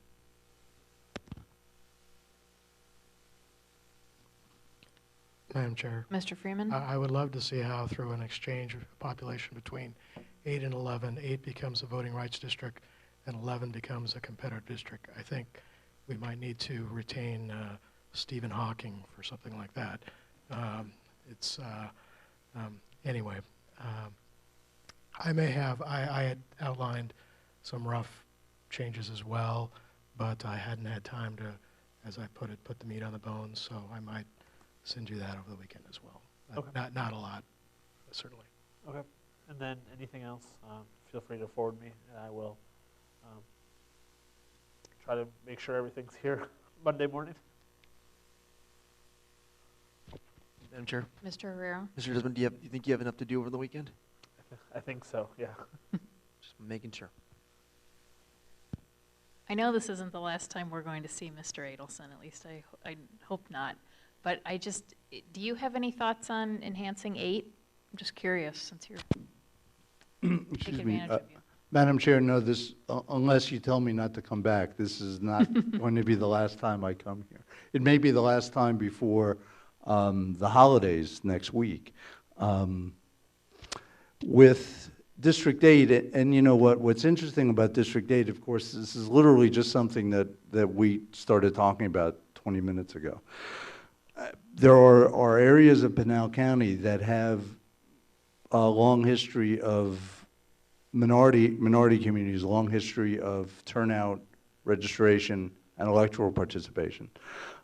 So I could certainly see, without looking at the map per se, that it is quite plausible and possible to enhance 8 to the point that we could make the strongest possible argument to justice that this is an 11th district where minorities at least have a better opportunity to elect than the comparable benchmark district, which is 23. Right now, as I said, and looking quickly at all the numbers, it seems that that's true. To the extent that, for example, if right now in the change report, the mine inspector received 45%, in the 2010 mine inspector election, 45%. To the extent that that number can be increased so that we can make just an even more plausible argument to justice. This doesn't mean that the district has to have 55% for a mine inspector. Frankly, from my perspective, the higher the number, the better within all the other confines that you're operating with, because it would really be a coup for the commission to be able to present in a submission that this is an alternative 11th district where minorities have a viable opportunity to elect better than the benchmark. That would be a tremendously significant development and achievement, and would unquestionably enhance the submission and enhance chances for preclearance. So my view is, with all the criteria that you have to balance, to the extent that 8 can be enhanced as much as is possible for the commission to be comfortable with, that would certainly be my recommendation. The stronger it is, the better the argument we can make in the submission. Madam Chair? Mr. Herrera, thank you. Thank you, Mr. Adelson. Now, the District 8, the current District 8 had I think it was a Latino representative, state senator, and Rebecca Rios, is that correct? The benchmark 23. Okay, correct, benchmark 23, but now Yes, Rebecca Rios, and then previously P. Rios. And they had, I believe, other minority representation in the legislature over the past decade. Okay, thank you. Madam Chair, Mr. Freeman? so the effort would be to create something that approaches a benchmark district, which we all know are not competitive districts. The other thing that I thought, I'm not sure of, but it looks like, correct me if I'm wrong, we've now put all the prisons in 8.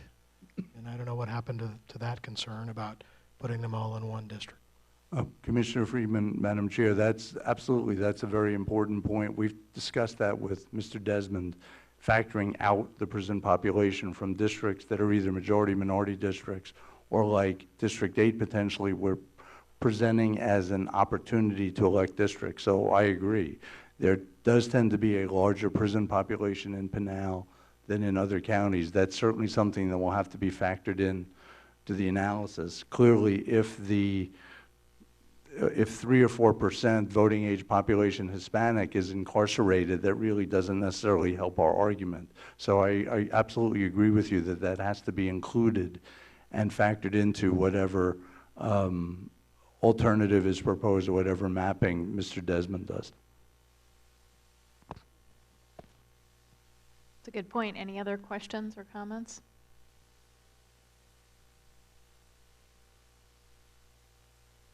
Okay, so you're set? Okay. Thank you, Mr. Desmond. Enjoy that graduation of your brother. There's just a few items on the agenda. I'm not sure that Mr. Bladine, oh, he's here, yay. The executive director, anything you needed to say, Mr. Bladine?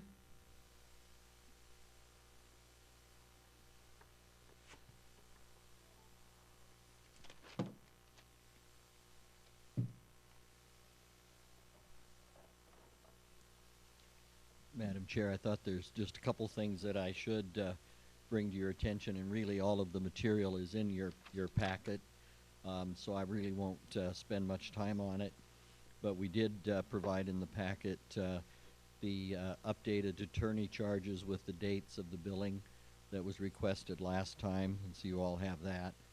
We updated the hours that you've spent in meetings and executive sessions. We did that by first meeting with Evan Wylodge, and he helped us compare to his. We changed the format a little bit so we'd be more comparative, but the bottom line is we also updated through the 8th of December, so on a gross basis, 259 hours have been spent in meetings roughly, 42 minutes or 42 hours in breaks, which just points out our chair doesn't give us much break.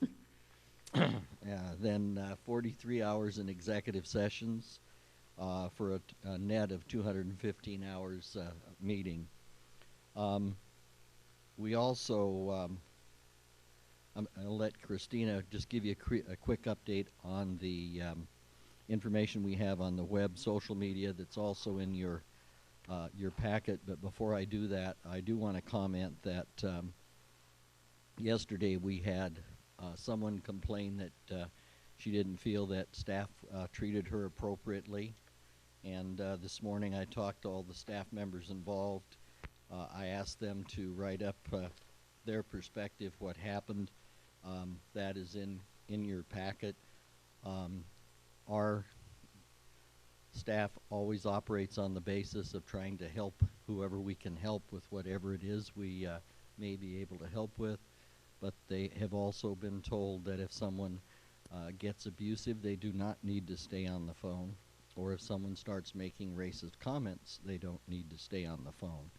Unfortunately, as the packet shows, the individual that complained yesterday was extremely angry and was getting abusive with staff, and I'd be glad to talk about that more, and also started to make some pretty serious comments about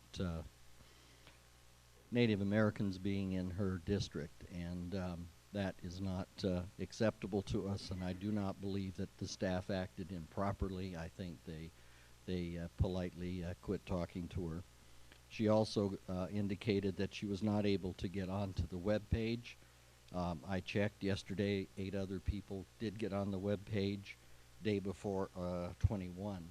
So I'm not sure that the problem was at our end. Sometimes it is. We don't find it was this time, but very often we find that the problem is at the end of somebody trying to work through it and read that funny thing we have on there. So I just wanted to comment to that. I took it very seriously that we were accused of not treating someone properly, and I do not believe that was the case. If there are not any questions, I'll let Christina quickly go through a couple other things, and then both of us can be available for questions. Madam Chair, Thank you. Mr. Herrera? lady, before you step down, just a couple of things. See if I heard correctly. You said that you updated the number of hours we've been not only in handling business, but also in executive session and breaks. You broke down the breaks? Yes, hours? we did break down the breaks also. And they were almost identical, the amount of hours we spend on breaks versus the amount of hours we spend in executive session? That's correct. I think we would all agree that we haven't had enough breaks. But that is amazing. I didn't know that, so I appreciate that. The second thing is the individual that spoke, I think it was yesterday, and mentioned those comments, made it part of the public record that staff had treated this individual who was not here. She's speaking on behalf of an individual, treated her poorly, and hung up on her. And you know, I guess there's no secret that this commission has been accused of a lot of things, and I want to make sure that we set the record straight, that we do treat everyone who calls, regardless of their political affiliation or their beliefs or whether they disagree with us or not, that we treat everyone with respect. So I want to make sure that the record clearly states that the staff did everything in their power to help this individual, and that this individual was abusive, and that's why they ended up terminating the call with said individual. So I want to make sure that we make a good case that that for the record that we've done everything possible to help everyone that calls, including Republicans, Democrats, whomever. So if you can give us as much information and put it in the record, I would appreciate that. Okay. Madam Chair, we have submitted the documentation to you, but I will make it a part of the official record so that if someone wants to disagree with us, they at least see that our side of the story also was put forward. Okay? Thank you. And let me see, Christina, I think, has a few items to also cover. Mr. Herder, are you okay to power through? He's tired. Herder. I wanted to make sure you were okay. Yes. I'm feeling really guilty. It's a compliment for me to be compared to Marty. Thank you. Are you okay? Great. Ms. Gomez? Madam Chair, Commission members, first of all, I would like to sincerely apologize for the conference call issue. That's the first time that that has ever happened to me. I've been working for the state for over 10 years, and I am very familiar with Quest conferencing line. So I do apologize, and I did make a phone call to Megan Darian, the former acting executive director, and she informed me that she did not receive an email from Quest. But we did contact ASNet, and they contacted Quest, and they reassured us that we will have a phone number on Tuesday, a working number on Tuesday, so sorry about that. Secondly, in your packet, you will find a document of the commission's statistics totals, and on the front sheet, you will see the total sign-in, request to speak, public input, and maps submitted to the commission. You'll see the total for commission meetings, which are our business meetings. You'll see the total for first round and second round of public hearings. The total sign-in for all commission meetings and public hearings and second round hearings.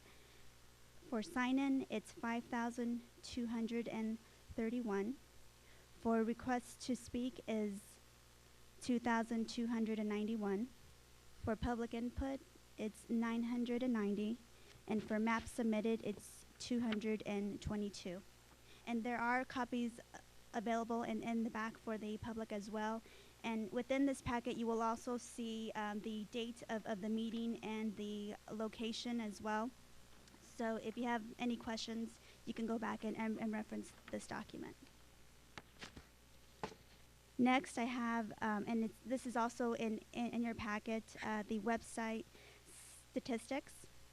And I'll just go ahead and highlight a few items here.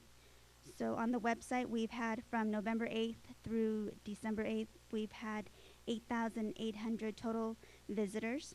We've had 5,193 unique visitors, which are new visitors to the website.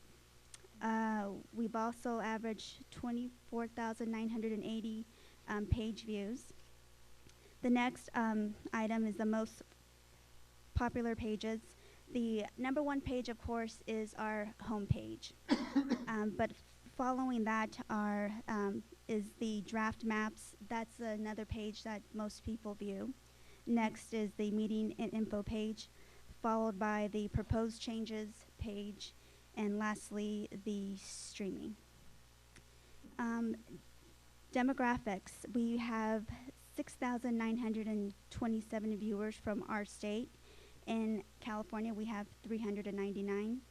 And then just to go down to the last one, which I find interesting, in New York, we have 120 viewers.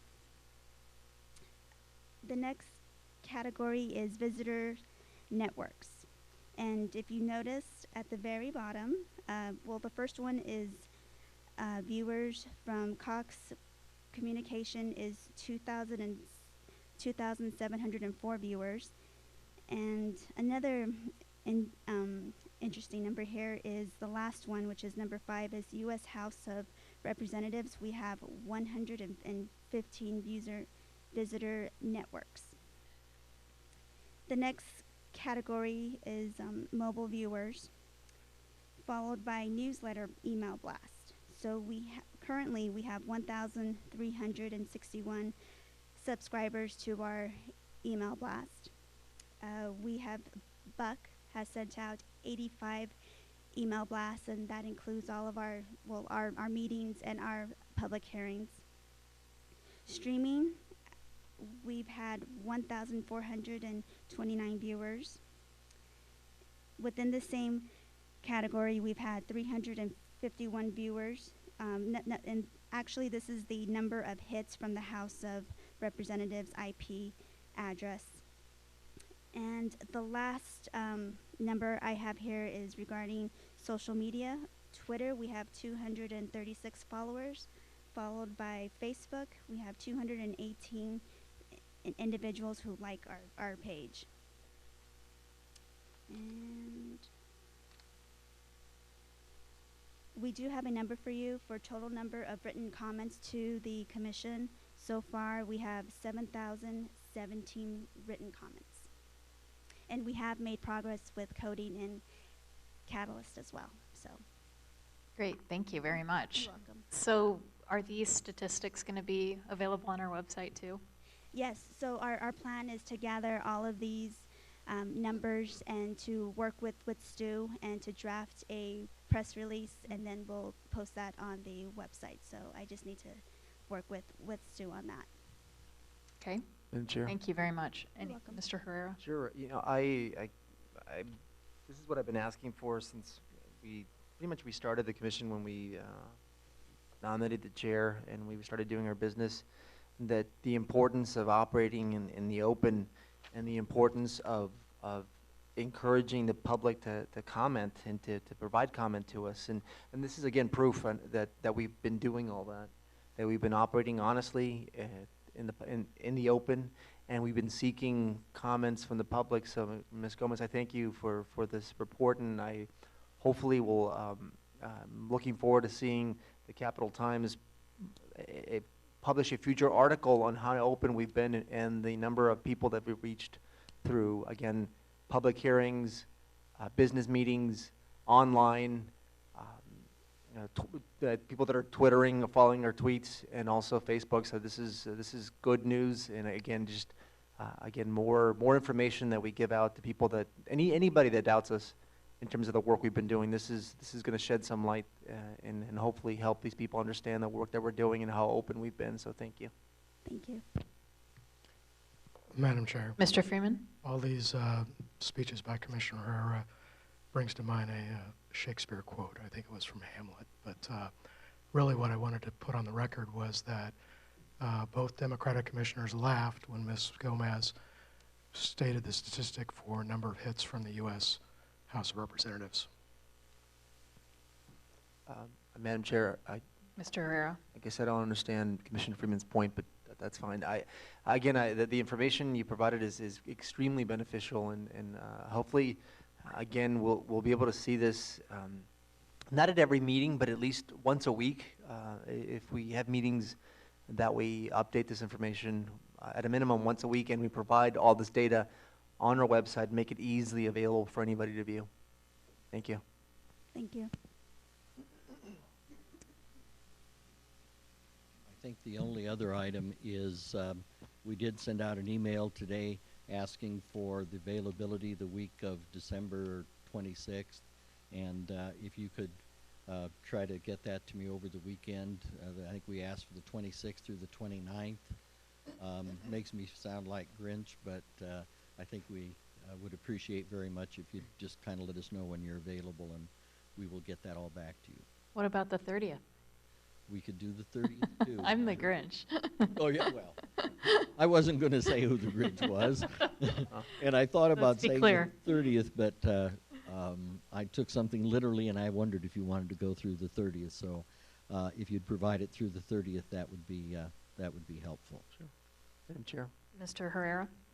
Mr. Bladine, during yesterday's public testimony, the lady that had mentioned the complaint on behalf of her friend, I had mentioned when she was finished with her comment that she should, I directed Ms. Gomez to talk to the individual, making sure that we get that person's information and for her to call her personally. Did that individual, and I'm blanking on her name, I think it was Lynn Breyer, did she provide you with that information or even attempt to? She left after the meeting, and we did not get a chance to talk to her. Okay, I just want to make sure I understand what happened. Thank you. Madam Chair? So in terms of next meetings, we have Monday and Tuesday, and Correct.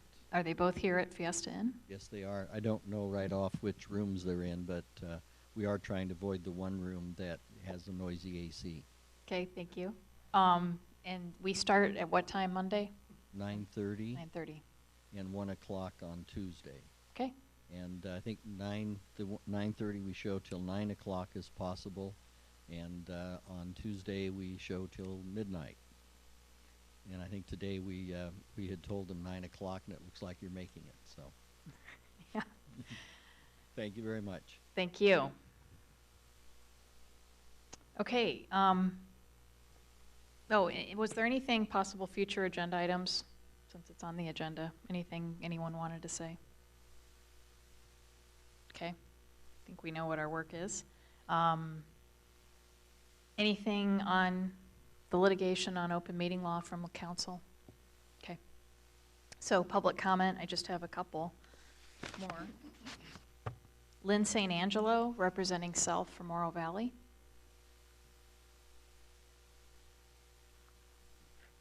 Thank you, Commissioners. Lynn St. Angelo. I am here tonight because my name came up several times yesterday. And I'm not expecting the Commissioners to listen to what I say today, but I do want to put on the public record my true position, since somehow I was singled out by the Commission and the media.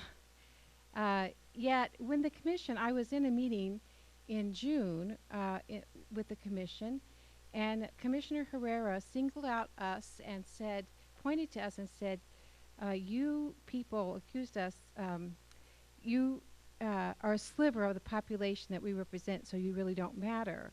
It's interesting that there were 53 people who disagreed with Commissioner Herrera's position in that meeting, yet I'm one person and somehow I was selected as the person. This just goes to show the selective memory of the commissioners and how they can select one little sliver of whatever information supports their position and ignore all the other preponderance of information that is against their position.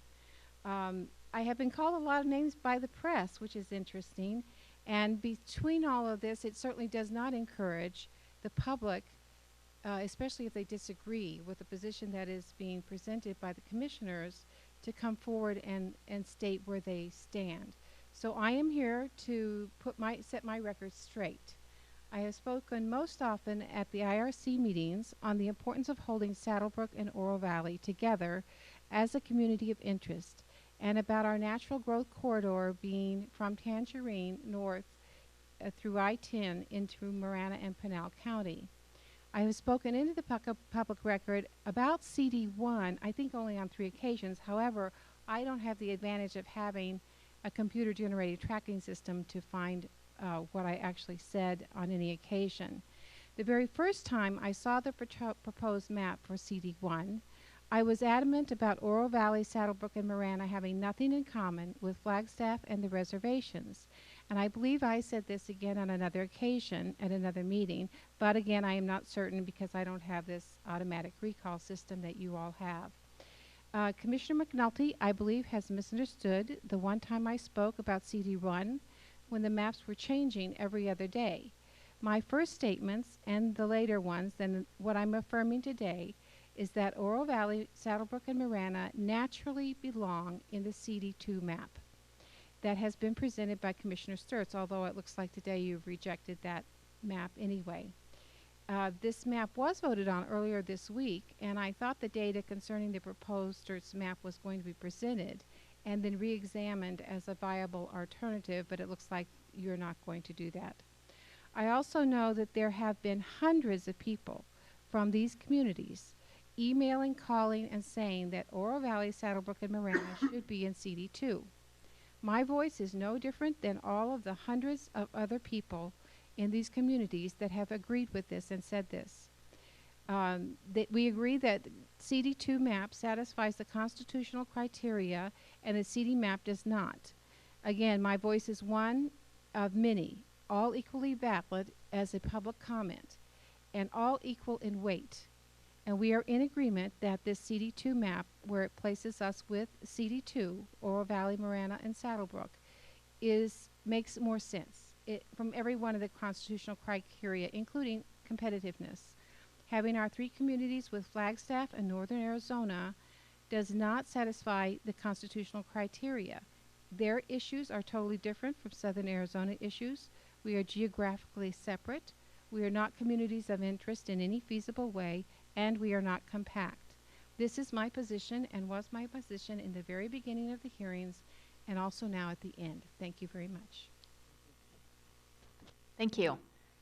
Our next speaker is Brad Nelson. Not sure if he's still here. Okay, and our last request to speak form is Steve Muratore, publisher, Arizona Eagle-Terrian.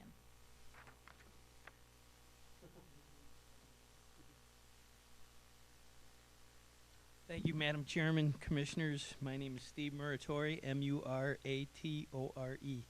I wanted to hopefully very briefly address discussion earlier on the Congressional District 9, the claim that Mr. Freeman made that it is not a, or the light rail is not a community of interest, and that you have to live within walking distance in order to benefit. Well, I believe that it's blatantly false. Number one, there's no data been presented to support that. Number two, anecdotally, I live 2.5 to 3 miles from a light rail terminal in I live in South Scottsdale. Depending on which way I go, it's 2.5 or 3 miles. And I can either park and ride or ride my bicycle, and do so to participate in cultural events, and when I go to get medical care at the Veterans Affairs Medical Center. Mr. Freeman also again falsely characterized hyperpacking of Republicans in the rest of Maricopa County, and I got to say, even though I tremendously respect and like you, that I find offensive. And Mr. Sturts today mentioned that rationale for CD9 around light rail is thin. People were driving those roads before light rail, and they still do. However, one thing that needs to be considered to recognize that it is a legitimate community of interest is, and I'm surprised that Mr. Sturts, with his architectural background, didn't recognize and doesn't recognize this. There already has been and will continue to be substantial new economic development all along that line. So, thank you. Thank you. Any other folks who wanted to speak? All right. Well, thank you, public, for your input and sticking through tonight. And I also want to just thank Mr. Adelson for being here. That was very helpful discussion. We appreciate it. And I want to thank our commissioners and our staff and legal counsel, mapping consultant, for being here, because I know everybody has families and are making sacrifices, and I really appreciate it. It's 9:08 p.m., and I'll declare this meeting adjourned. Thank you.